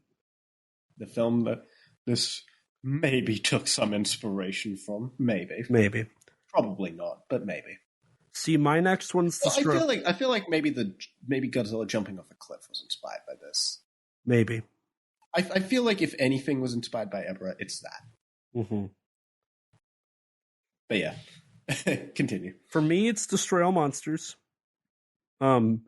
Just because of the marquee value behind that film. And that's number 8, right, for you? Yes. Yep, okay. For me, at number 7, I've got Mothra vs. Godzilla. Huh. So for me, I have Ibra, Horror of the Deep. Mm-hmm. I've got at number 6, Son of Godzilla. Likewise. Followed by at number 5, King Kong vs. Godzilla. Me too. Still the only good movie to feature both King Kong and Godzilla. I agree wholeheartedly. And then at number 4, I've got Invasion of the Astro Monster. I do too. And then this is where we differ again. So number 3. Hold on. Our bottom and our top is where we differentiate. Our middles are the same. I mean, our very bottoms are currently the same. That's true. Too. Our very bottoms are the same. Our probably our okay films are different. Our good films are the same, and then our great films are different. Mm-hmm. So at number 3, I've got Ghidorah the Three-Headed Monster. I have Godzilla 1954. See, that's my number 2, 54. My number 2 is Godzilla -1. Which I have at number 1. And my number 1's Ghidorah the Three-Headed Monster. Well, hey, at least we can agree on Kino. We may not agree on the order, but we can agree there, Kino. That's so true. And I know we agree on at least one more Kino, so... Yeah, that's true. So, I mean, with that being said, this is... I mean, now we're officially, we are 38 Godzilla films in, and we've covered 11 of them. So there's 27 more to go. Mm-hmm. So, oh boy, we're getting closer to the halfway point. But so I think we can at least agree that Godzilla Kong the New for me, Godzilla Kong the New Empire was a huge disappointment. I can't really say it was a disappointment when I was expecting the worst Godzilla movie next to 98. Mm-hmm. And it was so bad that it ended up being better than that. As strange as that sounds, that is my logic behind my enjoyment of this film. It was so bad that it ended up being good. It's so bad it's a good movie, essentially. See, I can't relate. But before we do a deep dive into all of that, because I feel like we've covered the film pretty well. I'd hope so. I think we should go ahead and dive into the most noblest of podcasting traditions to wrap this up for anybody who's still listening. So before we do, there is something we have to highlight and bring up. With this episode, we are proud to announce, first of all, we now have an updated logo, and we've kind of updated the look of our podcast square, so we do have that going on.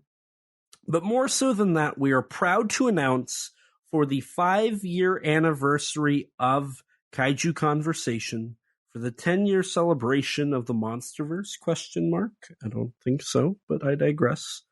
And for the 70th anniversary of Godzilla, we are proud to announce www.kaijuconversation.com, your new central hub for all things Kaiju Conversation related, where you can see all of our appearances, see all of our episodes, learn all about the episodes, where we record them, your descriptions, our special guests, links to all of their stuff, our bios, and everything you can think of can now be found on www.kaijuconversation.com.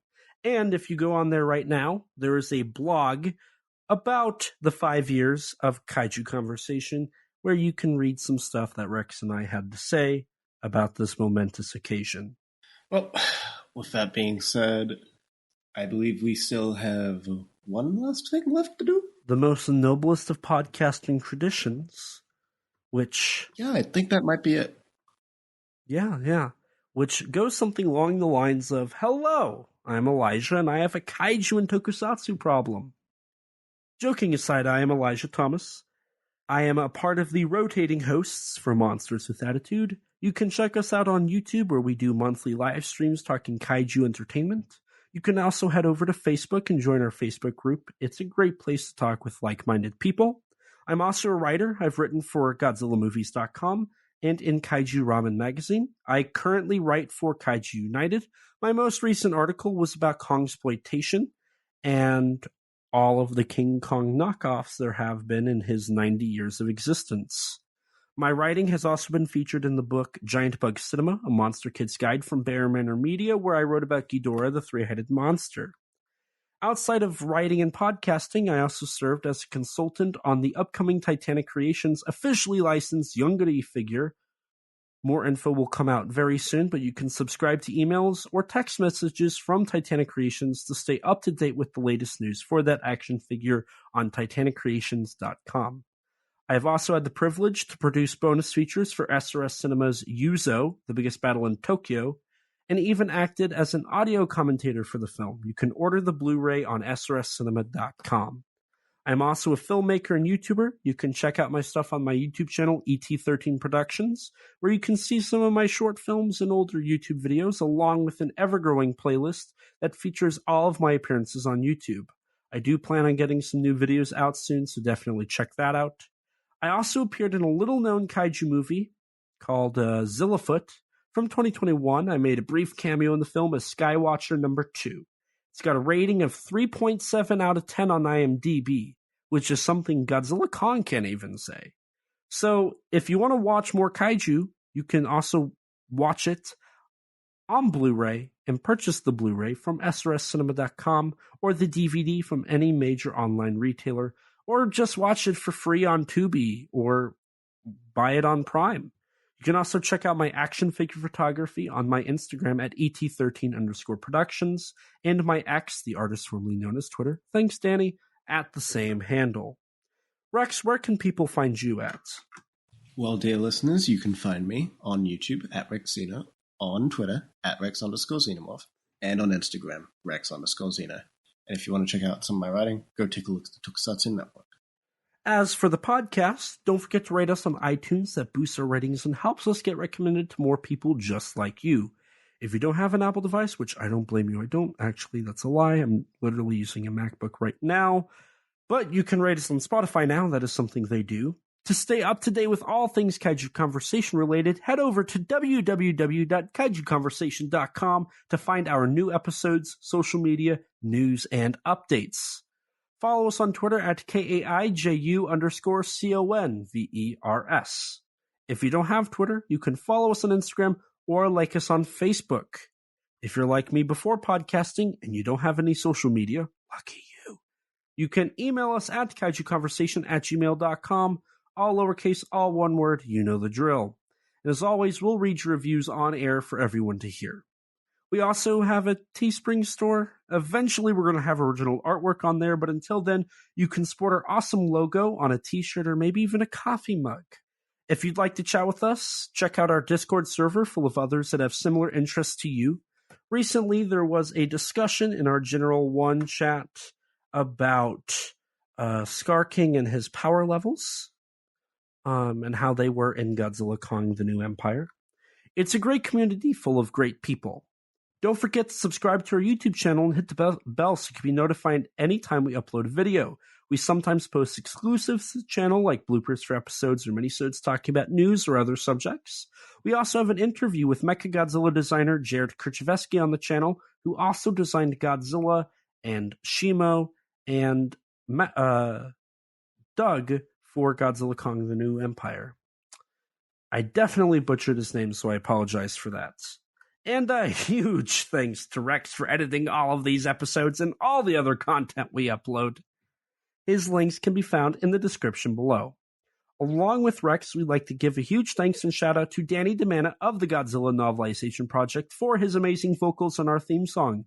You can support him by following him on Twitter at Danzilla93_GNP or visit his website, GodzillaNovelizationProject.com. And a huge thanks to Grattan Conwell from the podcast Giant Monster BS for composing the music for our theme song. You can support him by following the podcast on Twitter at Giant Monster BS or on any podcast platform under the name Giant Monster BS. And with that, we're going to wrap things up here. So thank you guys so much for staying and listening to us talk about this movie now for 5 hours. Thank you guys so much. Happy 5 years for 5 years for Kaiju Conversation, 5 hours for Godzilla Kong, The New Empire. So thank you guys so much, as always, for listening. And please remember, life's too short to not talk big. Bye, guys. Bye. We are set, we are in debt, there's nothing to sweat. Life's too short now, baby. Kaiju, not too big now, baby. Conversation. His name's Elijah, baby. And also Rex now, baby. We love those kaiju, baby. And you will too now.